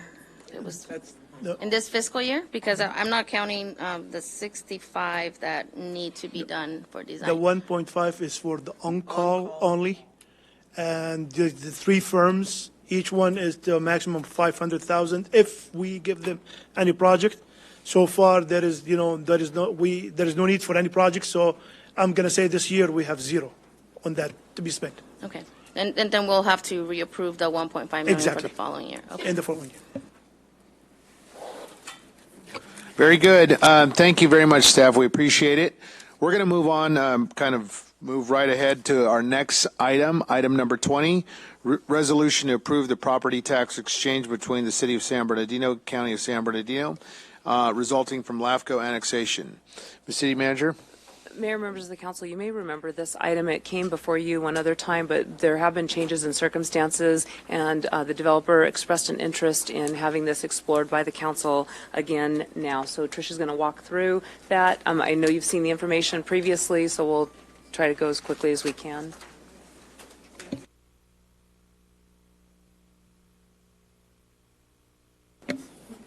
It was just on. All right, so this is your opportunity for final consideration of an annexation request brought to you, and I'm going to walk you through the PowerPoint. So the map might be kind of hard to see. We're talking about annexation of a property that is in the most northwest corner. Oops, let me hit the, do I have the, where is, no, I don't, there. It's up here on that map. It's probably easier to see if you look at this map. It's right up here in the corner of the city. So the council considered this first in 2017. It was brought forward in order for the county and LAFCO to move forward with an annexation. They needed the city to agree to a tax sharing agreement with the county. At that time, in 2017, the council reviewed the tax sharing agreement, And at that time, the agreement, the tax sharing structure with the county and the city was that all property tax went to the county, 100%. And given those criteria, the council had a concern that there was no revenue to cover any services that would be required to support that annexation at the time. So at the time, the council voted no for the annexation. As part of the process, though, when it is voted no on, we are required to go away and work with the county to find out if there is a resolution to the concerns of the council. And that's what we did. And also to do a study to evaluate the costs. So vote no, and the third party was brought in to evaluate the costs and analyze the expenses. And yes, they confirmed that the revenue generated by this by the city would be zero at that time, and that's what the study says. However, since the time of the study, a couple of things have happened, and that's why we're back before you today. What the city has negotiated getting a portion of the vehicle license in lieu property tax revenue was renegotiated back to the city. That would apply to this new annexation if the city accepted that. Additionally, we have established a CFD, Community Facilities District, for the city that is structured to, that's called the Public Services CFD, that's structured for new development to cover the costs of increase in public safety and other components of services that the city would be providing. The fee in lieu right now is pretty small for a vacant property, but we are currently estimating that if the annexation was approved, so let's create a scenario here, if the annexation was approved, and if the current kind of draft proposed development that's being envisioned there, the council accepts, which neither of those have happened yet, but let's say they do, the vehicle license fee in lieu for 200 new single-family residents would bring in about $123,000 a year at full development. Probably would bring in not much right now as vacant land. But that gives you a scale of things. And then if the same 250 homes were built eventually on that property in that area, it would bring in from the CFD about $83,000. So at the full development of a proposed development, that would bring the city about $200,000 to support whatever services needed to be provided for that development. And again, if the development is less or the development is more, those numbers would change. So while, you know, the original assumptions of no tax has changed, that's why we're back here one more time to ask if the council is now willing to consider accepting a tax sharing agreement which indicates to LAFCO that they are good to go to move forward with the annexation process. If the council votes no today on the cost sharing agreement, the annexation request dies and it does not move forward. So I am here to get council direction.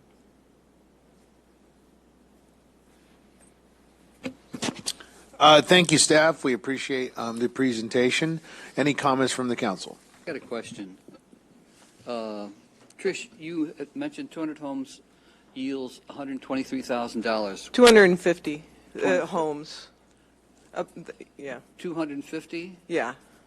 For 200 homes, and what is that 250? It's the increased property taxes? No, the 250 homes is just based on, the owner of the property right now has tentatively proposed a development in that site that has about 250 homes. So I use that as a reference. Council has not approved that yet. Council would still need to approve all of that. Sure.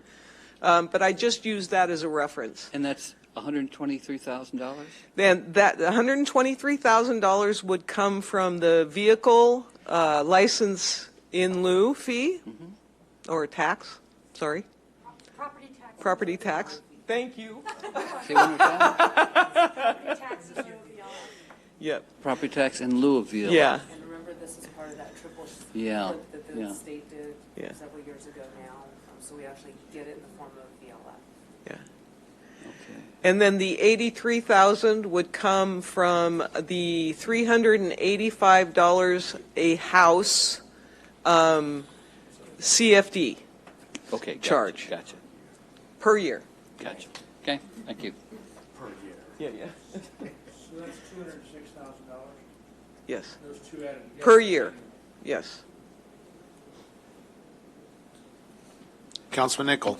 Yeah, and I'll just express the concerns of some of my residents. You know, obviously, we understand, and I agree with the overall concept of our mayor and a number of my colleagues here that, you know, as a city, we're going to need to grow our revenues. We're going to need to attract new residents to our city, higher income residents, individuals that will raise the median income, median home price, so we can attract the type of development that we want long-term that will generate the revenues we need long-term to sustain the city. So I get it. And new rooftops, certainly in this area of the city, is one way to get us there. There are, however, some serious concerns of the constituents of that area, in particular related to secondary access and so forth. And as of yet, we've initiated a general plan update, and it is my hope that we can begin to address some of these significant infrastructure issues that we need to address in this area of the city to move forward with this type of development, which I believe we do need. I do believe that this is long-term a good development. At this particular time, though, my constituents have expressed significant concern that as of yet we don't have a commitment through the general plan process that addresses those infrastructure needs that we have. And so I will respectfully be voting no tonight, but I respect the votes of my colleagues on this and understand that, you know, long-term we may have different perspectives on this, but my concern is that until we get that general plan update and I can provide assurance to the residents of this area that in fact we can provide for the safety and the adequate traffic mitigation for this area, I simply can't support it at this time. I have a question. Yeah. Now, as you say, the CFD is going to yield 83,000. Is there an escalator in that? In other words, over time? 4%, I think there's a five-year lock, and then 4% a year after that. Okay, thank you. Yes. Okay, are there any other questions, comments? Councilman Well, I'll just Schreck. make a comment that with all due respect to my colleague, I understand. And I'm very anxious to see that update on the general plan throughout the entire city as well. But this project's been on the books for a long time. From what I remember of it a while back, it looks like a really, really good project. It's still a long way from sticks going up. But we're not approving the project. I know we're approving the annexation so that it can go forward and they can then deal with those issues. So I agree with the comments you just made that we do need to be looking at forward, and we do need upscale housing, and that's what this project is going to be. I think is certainly upper middle class or upscale, and that area does. I believe, though there's some. I know that many constituents are concerned up in that area. I think we have to be looking at the big picture for our housing stock in this community, and I've got one very similar out, just almost a dead end of the. You've got it at the northwest end, and I've got it at the northeast end, and I'd like to see these projects come online and bring in some upper scale housing. So with that, I'll move approval of this tonight, and I will be supporting it. I'll second. Okay, if there's no discussion points or questions, let's call for the question on that, and let's cast our vote, please.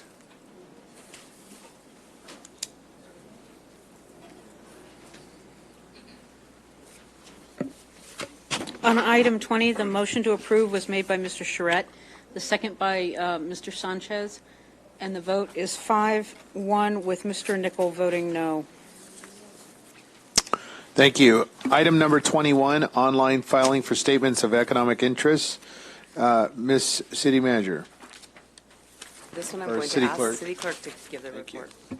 So several years ago, when you were on the council, I'm sure you remember that you guys adopted NetFile, using NetFile to file campaign statements. And at that time, when we purchased NetFile for the 460s, we got the capability to accept a bunch of different kinds of FPPC forms electronically. And the council did vote to make filing of 460s electronically, which I supported because it makes the whole process very transparent. People don't have to come down to my office to look at what people are getting for campaign contributions. So now that we've had this in place now since 2013, I'd like to move, I'd like to have the council move to make it mandatory to file your Form 700s electronically. Right now, about half of ours do. Most of the people who do are city employees. The ones who don't are commissioners. But I've talked to several, and they say that they are comfortable with that. If you need to just an update, the 700 form is your statement of economic interests, and so there is big interest in the public on who's getting what from where and what your interests are in this town. And I'd like to extend the option for them to do that in the privacy of their own homes if they want. At any time, day or night. And it also saves the city clerk's office time and effort, and it's just a way to increase transparency and to save effort. So I would hope that you guys would support this. I'll move approval. Thank you. The other point that I want to share on fair balance, if I were a voting council member, I'd vote no on this, and let me tell you why. I prefer that the public have access to the city clerk's office. It increases the opportunity to interact and engage with our city clerk, file those transparent documents that are necessary for the public to see. And there's really no disguise. I mean, the documents are available upon the request or a written request from the public.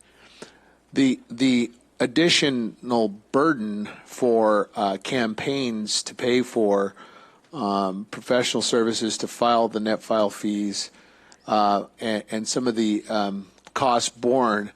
So my question is, I would assume that there's some costs borne by, for instance, if Mr. Charette, who's his own treasurer, he wouldn't charge himself a cost. But for instance, me, I have to hire a professional, a preparer and whatnot. And For both of your forms, or are you just talking about your 460s? Because they are significantly different. Yeah. I understand, but the statement 700, if there could be a potential cost, is that accurate? There could be. If you had a lot of attachments, there could be. We haven't seen that in San Bernardino, so I don't think it's really an issue at this point. Most people who are filing at most three pages, and if you're filing electronically, it takes about a minute and a half to get through the form. And I'd also like to say that the city clerk has never not invited somebody to come see her if they want to. So they are always welcome in the city clerk's office. All right. Are there any questions or comments? Councilman Nichol. I actually kind of prefer the net file because I have to file for multiple agencies and I can file, they have it set up so I file one and it goes everywhere it needs to go now. So for simplicity's sake, I don't know if some of my other colleagues have to file multiple 700 forms, but it is kind of a pain every year to do it, and being able to file one is sort of a nice alternative. All right, call. If there's no comments, I'll move to approve it. It's been moved. Any final comments or questions, suggestions from council members? Seeing none, we'll call for the question. I have a question. For the Form 700s, currently, I'm using like the 460s to report the money that I get for my campaign and that I spend out. I'm doing pretty much the same for the Form 700, or what's the exception? It's a different form, and you are definitely It's like- welcome to come to my office and get an explanation of what that is. You should have gotten a notice electronically, but Candace or I can explain. What it is what your economic interests are in the town. So beyond your personal residence, if you own stock, if you own part of a business in town, or within a 2-mile radius so that would be the kind of stuff that you are reporting, not your campaign contributions. Okay, thank you.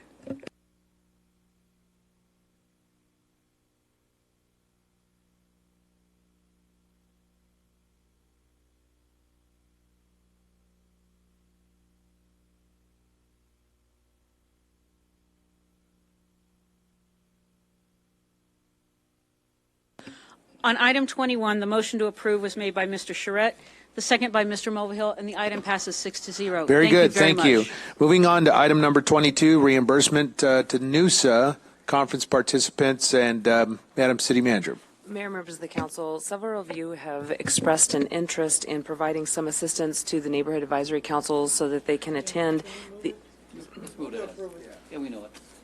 Yeah, we'll just vote. I move to approve. Second. I'm going to take it from your Great. accounts. That's wonderful. All right, we have a move for approval and a second. Are questions or issues? Councilman Sanchez with Mulvihill second. Just real quick, are we going to take it from each councilman I was member's going to ask account? you that. Divided equally, or? I already paid for my campaign funding for 3 to attend that are not part of this, Yeah. so. And I'm willing to volunteer the entire amount for purposes this year. I've got quite a bit of money left in my account, so I won't spend it before Let's the take end it of the all from year. So Henry's that's just, account then. you guys, We just want be to my manage the gift money. to the neighborhood associations and my colleagues. So go ahead and take it from my account. Okay, all right, if members would cast their vote. No, but now I'm voting yeah. That was easy. Thank you, Henry. On item 22, the motion to approve was made by Mr. Sanchez, the second by Mr. Mulvihill, and the item passes 6-0. And I do note that Mr. Nickel has indicated this is supposed to come from his account. Item number 23, oral report and discussion on city council meeting location. Madam City Manager. Mayor, members of the council, over the last several months, we've had various discussions about the adequacy, although tonight it doesn't seem to be an issue, but we have had discussions about the adequacy of this facility in terms of its ability to seat people, the accessibility. This is not easily accessible to the members of the community. There are security issues, and there are times when we have large crowds, not only that desire to sit in the audience, but also that we're presenting to. We also, one kind of side issue, we do try to provide pictures to all the people that you present awards and recognitions to. We try to send them a nice picture, thanking them for their work in the community, and having a nice backdrop for that, I think, would be more helpful. So we've had these discussions, and realistically, I think we've expressed concern with the cost, and certainly I am concerned about cost impacts. But I would like to explore again. There's been another request that we give some consideration to this, and I wanted the council to have an opportunity to explore. When we spoke the last time, we had recognized that the library was a facility we own, but we would be sitting up on a stage.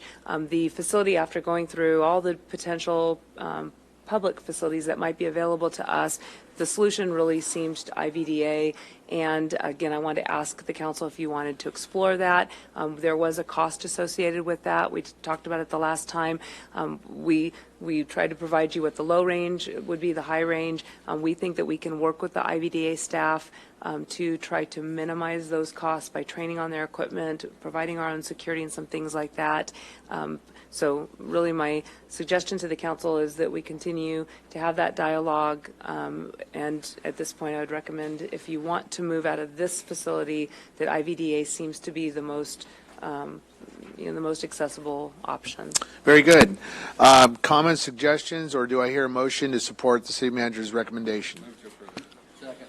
All right. We have a move for approval to IVDA boardrooms on council meetings, and we appreciate it. Are council members any suggestions, comments, questions?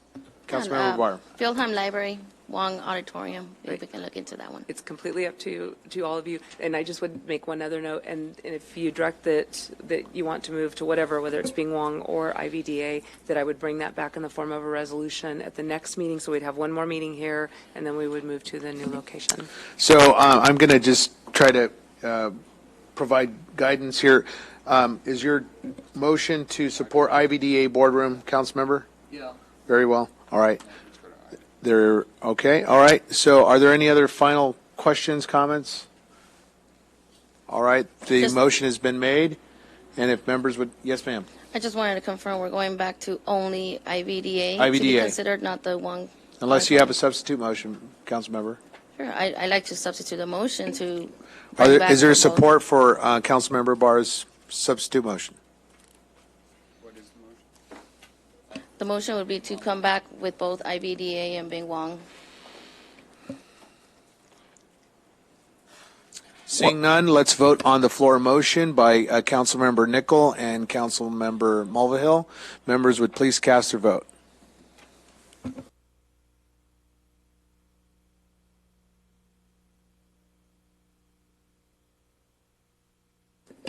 On item 23, the motion to approve working towards the IVDA boardroom was made by Mr. Nickel. It was seconded by Mr. Mulvihill, and the item passes 5-0 with one abstention being Ms. Ibarra. Thank you. And Madam City Manager, you anticipate when would the possibility of moving over there to IVDA? So I would bring the resolution back to you at the very next meeting, and then we would recommend, because resolutions, remember, are enforceable and as soon as you adopt that, and then the very next meeting after that. So I would say the first meeting in April. I will just need to confirm with IVDA there are no conflicts or anything. Very good. But, yeah. Thank you. And we'll make the appropriate announcements on our website, social media, and whatnot to alert the public, if you would, please. Thank you.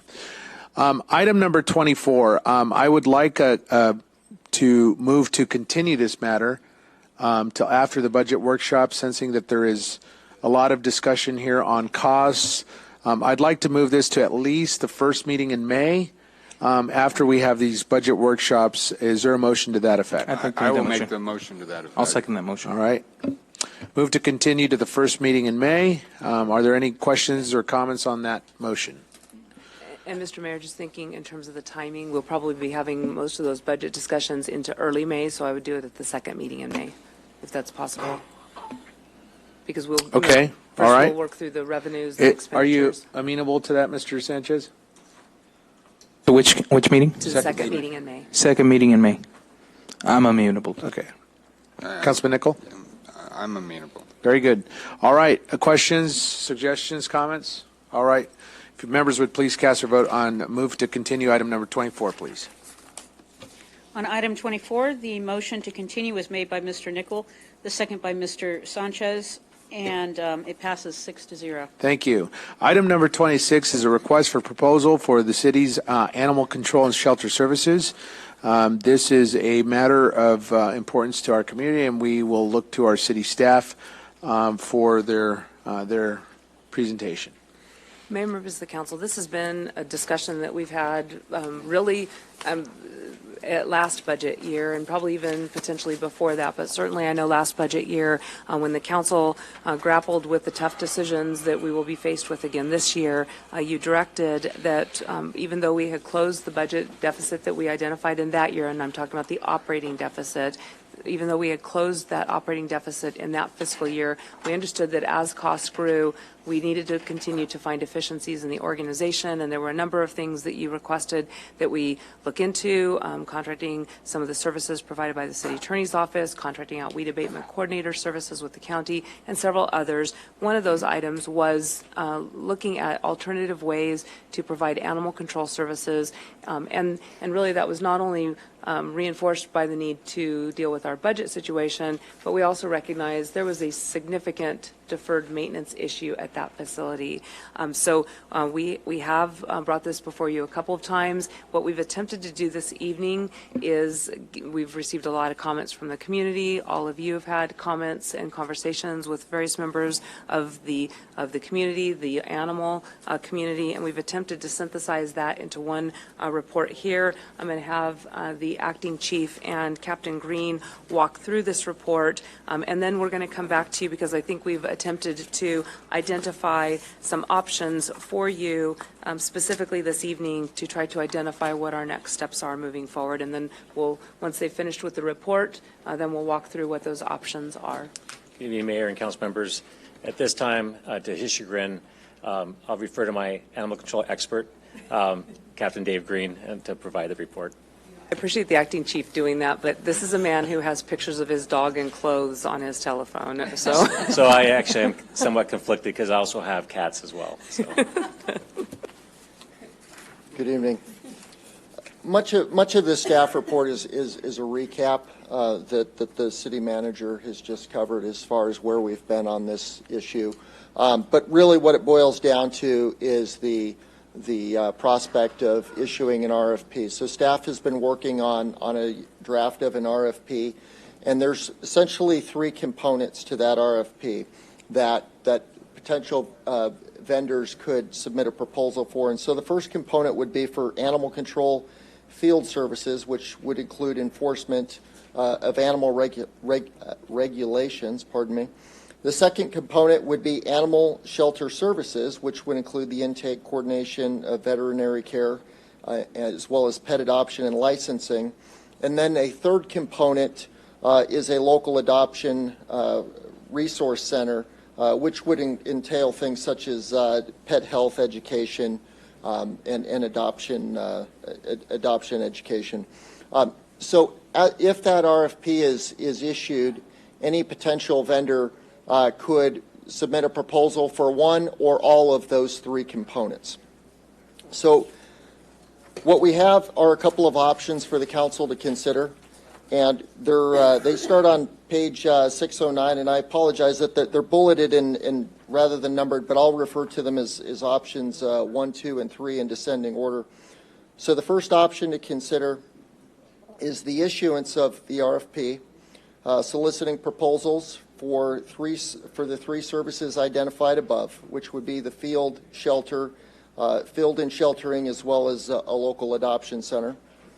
The second option, and this is the option that staff had recommended in the past, was to this RFP could be modified to solicit proposals for an adoption center only, and we could still direct the council could still direct the city manager to enter into contract arrangements with the County of Riverside. And then the third option for the council to consider is to provide direction to the city manager to develop a plan of action, including a proposed budget, to include the proposed budget and resources needs to effectively operate an animal field and shelter program consistent with best industry practices. Essentially, build our own program from scratch is what that third option entails. Okay. Any question? Any? Councilman Sherrill? I'm going to move and move the second option. And just to be sure that I'm going in the right direction, that's going to be basically to contract with the County of Riverside, correct? The second option is listed would be to provide direction to work out a contract with Riverside, but it would also entail still issuing the RFP for an adoption and then, center. in other words, that's one component of it. Correct. Of the whole program. And then we would ensure through this option to have some sort of a facility here locally through Like an adoption through center an and adoption through a nonprofit. so that our citizens don't have to go to Riverside. Correct. There would maybe even be ability to, people aren't going to like this, I'm sure, but to visit a dog online or an animal online, see a dog, an animal online at Riverside, and then be able to say, I'm interested in that animal. And that animal could then be transferred here to that adoption center where there could be interaction. Is that a possibility? That's a possibility. The other thing that, we are aware of, we have a pet population problem in the city. We have the need for low cost spay and neutering programs and vaccination clinics, pet education. So we think all those kinds of things could also be accomplished by partnering with a local nonprofit. Through a nonprofit. Through a nonprofit at a facility, so they would not only have the adoption services, be able to look at dogs and exchange animals and adopt animals, but also hopefully build a much more robust program helping to understand and to help residents deal with the pet issues that they have. And then through Riverside, we would have Our about shelter. 5 or 6. I think we their were talking original about at proposal one was time. about 6 vehicles. 5 or 6 vehicles. That are Correct. assigned to us, that come here, that are here every day, just as if they were No ours. different than the current arrangement To we pick have. up strays and to deliver them either back to Riverside or to the Correct. adoption center, correct? And relative So to I guess what I'm trying to say, Captain Green, is that this is kind of the best of both worlds for the animals and our under difficult circumstances, financial difficulties that we're experiencing, so that we contract with them. They kind of take the bigger piece of the pie, but we're still able to service our local citizens with pretty much the same. Correct. It's not the perfect world scenario, but given the constraints we're facing, we feel that it's the most practical at this time. It's important to point out that relative to the adoption center, Riverside has indicated to us that they're willing to work with us to make that as user-friendly of an experience as possible. But ultimately, it will still be dependent on a nonprofit organization coming forward and agreeing to provide that service and having the ability to do so. And are we pretty certain that somebody will come forward to do it? We're hopeful. We've Yeah. heard many comments at the dais. We're hopeful. We've heard that, yeah. Yes. And we'll see now if they really can come through, and hopefully somebody will. And because, I don't care if it's $18 million or $10 million, that is not in the cards for the city of San Bernardino anytime soon. But with a contract, that wouldn't be in perpetuity. And if someday we were really in a position to, or over time, build a facility and bring it back, we could do that. Now, I wouldn't hold my breath on those kinds of things happening, or if we had problems with Riverside, which I don't anticipate based on what I've heard about their operation, we would not be, we'd be locked in for the contract, but could always make a change. So with that, I think I'm going to move approval on option 2. But I'd like to add something, and I think we discussed this before, that we really want to have more than just a one-year contract. Right. We want to have a fairly long-term contract, 3 years, 5 years, something like that, so it doesn't come back to bite us. Is that okay with? Yeah, I would say 3 to start with. Yeah, see how things go. And period of time to get it broken in and If I'm very good. This issue has been kicking around for quite a long time. we need to come to resolution. I'm glad to hear some forward thinking here. So again, I think the motion is this accurate, Councilman Charette, that we provide city manager with authority to execute the contract with Riverside County for our animal services, and that we issue a corresponding RFP for a local adoption center that can administer spay and neuter programs throughout the city. Well, it's option 2 here, bullet point 2. So Is that it? that's what Okay. you just I have a read. substitute motion, All right. if I may. So there is a motion and with a second by Councilman Mulvihill. Councilmember Ibarra. Yes, ma'am. Okay, my substitute motion, once again, we're trying to outsource our animal shelter. Right now, we're passing around a petition online, and this is for residents and citizens and voters of this city who want to keep the shelter in our city. We do have between 600 and 700,000 to fix the shelter. And so my issue that I'm having right now, Ms. City Manager, I had emailed you on February 22nd a list of items that I would like to see on that RFP. However, the way they were written on this staff report do not reflect what I provided. I put the city should be responsible for staffing license checkers, clerks, and animal control officers. Now we're trying to outsource that to the Riverside County. Is there a reason why we're doing that?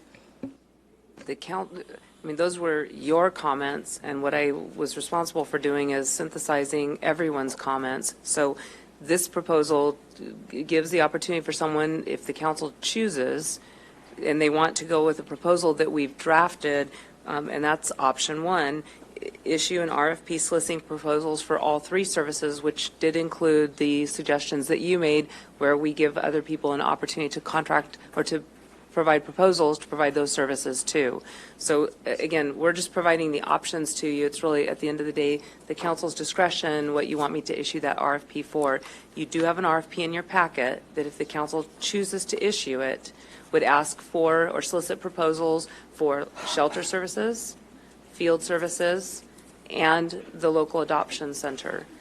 Okay, but when I went to the Animal Control Commission meeting, our commissioners did not know the details of this RFP.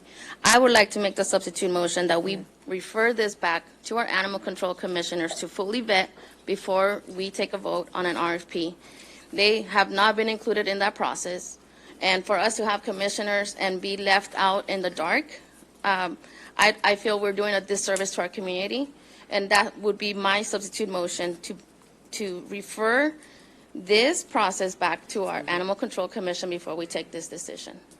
And Mr. Mayor, if I just might, the reason why I did not take it to the Animal Control Commission is because you directed me to return to you to approve, as a council, to approve the RFP before it was issued. Okay, thank you. Is there a second to Councilmember Ibarra? Okay. Call a question on the first. Are there any other discussion points from council members, or suggestions or questions, issues? Mr. Nichol. Would Councilmember Ibarra entertain the first option, the first bullet point?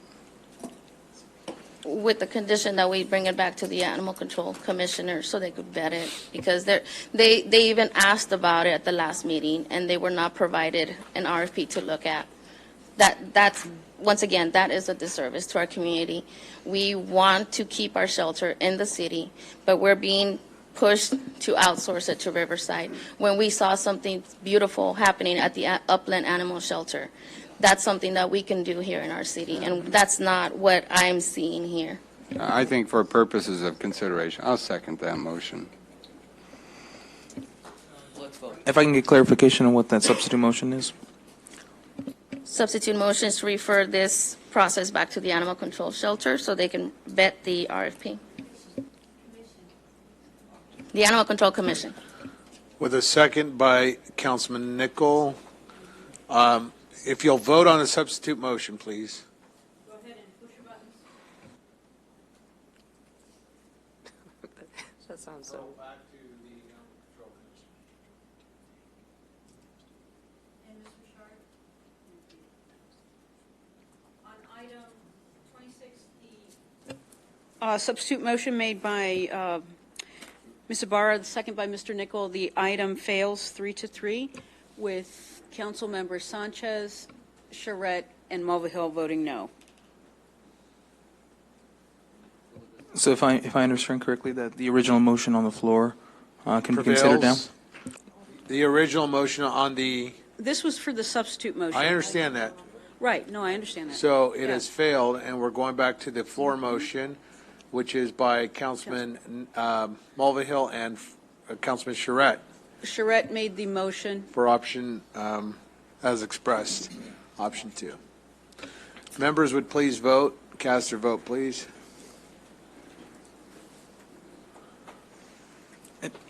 I apologize, but just for clarification, the original motion is what we're voting on now. That's correct, Correct. because the substitute motion has Correct. failed. Councilmember, I'm sorry, Mayor Pro Tem. How much money is it costing the city to operate this animal shelter in the condition that it's in? $2.5 million. With the revenue offset, it's currently just over $2.1 million annually. Annually? And how much revenue are we generating from the animal shelter? 451,000 is the projection for the year. I think we're slightly into those projections right now. And that's because we don't have the clerks, right? I'm sorry. And The that's license because we checkers, don't have that's a licensed big checkers factor, and clerks. correct. If we had them, we would be generating a lot of revenue already. I mean, wait a minute, I want to make sure we're clear. We would have costs because we would have the employees, and then we would have revenue. And I don't have those numbers in front of me to know what that estimate is, but there would be some offset. Does that conclude your Yes. Very good. All right, if there are no other questions, we will cast our vote on the floor motion, and if members would please cast their vote. On item 26, the motion to adopt option 2 was made by Mr. Charette. It was seconded by Mr. Mulvihill, and it fails 3-3 with council. It fails 3-3, which is a tie. Thank you. And with council members Ibarra, Nickel. Oh, I'm sorry. There was a vote change, was there? I had 2, 5, and. Clerk, I'm why don't we sorry, do it is a 4-2. There was a change in the vote. And so with council members Ibarra and Nickel voting no. So it passed. So it passes. Thank you. Item number 27 is a public hearing. Item number 27, public hearing, ordinance number MC-1516 of the Mayor and City Council of the City of San Bernardino, amending Chapter 2.02 of the San Bernardino Municipal Code relating to city manager. The item before us is last council meeting. The council on March 6, 2019 gave extremely clear direction at the last meeting concerning the changes we wanted to provide an update on the municipal code. Unfortunately, staff did not follow the direction of the council. I've distributed the correct version of the ordinance, and I ask that council approve this version that has been now passed out. Do any council members have any questions on the matter? Councilman Charette. I don't have a question, I have a comment, and the comment is that I'm going to go with the recommendations of staff and the city attorney of what has been submitted, and my understanding is that it is completely verbatim or in line with the ordinance and the charter. They blend, and no ifs, ands, or buts. That's where we are. I don't know if you need to make a comment on that, Gary, or well, not. if that's a question. Maybe I didn't say it exactly right. But what I'm saying is that what this is you don't agree with, right? What was handed out tonight by the mayor's office? And I don't know if you've seen I have not it. reviewed this closely, but I can indicate, and in response to your concern, that the directive was that it was going to be vetted by the city attorney's office to ensure compliance and consistency with the charter. And that's what we've done, and that's what we've presented to. And that's what I'm going to move approval for. I'd like The item that I referenced should be on each council member's desk, and it's dubbed with a yellow highlight, council adopted version on the upper left-hand corner of the document. I'm requesting that city council members approve this item as presented on your desk in written format. Is there a motion to that or a substitute? I want a clarification. Hold That on, was Mr. not approved Charette. by the council. Hold on, Mr. Charette. That was not approved by the council. This was the version approved by the council. Am I correct? This right here? No, not the one in the agenda. I'd like to the go one- back and just make sure that we all are on the same page. The last city council meeting, council directed by a vote of 4, with the mayor breaking a tie at that time, that we come back with the ordinance as presented to the council. Shortly after that, our city attorney, Mr. Sines, said, well, what if I have some legal analysis? And the mayor was quoted as saying, then you can put that in writing. So what occurred is that as staff prepared the original ordinance, the city attorney reviewed that ordinance and concluded that there were 2 proposed changes that he was analyzing and writing, and the ordinance that got presented to you reflected his analysis, the analysis as to those 2 issues. One issue had to do with who could place an item on the agenda for discussion purposes only, not for direction or decision. And the second had to do with an issue of when the city manager was required to consult with or to collaborate with the council before reducing departments or making changes of that nature. So those 2 changes, as just described to you, are not included in the staff ordinance. However, what was also included was the specific proposal that the council had directed us to implement, word for word, giving the council the option of accepting the city attorney's analysis, rejecting the city attorney's analysis with that. I think what was presented to us appears to be taking that second page. I don't know if that's verbatim. I have not had a chance to review it, but it appears to me that this that was presented to council this evening That's a correct is a reflection of assumption. the attachment that was made to the report so that the council could see what you had originally directed us to adopt. That's a correct assumption, Ms. City And Attorney. that's right. And the proposed ordinance reflects the city attorney's analysis. So I just want to make sure you are clear about that, and you can go on to your discussion. So I'd like to move to approve the Hold on, ordinance. Mr. Charette.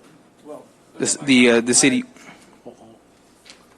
city ordinance that the council adopted at the last council meeting. So I move that we approve the adopted version, or the council adopted version of the ordinance. And again, I don't mean to correct, but I'm very precise. I like to be very precise. The council did not adopt anything at the last. You directed us to prepare an ordinance. The action that you would be taking tonight is to conduct the first reading of this ordinance. If the text that's before you is not acceptable to you, you would need to make changes to the text that's presented to you, because that's how you make an ordinance, and you would need to tell us what you want the first reading of the ordinance to be. Just so we're precise, because adopting an ordinance takes 2 steps. First reading, second reading, and then you have to wait 30 days. So approve. I guess the key word here is approve. I approve The introduction of the ordinance as presented, as approved and adopted by, not adopted, as voted for by the city council. And as reflected in As this printed reflected in version, sir? this one right here, whichever Okay. one we had voted for at the last council meeting. Is there a second to that? Is there a second to Councilman Sanchez? Yes. This is going to the city attorney. Can you give us a little bit more information as to why you left out some of the information that you left out? Or whomever put this together? I'm going to defer to my chief assistant city attorney, who was her office and staff that significantly. So with respect to the first item, the proposed change was to specify exactly who could place an item on the agenda for discussion. So going back to the original proposal, 60, if you just give me one moment, I'll take you to that original proposal. The language, as discussed at the last meeting, was the city manager shall include any agenda item requested by the presiding officer of the city council. The city manager shall include any agenda item. what we were unclear about, and the analysis there was, what did that exactly mean? So we didn't include it because we felt that it would be better and more consistent with the charter if that language said, the city manager shall include any agenda item requested by the mayor for discussion purposes, not for decision, because that's just more clear. We also thought that it might be even more fair to say any member of the city council and the mayor would be able to place an item on the agenda for discussion purposes. If this passed, it would be our recommendation that the city manager might add a section to her agenda that just says discussion items. We want to make it clear that no one can place an item on the agenda that's already fully cooked and ready to go as a decision without the analysis of the city attorney and the manager. That was why we didn't include it. Your version includes it.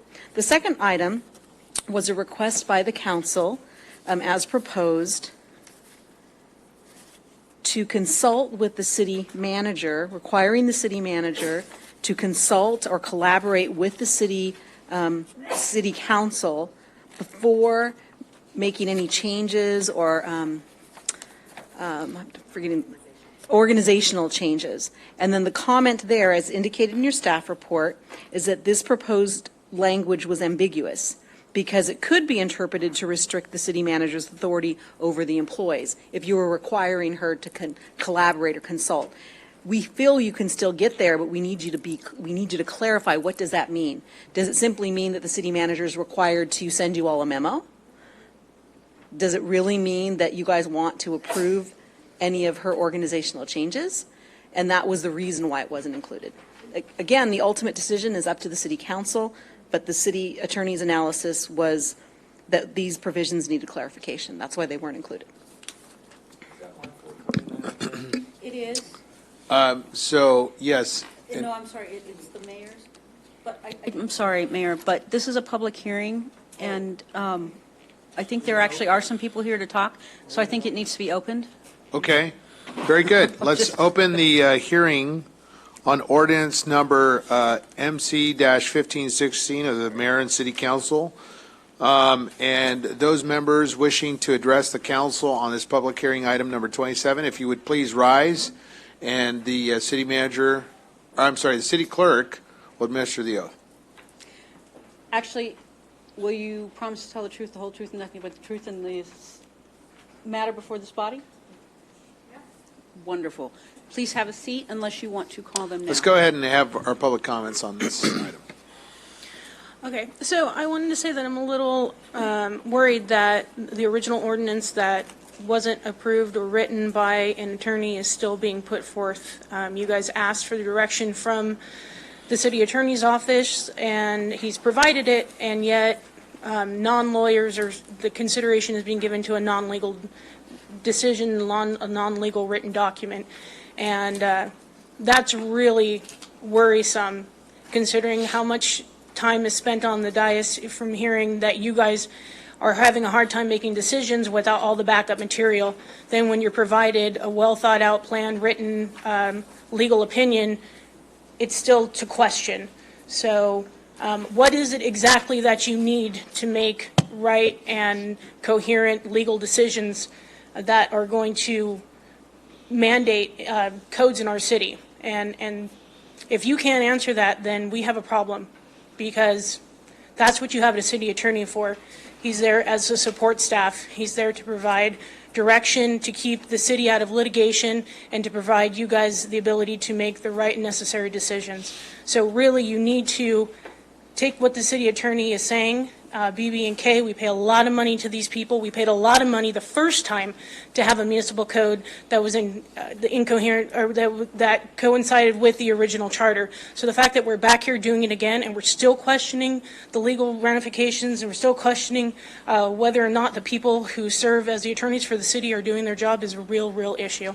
And you know, the fact that it's midnight and we're having a public hearing is just speaks more to the issue of the lack of transparency, the lack of community involvement in all of these processes. Because look who's here.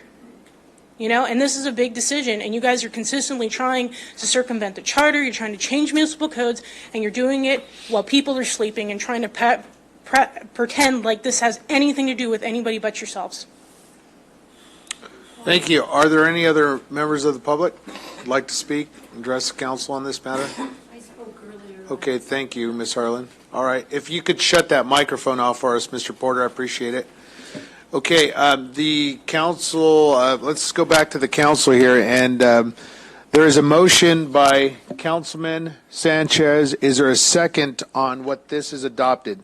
Now, let me also remind folks that this written version with the upper left-hand saying council adopted version is what council members voted on the last council meeting.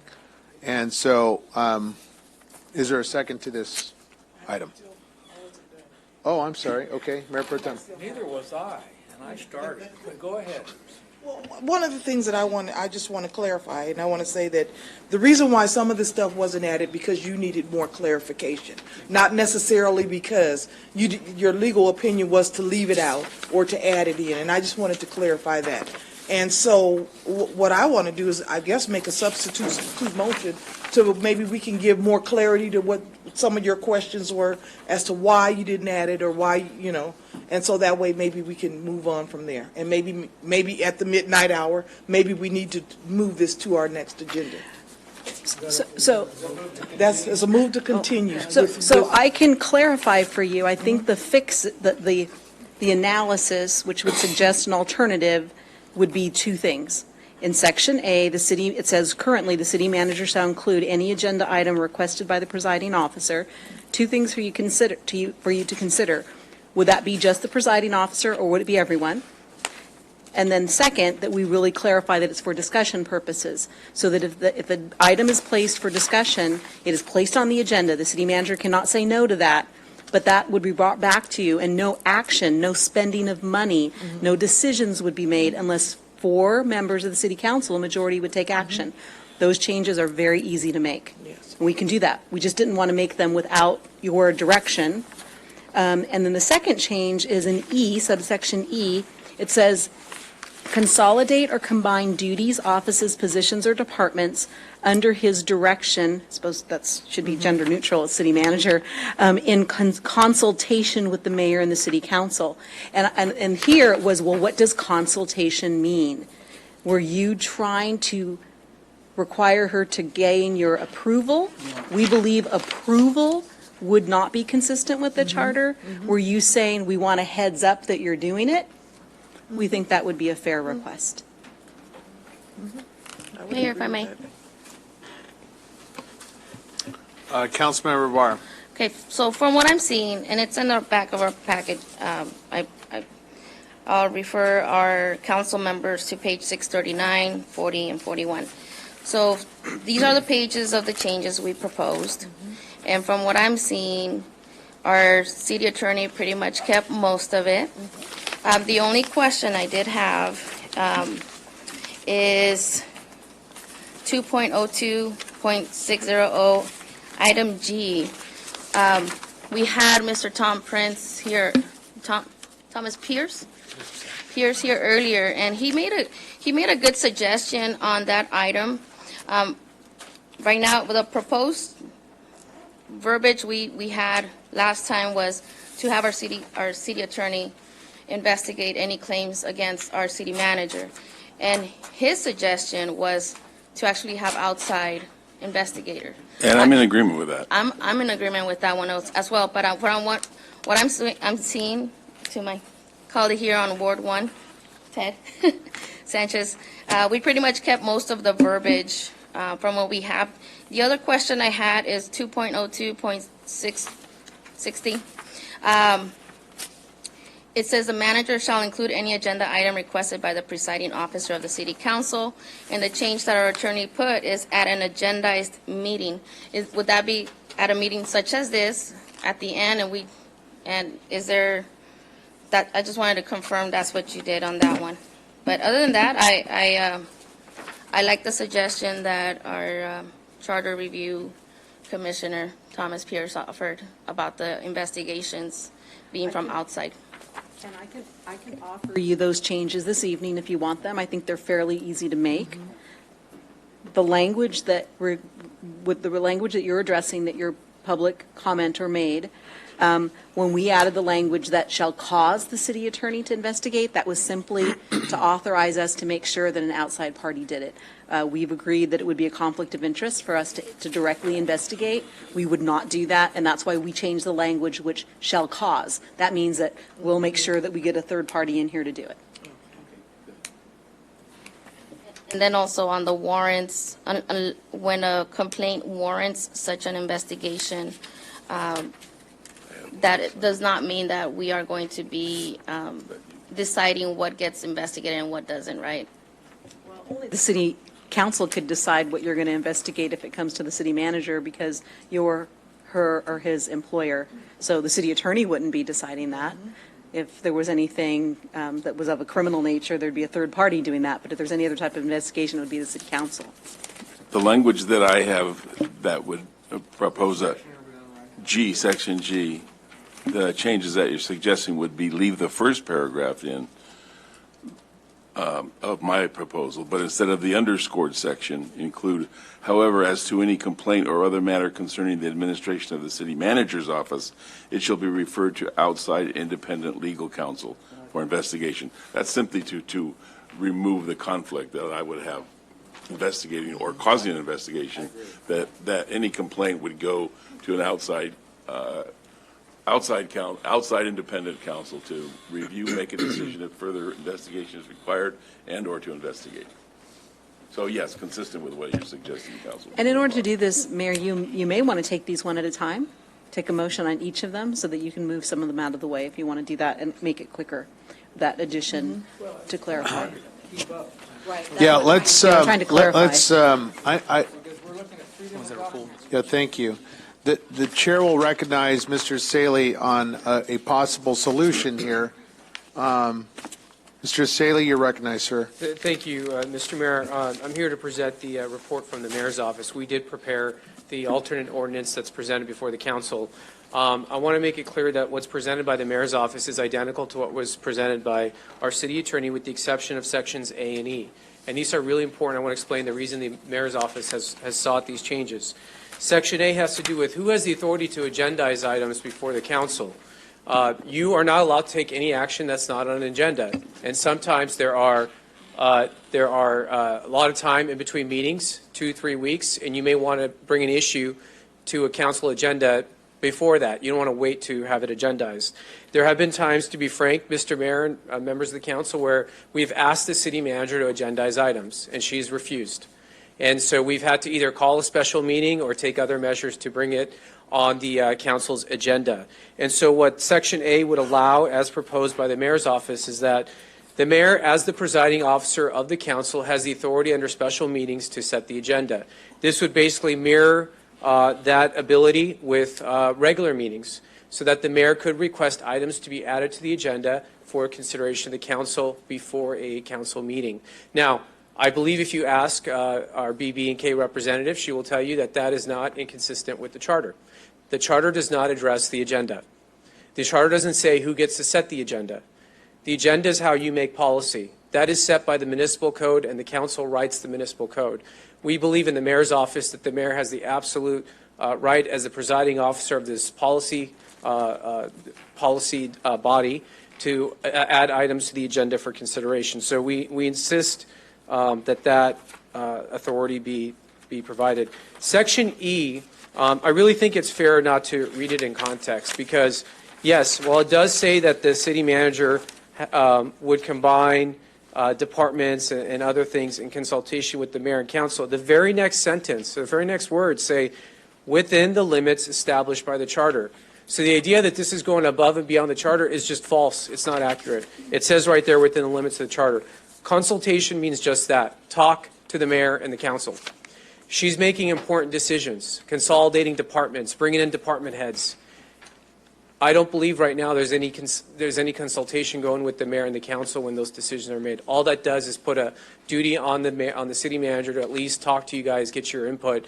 It's not obligate. She's not obligated to follow it. She's not required to do anything, but at least hear your input. Those are the only two differences between what we presented with the city attorney, and we believe strongly they're completely consistent with the charter, and they reinforce this body's work as a policy-setting body.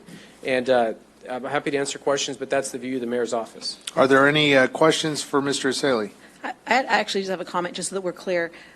We don't disagree on subsection A, that it's inconsistent with the charter, so just so that we're clear. What our concern is, just tell us what consultation means. Yes. Just tell us what it would, you're sitting here tonight making law. You're being legislators tonight, and sort of our comments back to you is, we want you to be a little better of a legislator to tell me what that means, because I don't know what your intent is. So when she's going to combine duties or offices or positions, let's give a great example, because it happened when she combined or made the recommendation to combine the Community Development Department with the Economic Development Department. Correct. What is it that you would have wanted her to do? What would have constituted consultation? Because I sat here and I think she presented she told you about it, right? She told you about it. So I would say that constituted consultation, but I've heard some of you say, no, we didn't feel like we were a part of that. So I'm just trying to make sure you're making good laws. I'm not trying to say that this is inconsistent with the charter. Okay. Let's go. That's a very good point, and we appreciate it. Let's go down ward by ward, please, just so we can be. Well, when it comes to this, I think that it's Councilman Sanchez, you're recognized, sir. It's clearly outlined. Sorry, it's clearly outlined in page 6 of the city charter, section 401, subsection D. Ensure the mayor and city council are informed on all aspects of important emerging issues, including the city's finances, financial condition, future needs. As part of that responsibility, brief the mayor and the council at their meetings on the business matters before them. I do think that is consistent in adopting section, what is it, E, of the municipal code, the second bullet that we have omitted, or that the city attorney has omitted from the new version, is in contradiction with what the city charter has said here in subsection D, that the city manager is to ensure that the mayor and the council are informed on all aspects of important emerging issues. So I just want to ask you, so does that mean that consultation merely means that she informs you? That's the legal question. Okay, then we're putting it on the record. So if that's what it means, then I think that is consistent with the charter, and informing them is not approval. It's not. Let's use the word inform then, not consultation. That's exactly. Let's use the word that's in the charter. Right. Mr. Mayor, if I may, the intent, I believe, from the mayor's office is not just tell us that you've made a decision, but it was to seek input from the mayor and council on the decision to be made. And not that it's binding, but talk to them. What kind of person do you want in community development? How do you feel about combining these departments, and get input? So when she makes that decision, it reflects some opinions of the city council and the mayor. So I don't think just simply informing the council and the mayor that she's made a decision was what we were seeking. It's just to get some input from you before she makes the decision. And to kind of elaborate on that and extend that thought is, we are certainly, we understand the role of our city manager. We respect that, and but at the same time, we have the duty to provide input as to the direction of our community. And so ultimately, we hire a trusted professional like our city manager to make the ultimate decision based on her credentials and his or her credentials. I think the idea is that we want more engaged communication, discussion, and dialogue on important hirings of department heads and whatnot, seeking the input of council members and the mayor is critical. This is the important role that we play in really providing leadership here for our community. So thank you, Mr. Saley. Mr. Mayor, if I may, and I'd like to make a can I respond to that? Sure. If I could just respond to that, I agree. I think it would be helpful. In fact, I think I'm going to do something that we used to do regularly, and I'm going to put a regular meeting on the calendar with each one of you and not go through your staff members to get your thoughts and opinions about things. So I think so that I can totally fulfill my role, it's important that I meet directly with all the elected officials and not any of their representatives. So I'll make sure that that's on the calendar, and that I think will help with some of this communication. Yeah, one final thing. I just want, so if you look at the bottom of the ordinance, if you look at the last paragraph of the ordinance that we prepared and presented to you, it would be section 2.02.080. You will see that that language, I believe, that Councilmember Sanchez read is now in this ordinance verbatim. It is now in there because that was the inconsistency. So what he's read is in there. If you want to do something with respect to section E, again, just reflecting whatever it is that your intent is, you could say, under his or her direction, after informing and seeking input from. So That you're would defining what satisfy, okay. Yeah, so you're defining what consultation is. Okay, all right. That's what So we're looking for. you need a clarifier, is what? That's right. And so Okay. if you wanted to make that change in E to after informing and seeking input from, you could do that tonight, introduce it as your first reading. Where are you reading from? I'm looking at section E, subsection E, Not the one in your, the one on the 3 to 4. from, looking at, from their presented document tonight. Yes. And the second Jim, page, it's top of this the one, page. not the one in your packet page. Oh, okay. Well, they're different. Yeah. That's right, move the table. Yeah, they are different because we didn't add that. What's this one? This one's Which one are they talking about? So now that we have the proper documents in front of us, Ms. City Attorney, can you provide that language again? Subsection E, second page, highlighted document. It would be, instead of saying in consultation, it would say, comma, after informing and seeking input from the mayor and city council. Okay. I would support that and encourage our council to consider that. When do I get to get ready? I actually was the first one. Okay, all right. Councilman Charette, go ahead, sir. Thank you. My concern here, and I know we're wordsmithing, we're wordsmithing from the dais, on the fly, with input. I know what's going on here. We're trying to avoid, trying to avoid dealing, it's putting more power in the mayor's office is what's trying to be done here, without a doubt. The mayor is here full-time, and under the charter, has a much reduced role under the new charter than what is right now, I think, being presented. I understand your role. I support what the charter calls for the mayor's role, but I think this is difficult. We're making more work for our city manager to have to go out and get 7 opinions plus the mayor's opinion, and the mayor is here on a full-time basis every day, easily contacted. So how does she go out and consult all 7 of us?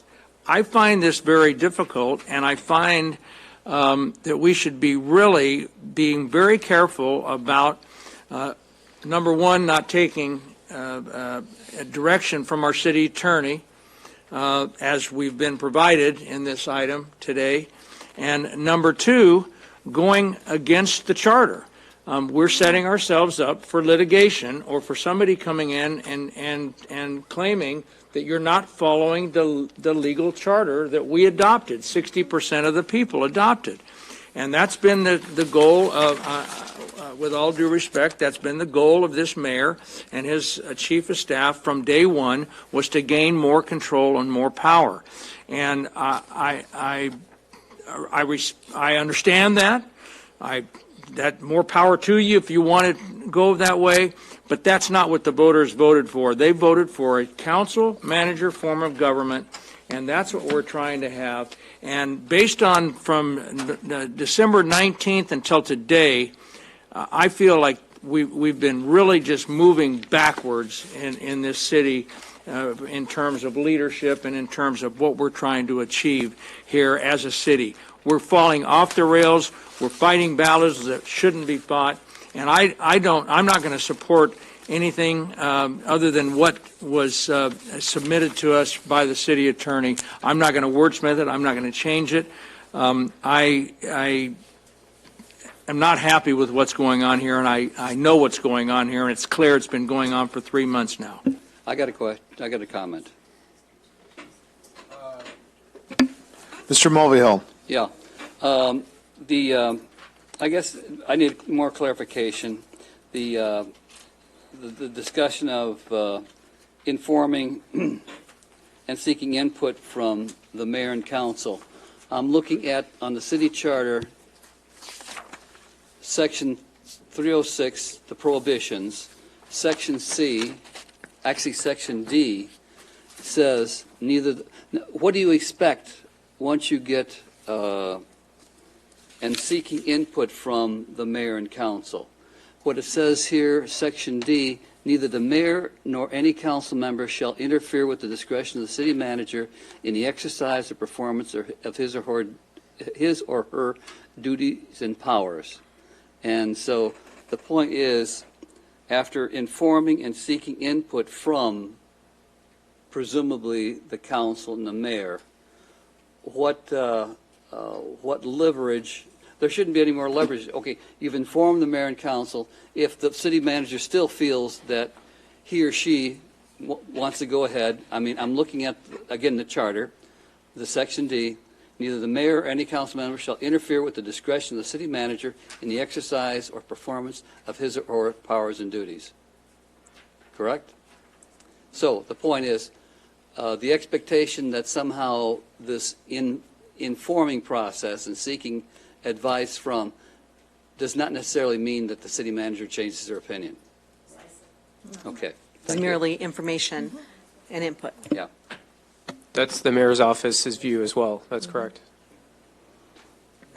And if you may, I can read for you what the city attorney's position would be if you wanted to take action on this. Subsection A, again, I'm going to be reading from this document that's highlighted. This is the one that was presented to you this evening, not in your packet. The highlighted document, it says ordinance number, it's highlighted. The one that was presented to you this evening, not the one that was in your packet. This was presented to you this evening by the mayor's office. If in subsection A, you added at the very end, the city manager shall include any agenda item requested by the presiding officer of the city council for discussion and further direction from a majority of the council. If you added that language to A. Go a little bit Again, slower. For if you- discussion? For discussion, that means he can put an item on the agenda so that you can discuss, and further direction from a majority of the city council, so to ensure that it requires a majority of the council to take action. That's subsection A. With respect to subsection E, if you change the language that's in here to say, take out the underlined language and add after informing and seeking input from, we just had that discussion, you could do that. And in subsection G, you would add the paragraph that the city attorney signs red, which would clarify that you were going to use outside counsel when investigating. With those changes, we feel that you could introduce the ordinance tonight. I move to approve that version. Yeah, and I'll go ahead and second that. All right, so I'm supportive of that. I thank the clarifiers. Appreciate that. I think it satisfies the intent. Let's call for the question. It's 12:10, and we're still smiling, folks. The food's gotten cold. Cold meatball. Let's call for the question on it.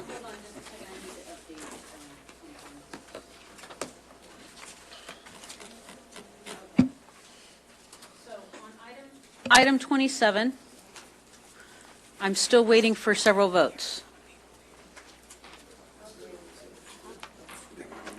And Ms. Richard?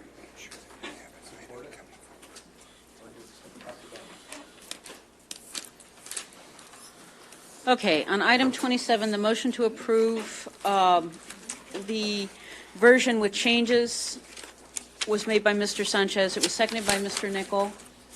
And it passes 4-2 with Fred Charette and Jim Mulvihill voting no. Thank you. White guys. Now I'm smiling. But veterans. Huh? But veterans. Yeah, but veterans. Okay, thank you, council members. Does any council member have any new business they would like to add to the agenda for our next meeting? Anyone? Yes. I would actually like a vote of the council to discuss further implementation of the security cameras and the light poles that I think have already been implemented on a small scale. I would like the council to vote to agendize a discussion and direction on implementing that, and I guess a more expansive program to implement that program. Thank you, sir. Are there any other items? Councilman, if there's no objection. I would like a vote because I know there's some cases where some of the items that have been requested haven't been agendized. I would like a vote of this council. Can we do that?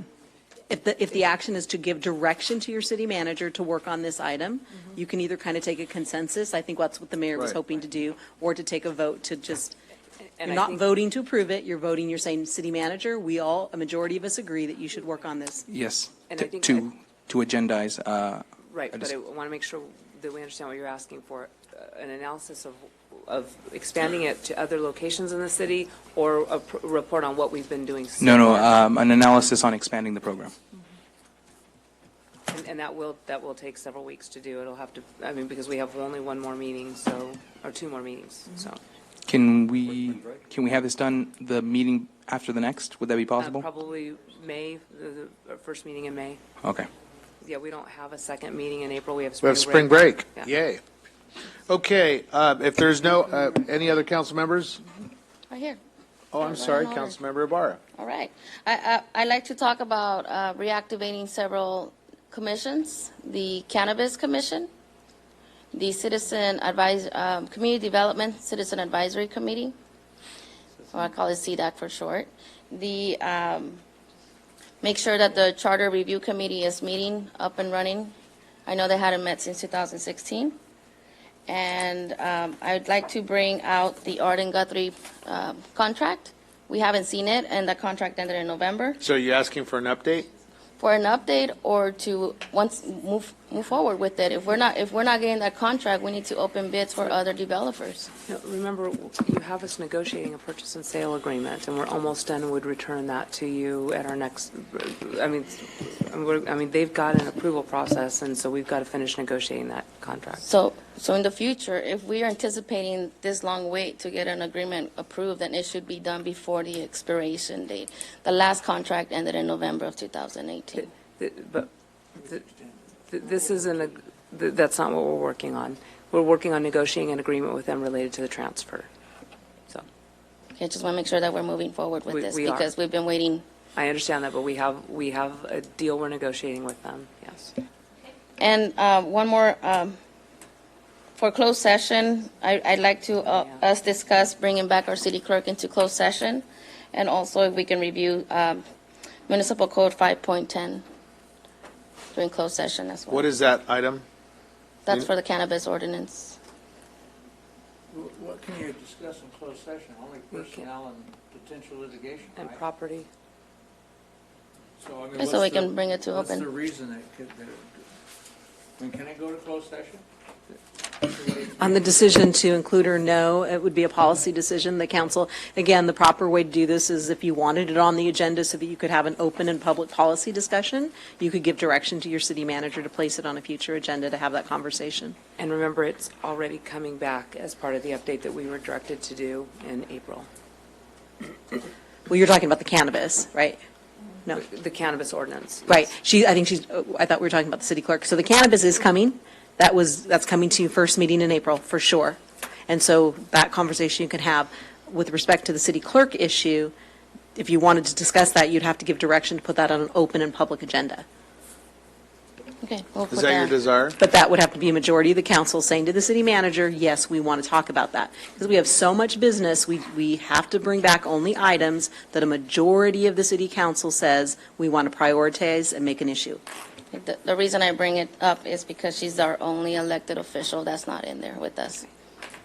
And so we're not going to make the arguments tonight because it's not on the agenda, but if you want to have those arguments, you can. You need to give direction to your city manager. Majority of you need to say, we want to talk about that. So can we talk about? Yeah. That's what we need to do. So do I do it right now or put it on the next agenda? Yes, I mean, we'll take them one by one, though.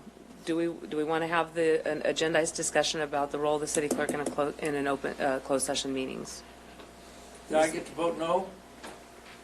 Yeah, because I need to know if you want it on the agenda. We're not going to vote. The ones that want it should just say, We want a Mr. consensus. Sanchez, And No. Mr. Nichols? Yeah, I'll entertain it, sure. Yes. No. The item passes 4-2. Mr. Mulvihill and Mr. Charette voting no. All right. Thank you, Ms. Barr. Councilman Nichol, anybody else? Yeah, I just also want to expand on the cannabis discussion at our next meeting, whether or not there are opportunities for potential emergency ordinance, given the timeline. I know that we have an extended timeline, doing resolution, first, second reading, 30 days. We got a lot of people waiting. I want to make sure we're as expeditious as possible in this process if we make a decision to move forward with any changes to the ordinance. Mayor Pro Tem? Yes, anybody? thank you. City Manager, with the, I think it was AB 626, where they legalized food trucks and things of that nature. If we could start looking into developing an ordinance and a policy or something of how we're going to deal with the food trucks in our city. I know that we've had several of our eateries that closed down, and we just need to look at how we're going to handle that. We have several of them. I mean, in my ward alone, there's probably about 9 food trucks at one corner on any given evening. So, You mean carts? no, trucks and carts together. And we just need to look into how we're going to handle that. Thank you. Okay, if there's no other, And I was yes, just going sir. to say, make sure we have carts on there as well. Okay. Food carts. Food carts. Carts. And this, Gotcha. this will easily be May or June. We get it. Yeah. Okay, let's call for adjournment. The next joint regular meeting of the Mayor and City Council and the Mayor and City Council acting as successor agency will be held on Wednesday, April 3rd, 2019 in the Council Chamber located here. Closed session will begin at 5:30 p.m. and open session will begin at 7 p.m. Thank you and good night.